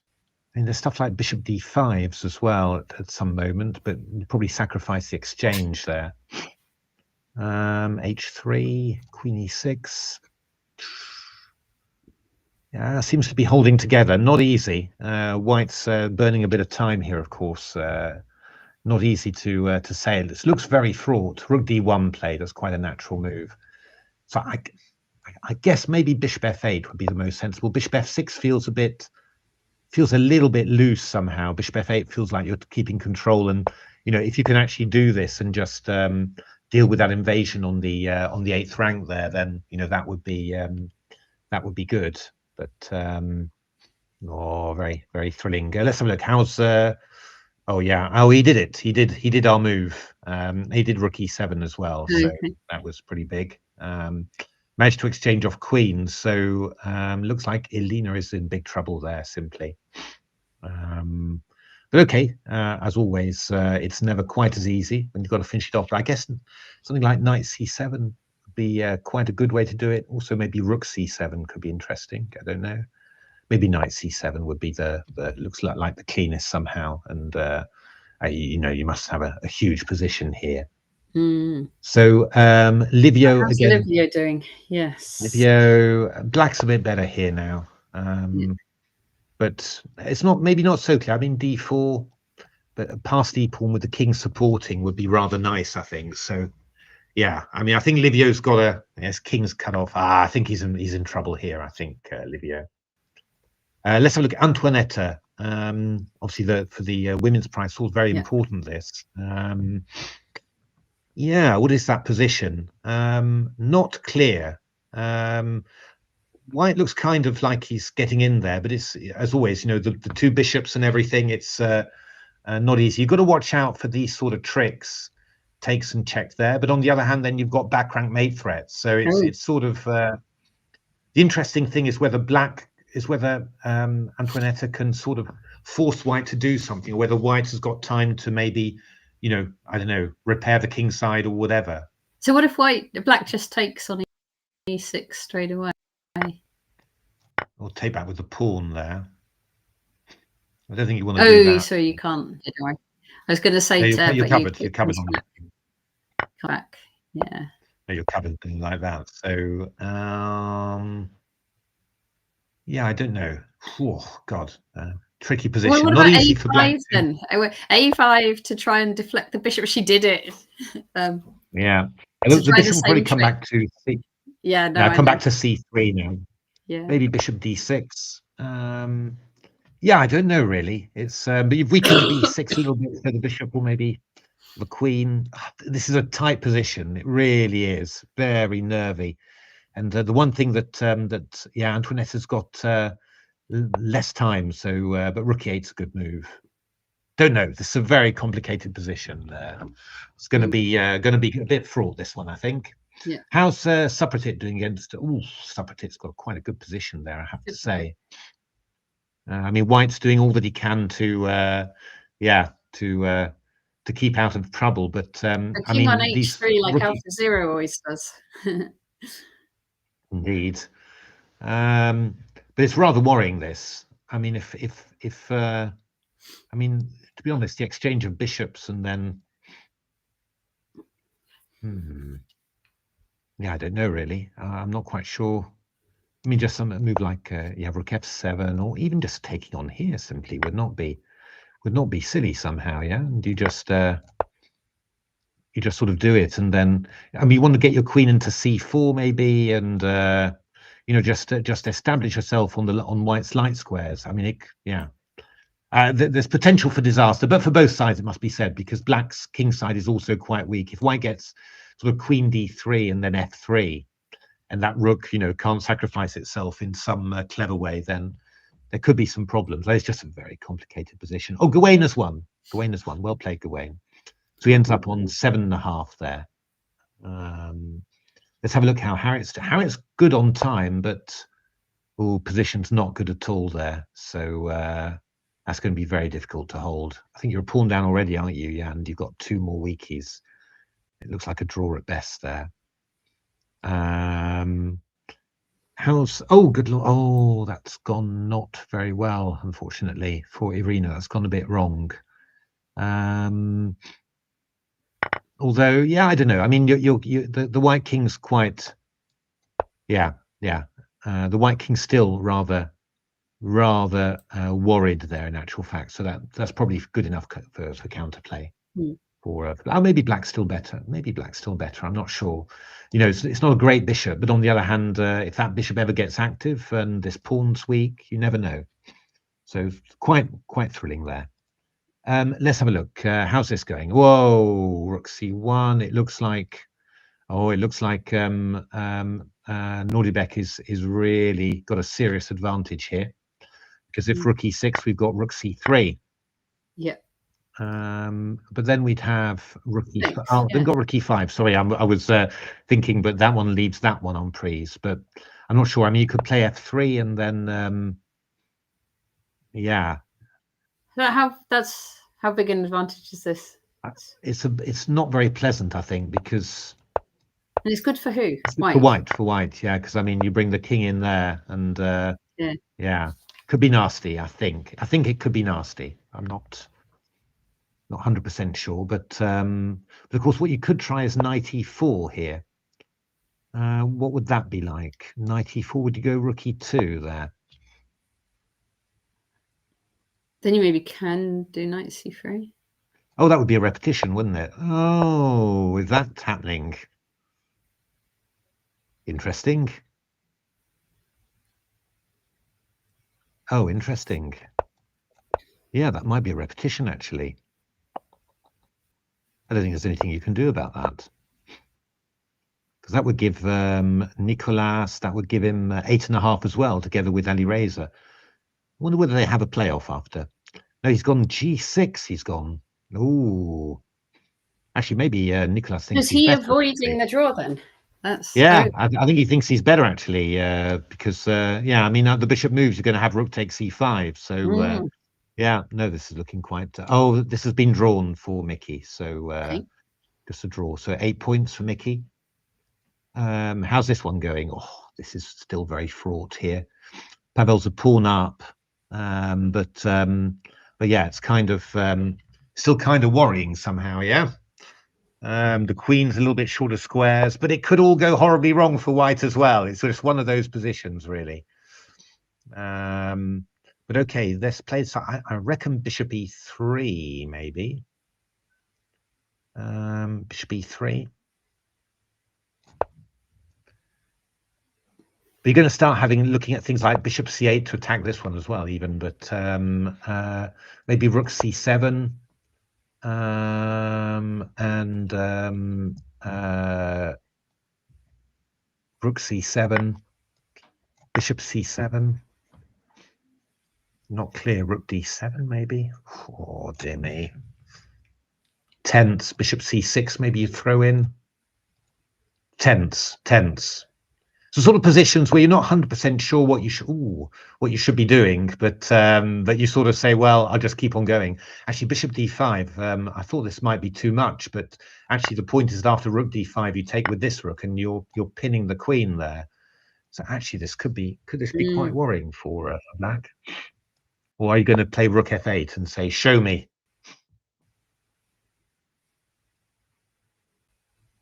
My goodness, but wouldn't we have G4 then, in actual fact? Wow. Oh, that could be very worrying. Actually, this could be really worrying for black. What have we got here? This could be really worrying, I think. I'm not quite sure how black's doing this. Bishop F4. Okay, but are we going to have Bishop F7 here now? Winning the queen, played. Queen F7, Rook F7. Oh, so looks like Pavel's in big trouble here. Big trouble. GF4. Black's going to try and hold this somehow, but not going to be. It's not impossible, but it's not easy. I mean, yeah. Would you have anything else? I mean, something like Queen H7 is vaguely tempting, obviously, but I don't think you should be doing it. So, can throw in Rook D7, which is maybe interesting. And the question is, would Black play King E6 then, and just say, okay, show me? But I think Rook A7 will be good enough there. That's very important. Oh, okay. If you can throw in Rook D7, that's probably also quite irritating. Go back to G8, and then we go GF. Yeah. Very tricky position. Very tricky position for black. So Rook E7, I think, has been played, hasn't it? Takes. GF probably. And then, I'm not sure, G6 or something. Oh, dear me. It's very rough, very rough. My goodness. Aiton Rosen would have, if he wins this, he will have beaten Gane and Pavel in consecutive rounds. That's quite amazing somehow. Let's have a look. Nikita. Oh, Nikita is running low on time. Indeed, Nikita's looking exchanged off. Oh, he was doing well, but yeah, Nikita's looking quite good there. Oh God. Oh, what's that like? Oh, I've no idea. 1, 2, 3, 4, 5, 6. Like? 1, 2, 3, 4. Difficult to say. Same number. Yeah, I mean, this it's really hard to say. Oh, he's going to go in E6 and. Yeah. I think White's. I would suspect that White's actually stands very well here. I fear. Yeah. Too many. Yeah. I mean, you'll block this one and very tough, that one. Let's have a look at Antoinette. Oh, so she has taken on E6 there. Yeah, I don't know. I think it's again quite decent for black. This. If you're swapping off the rooks, then I mean it looks terribly holy, but of course it's a very solid structure somehow, and not going to be easy to get the king to safety for white because yeah. So I don't know. I think probably the position's still sort of balanced somehow,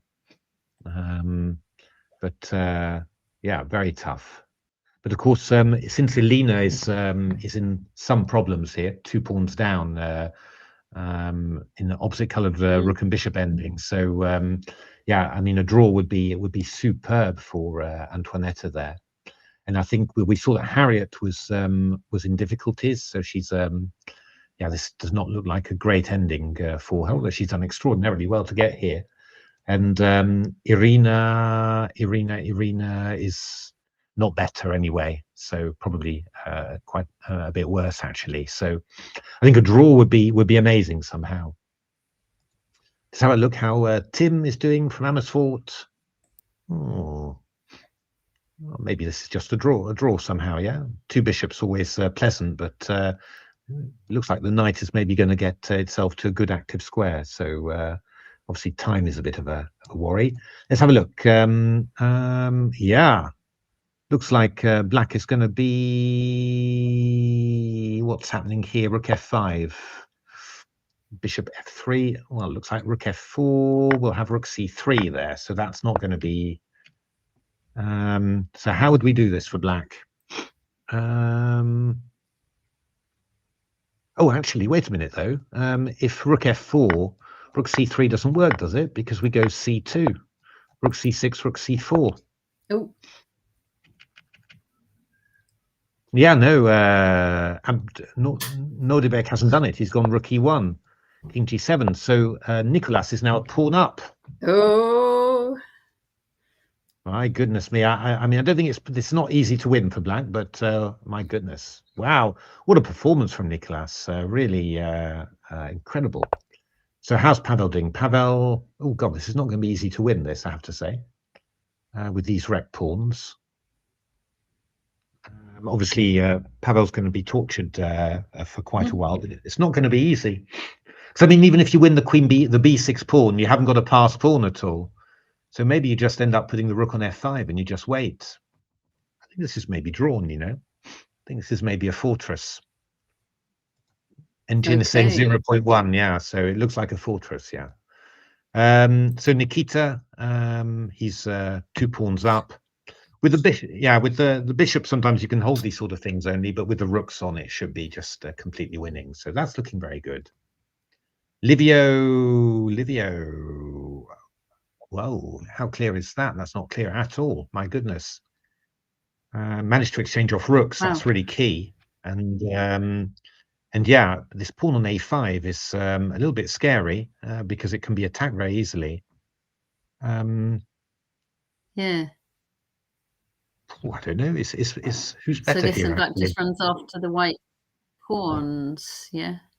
I guess so, but I don't know who's better here actually. I'm not sure anymore. Because those pawns are going to be fast on the queen side. My goodness me. It's all happening. Antoinetta, queen e4 check. Unfortunately, Supratit has lost. Hard luck, Supratit. Was a great game all the same. Hard luck, Supratit. That was really good, but a superb tournament for him. He's yeah. He was on I think 7 out of 10 he ended up, and yeah.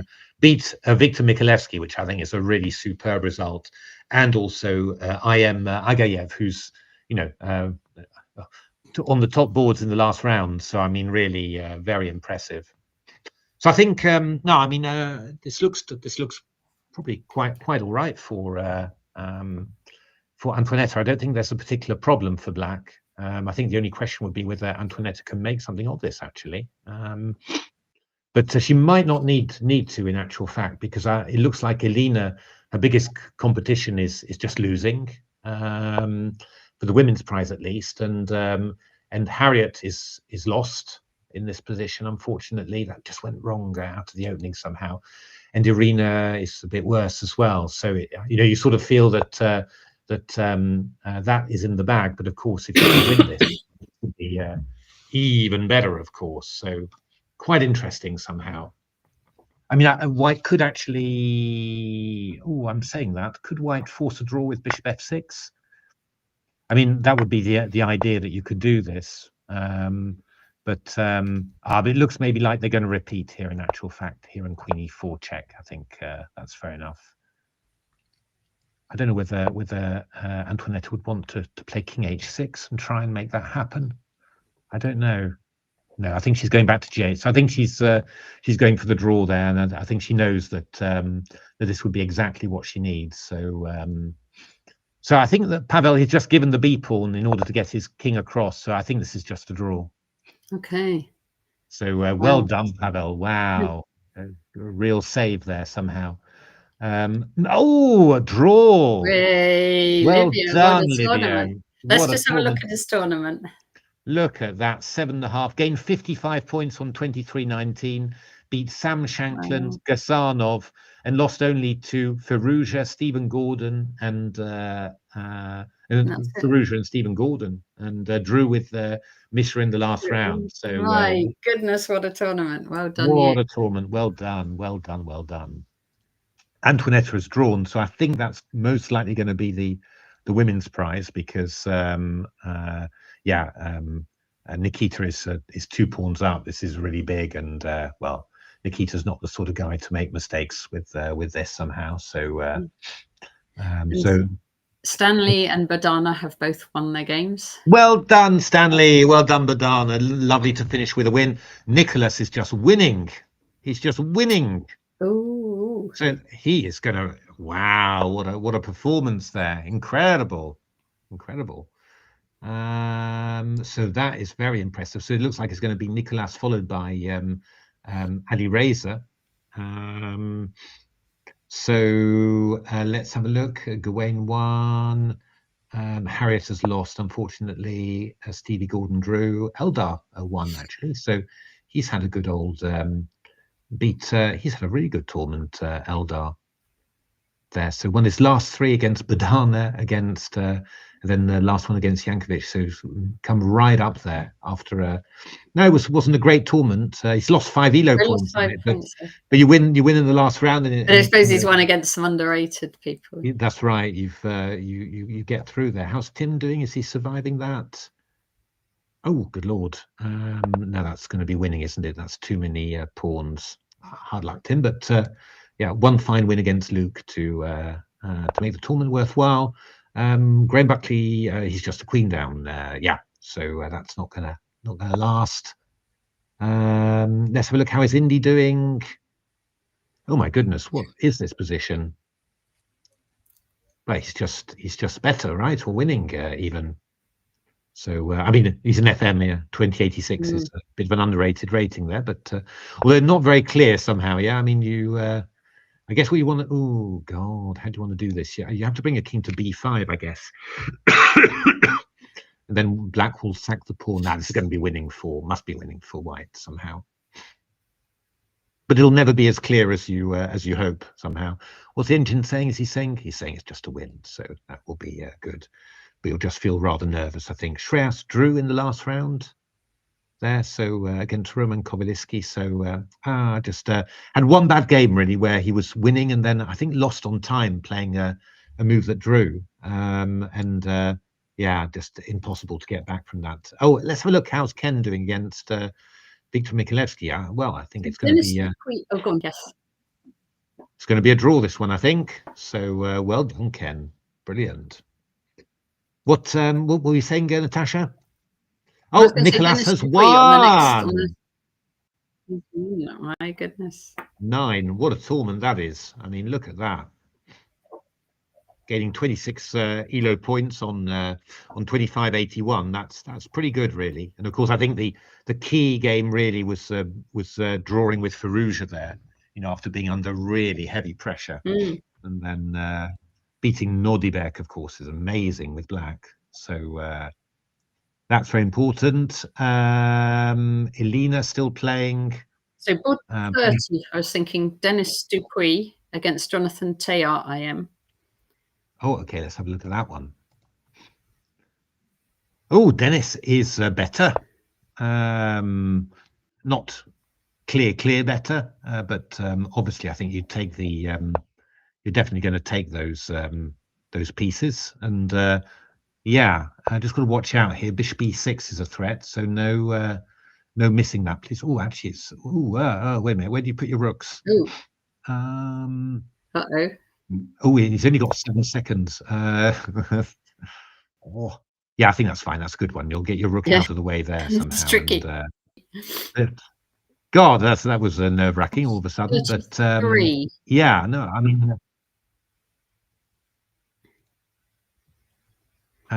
Let's have a look. What's this? So this is hang against Naim as well. I guess. Yeah. Probably drawn. I think this should be drawn. This is drawn, right? Because that pawn on b6 is incredibly hard to get over to defend. And oh, bishop f4 played. Okay, king g6. Yeah. Oh well, that's maybe very good. Yeah, actually, you're sort of you're always worried about these things, but presumably this is just yeah, this is just working. Yeah. So it looks like that is going to be a draw. Well done, well spotted, brilliant. It's going to be a draw. I want to allow that, right? Draw against Stanley. Yeah. No, you don't want to allow that. No. So no. Brilliant. Oh, Leon has won his last round game there against Axel Stefan. So well done, Leon. Excellent. Let's have a look. Go back to the top there. I've only got Nikita against Alina. This is quite important for the. But I think it was starting, kind of going towards the bit where this gets too much for black, really. So I think that's going to mean that Antoinetta will get the women's prize there. So with a very good tournament there. So well played. Excellent. Well done, her. So let's have a look at the final results then, just to round this stream off. We've got Nicolas Theodorou with a fantastic 9 out of 10. Really very impressive. Ali Razer in the mix all the time. I didn't quite manage to put his advantage away against Nicolas, but still 8.5, great result. Lanier, Mickey, Pavel, Eitan, great end result. They're beating Gawain and coming desperately close to beating Pavel.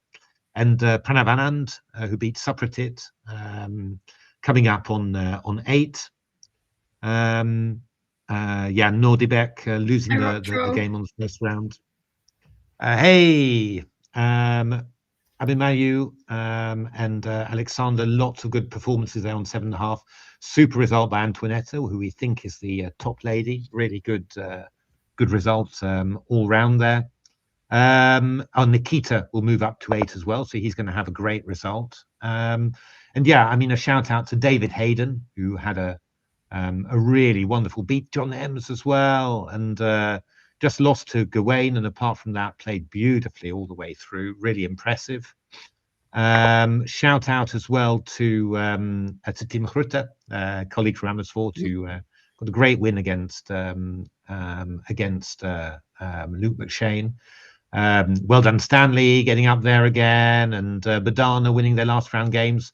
And Supratit actually ended up with 7. Right. Yeah. This is wrong. This is wrong here. He actually was. It was a big fight against Pranav. If he'd won that, he would have been on 8. For an 11-year-old, this is incredible performance. And I think. Oh, so is that wrong then?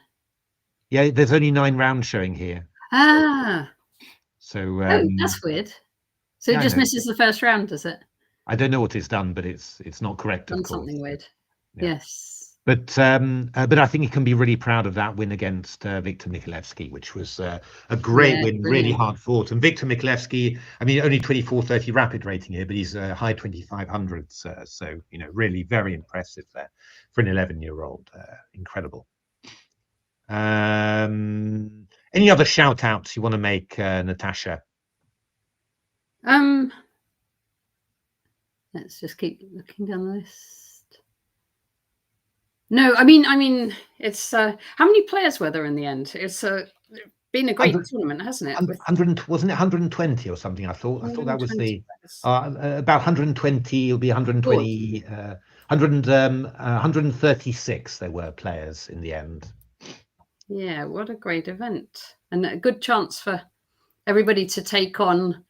Like some of the English juniors have been playing against lots of GMs and IMs, so it's given them a great opportunity to get those. Exactly. Yeah, no, it's been really amazing, hasn't it? You've just seen so many young juniors playing against IMs and GMs and all of that. It's great opportunities. It really is a fantastic to test yourself against good players like that. And we've seen some shots as well. You know what? It's 320 players. Oh, okay. It's huge. Okay, even bigger than that. But they don't all get onto the live boards. Okay. I did miss a shout out actually to Livio Cancello, of course. who had a wonderful result there. Beating Sam Shankland in round 9 was absolute high point, but also beat Daniel Yufa and Eldar Gasanov. So and then drew with Mishra in the last round. So definitely deserves a huge shout out there. I'm doing this blind. I haven't looked, but like our other talented Tuesday, I think Mary Caudry was playing, but I haven't looked at all how she. Oh really? I don't have all the done, and it might not be easy to. Can I do it in alphabetical list? There we go. Let me try that. I'm going to tell you. Mary Caudry has 1, 2, 2.5. Oh, well done, Mary. Brilliant. Yes, and so she's performance just above her normal rating. Fantastic. Fantastic. Oh, with Scarlett playing as well, actually. Scarlett, let me see if I can find Scarlett as well. Scarlett Sanderson. Show complete list. So Scarlett, we know from the British under 8s. Exactly. Sanderson, Scarlett Sanderson. She has played as well. She has 3 points. So well done excellent for her. I just saw that Mary, by the way, she beat a 1721, and Wonderful. she drew with a 1799. So Brilliant. Very good for a rating. I mean, those were huge results. So well played, Mary.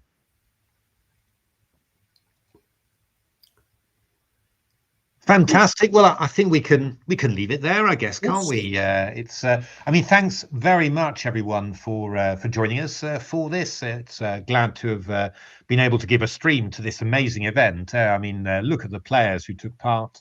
Look at the amazing performances. It's been a real pleasure to see some super performances from the juniors, and I'll mention Livio and also Socrates as well.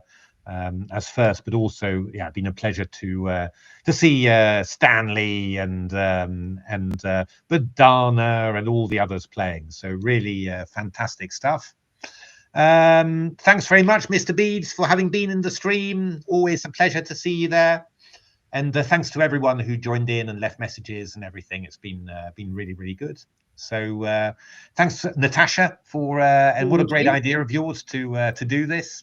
And well, please stay tuned. We always do lots of stuff, and the next stuff that we're doing is Talented Tuesday. Yes, look out, Tuesday at 7 on the ECF YouTube. Exactly. So do join us there. Thank you, Doubleization. Thank you, Darren. Thanks, Rachel. Thanks, Magic Hotel. Oh, Magic Hotel as well. Thank you, everyone, and see you next time.